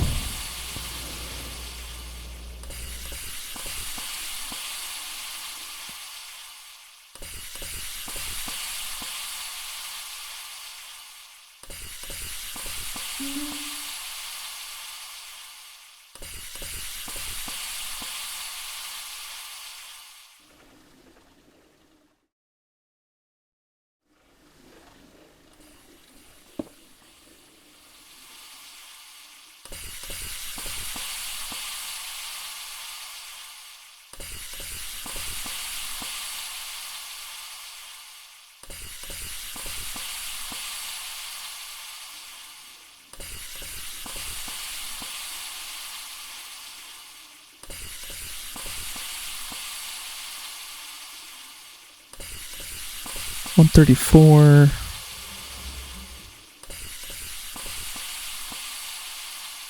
$163. They'll still only be like an additional 3,000.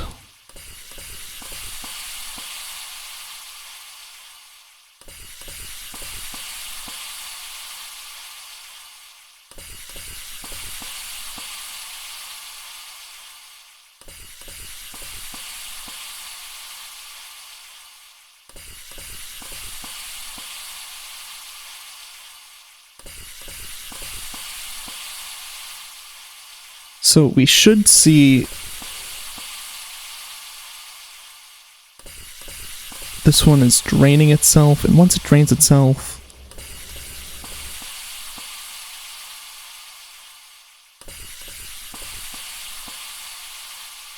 this one is still going up, which means it's consuming, or it's receiving more than 879. I suppose that's one way you can narrow down how much it's getting. Just keep increasing this until you see this start to go down. And then you know that it's 3 times that.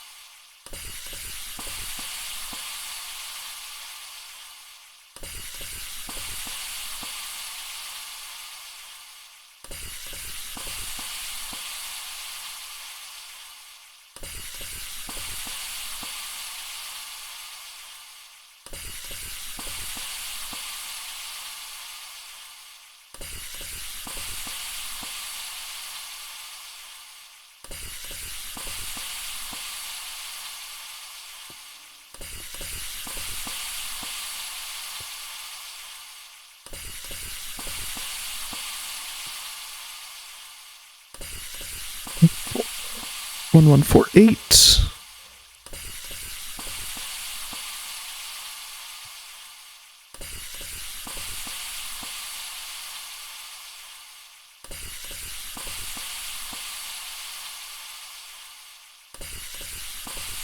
Well, it won't be 3 times that. There'll be...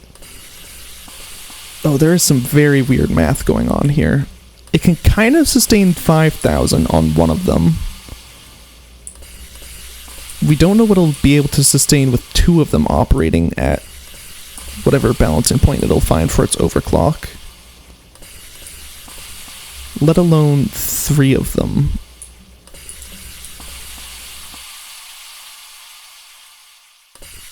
One 181.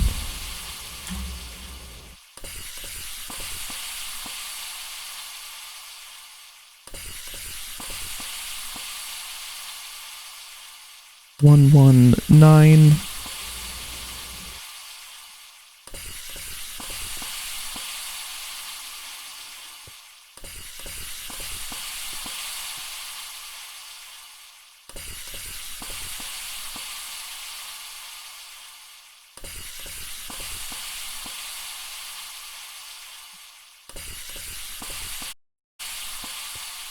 Is this also at 64? It is.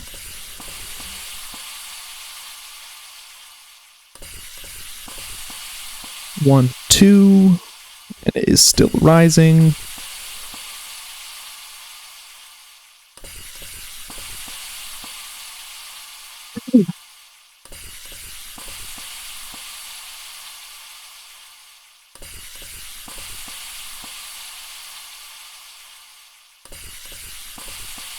One, 2, 0, 5, and it is still rising. 1, 2, 0, 5, and it is still rising.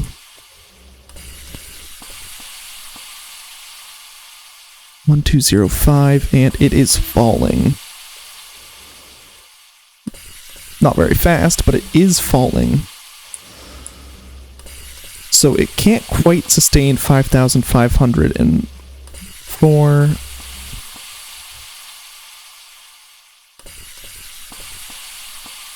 If we let this get back up to speed, it should tell us how much it can handle.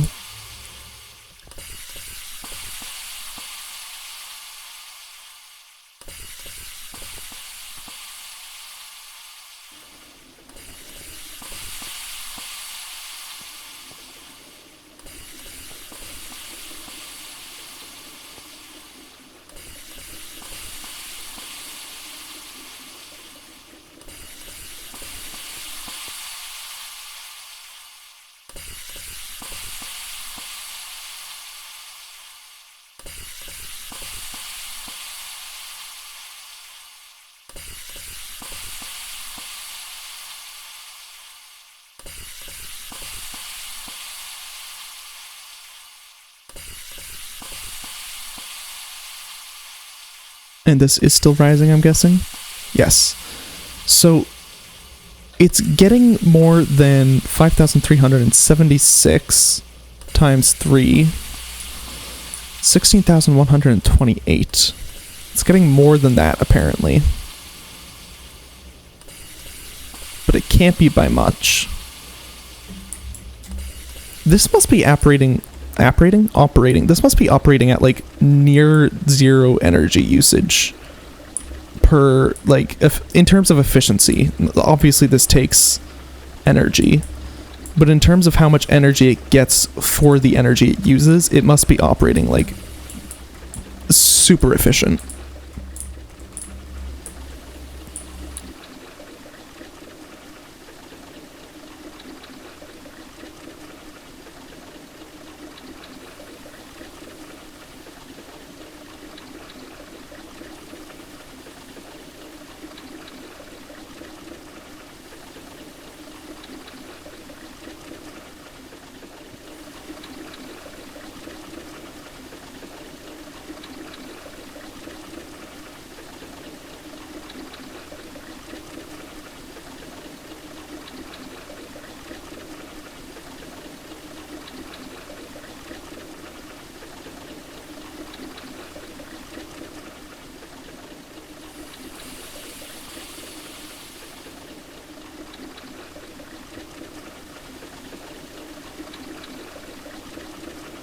almost through all of its extra high pressure steam.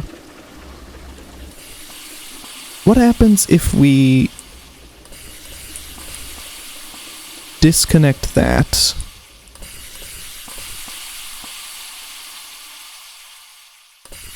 And let these run wild. Honestly, I almost need a machine that uses more energy.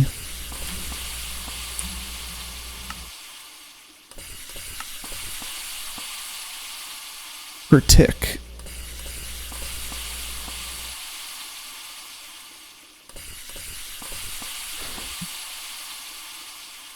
Heavy water, high pressure heavy water. I want to look into those in a second. That'll be the final thing we do this stream. 16 EU per tick, 8, 16, 32, 16, 32,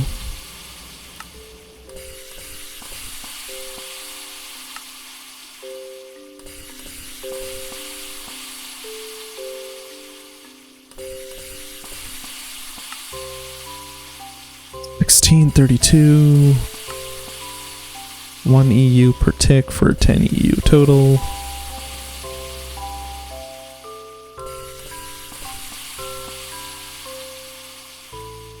We could do these because those are extremely high.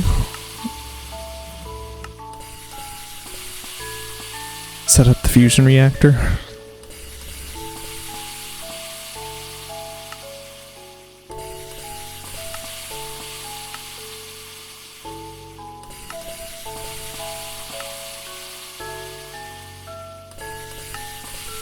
$16, $32, $48. I could set up this, although they're extremely slow.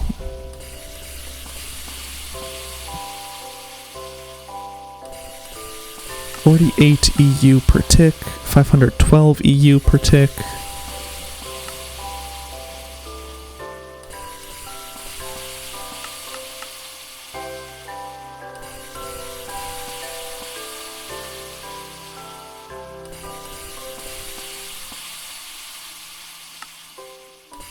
About 20, 256. This would actually be awful.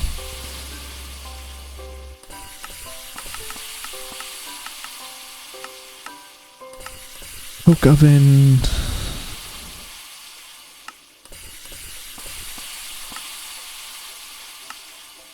Macerator. Furnace, cutting machine, compressor. Boss crusher.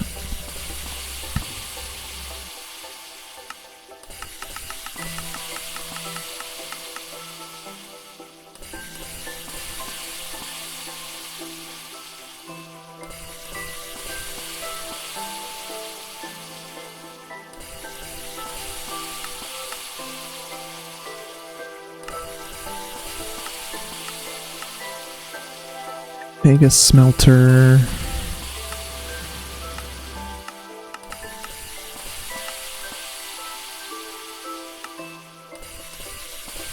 That would be quite the recipe to start.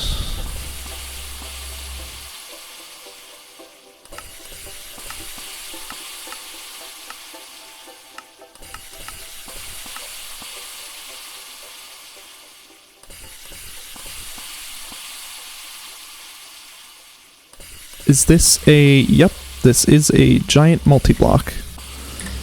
So rather than do that, let's just do this. Electric blast furnace.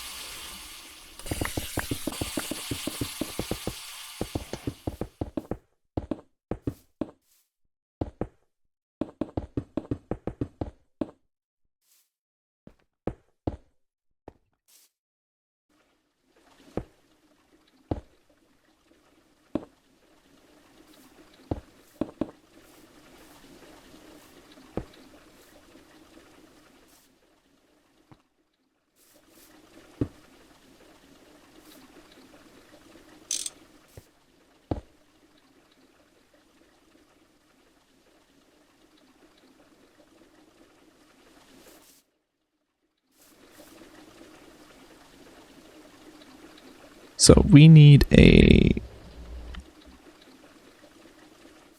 fluid input.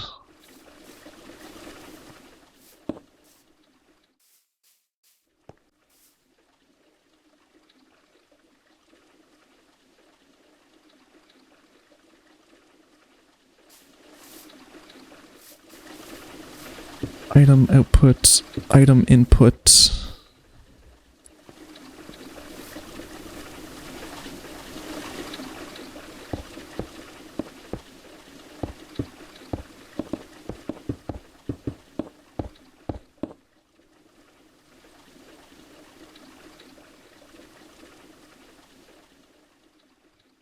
Tank.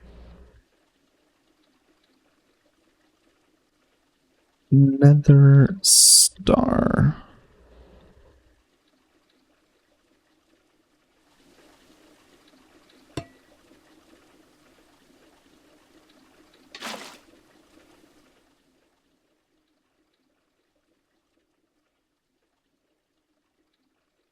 Tungsten. Steel coil. That.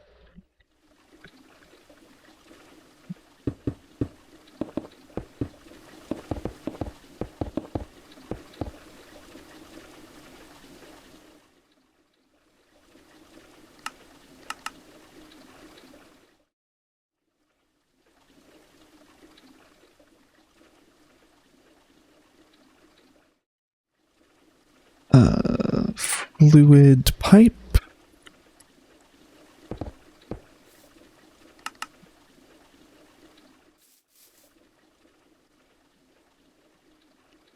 Creative crate, as well as a trash bin and an item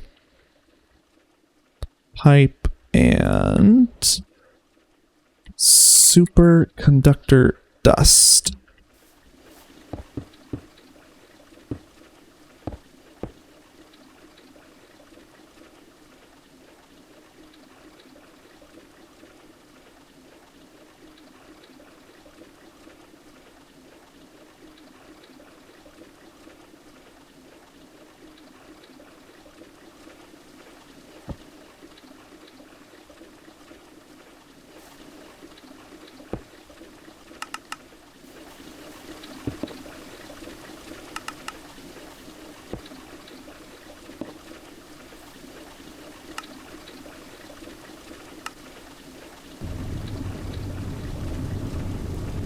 Motor.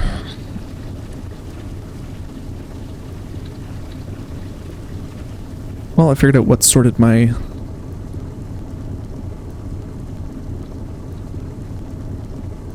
inventory last time.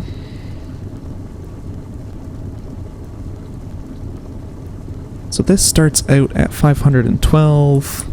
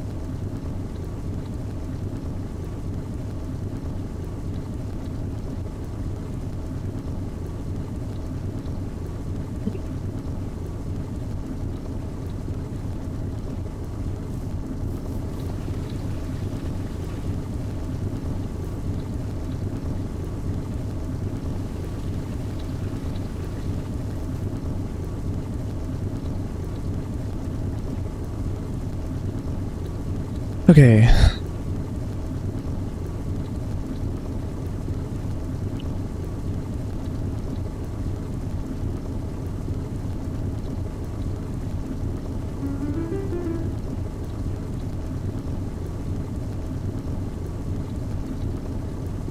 This might run out of energy before it runs out of the time boost.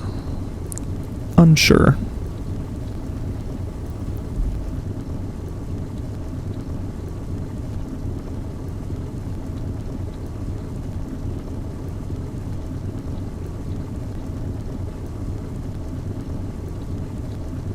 Looks like the time boost is gone. That's good.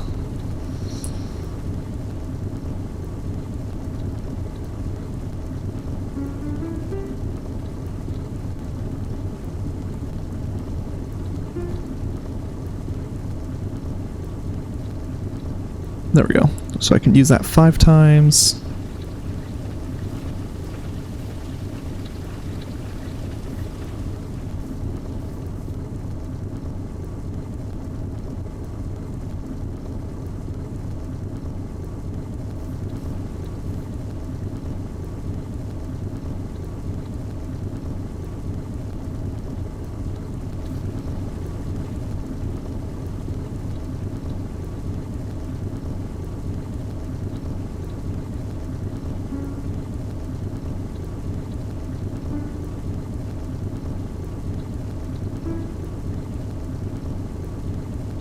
Okay, we can do that 3 times now.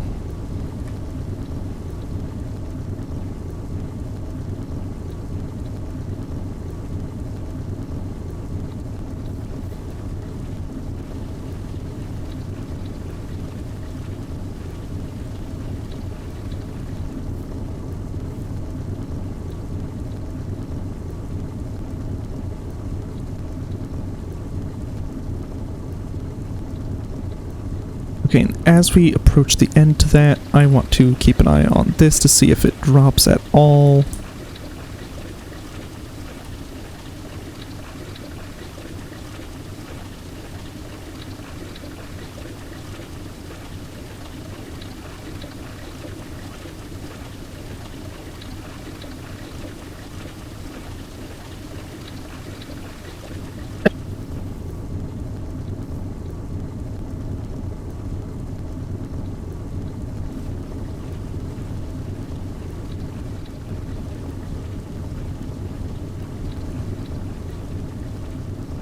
So because of how this works, even once this runs out of energy, it still has the ability to operate at all of the excess, because none of this is, well, about half of this is making it back. Actually, not even half.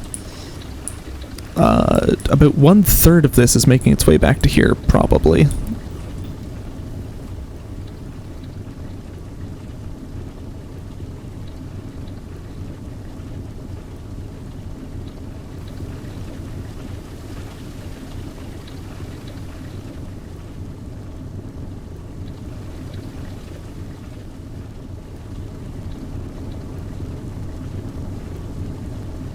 But what happens if we connect this right in? It should be identical.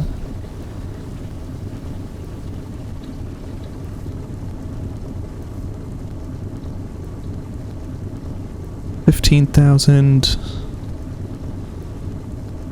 16,000. I mean, if I just quickly boost that, it's going to drop to pretty much nothing, but...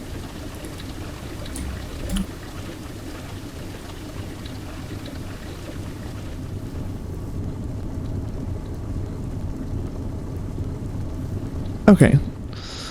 So this setup will preserve energy for generation. That's good to know. Which means this doesn't actually have to be connected into this setup. Oh, 1 sec, I'm getting a phone call.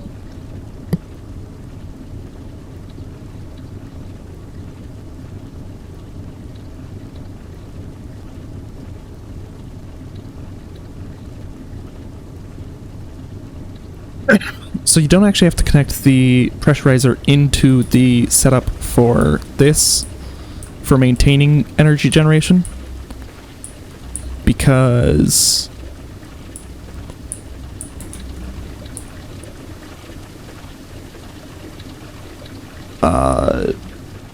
the loop will sustain itself.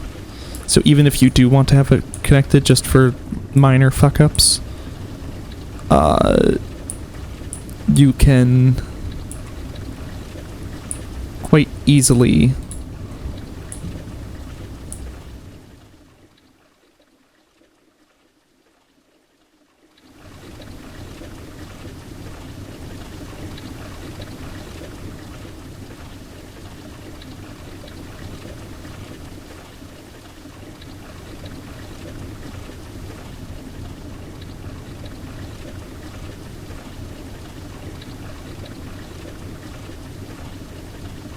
Sorry, I'm trying to think of what I'm trying to say.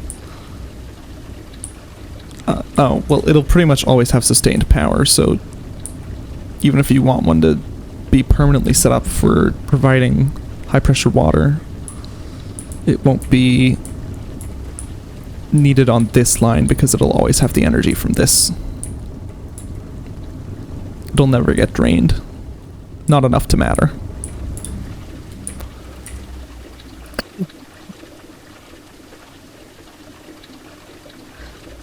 Okay, so assuming this gets converted at the same rate of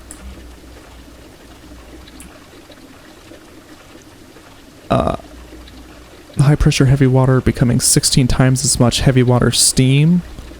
Sorry, high pressure heavy water steam.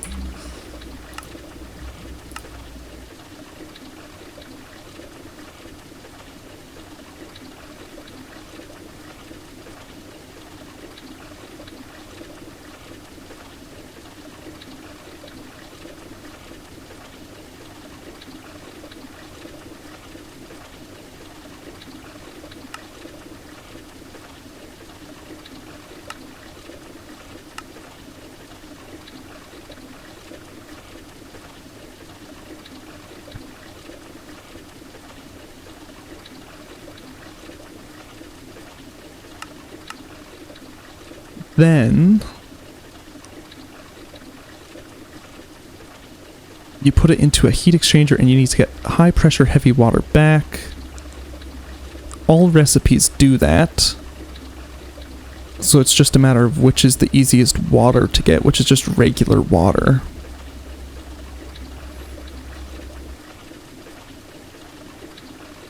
So you give it 125 millibuckets of high pressure heavy water. It becomes 2,000 millibuckets high pressure heavy water steam.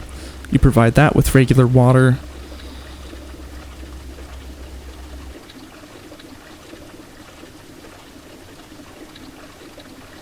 And then you get high pressure heavy water again and steam again.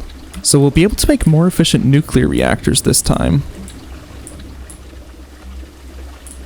because we'll be able to use heavy water, and we will be able to not put so much energy into generating the water necessary for the nuclear reactors to keep going, which was a problem I ran into last time. But beyond that, we have successfully wasted this entire stream. I am probably not even going to upload it to YouTube because we really didn't do anything. Let me just put up the ending screen. And I don't know. I'll decide whether I want to put up the stream as a VOD, because I really didn't get anything done. But thank you for joining me as I tried to figure out how the hell this mod works better than I did last time. I will catch you all next week with more Elden Ring and more Minecraft. Thank you all for coming. Goodbye.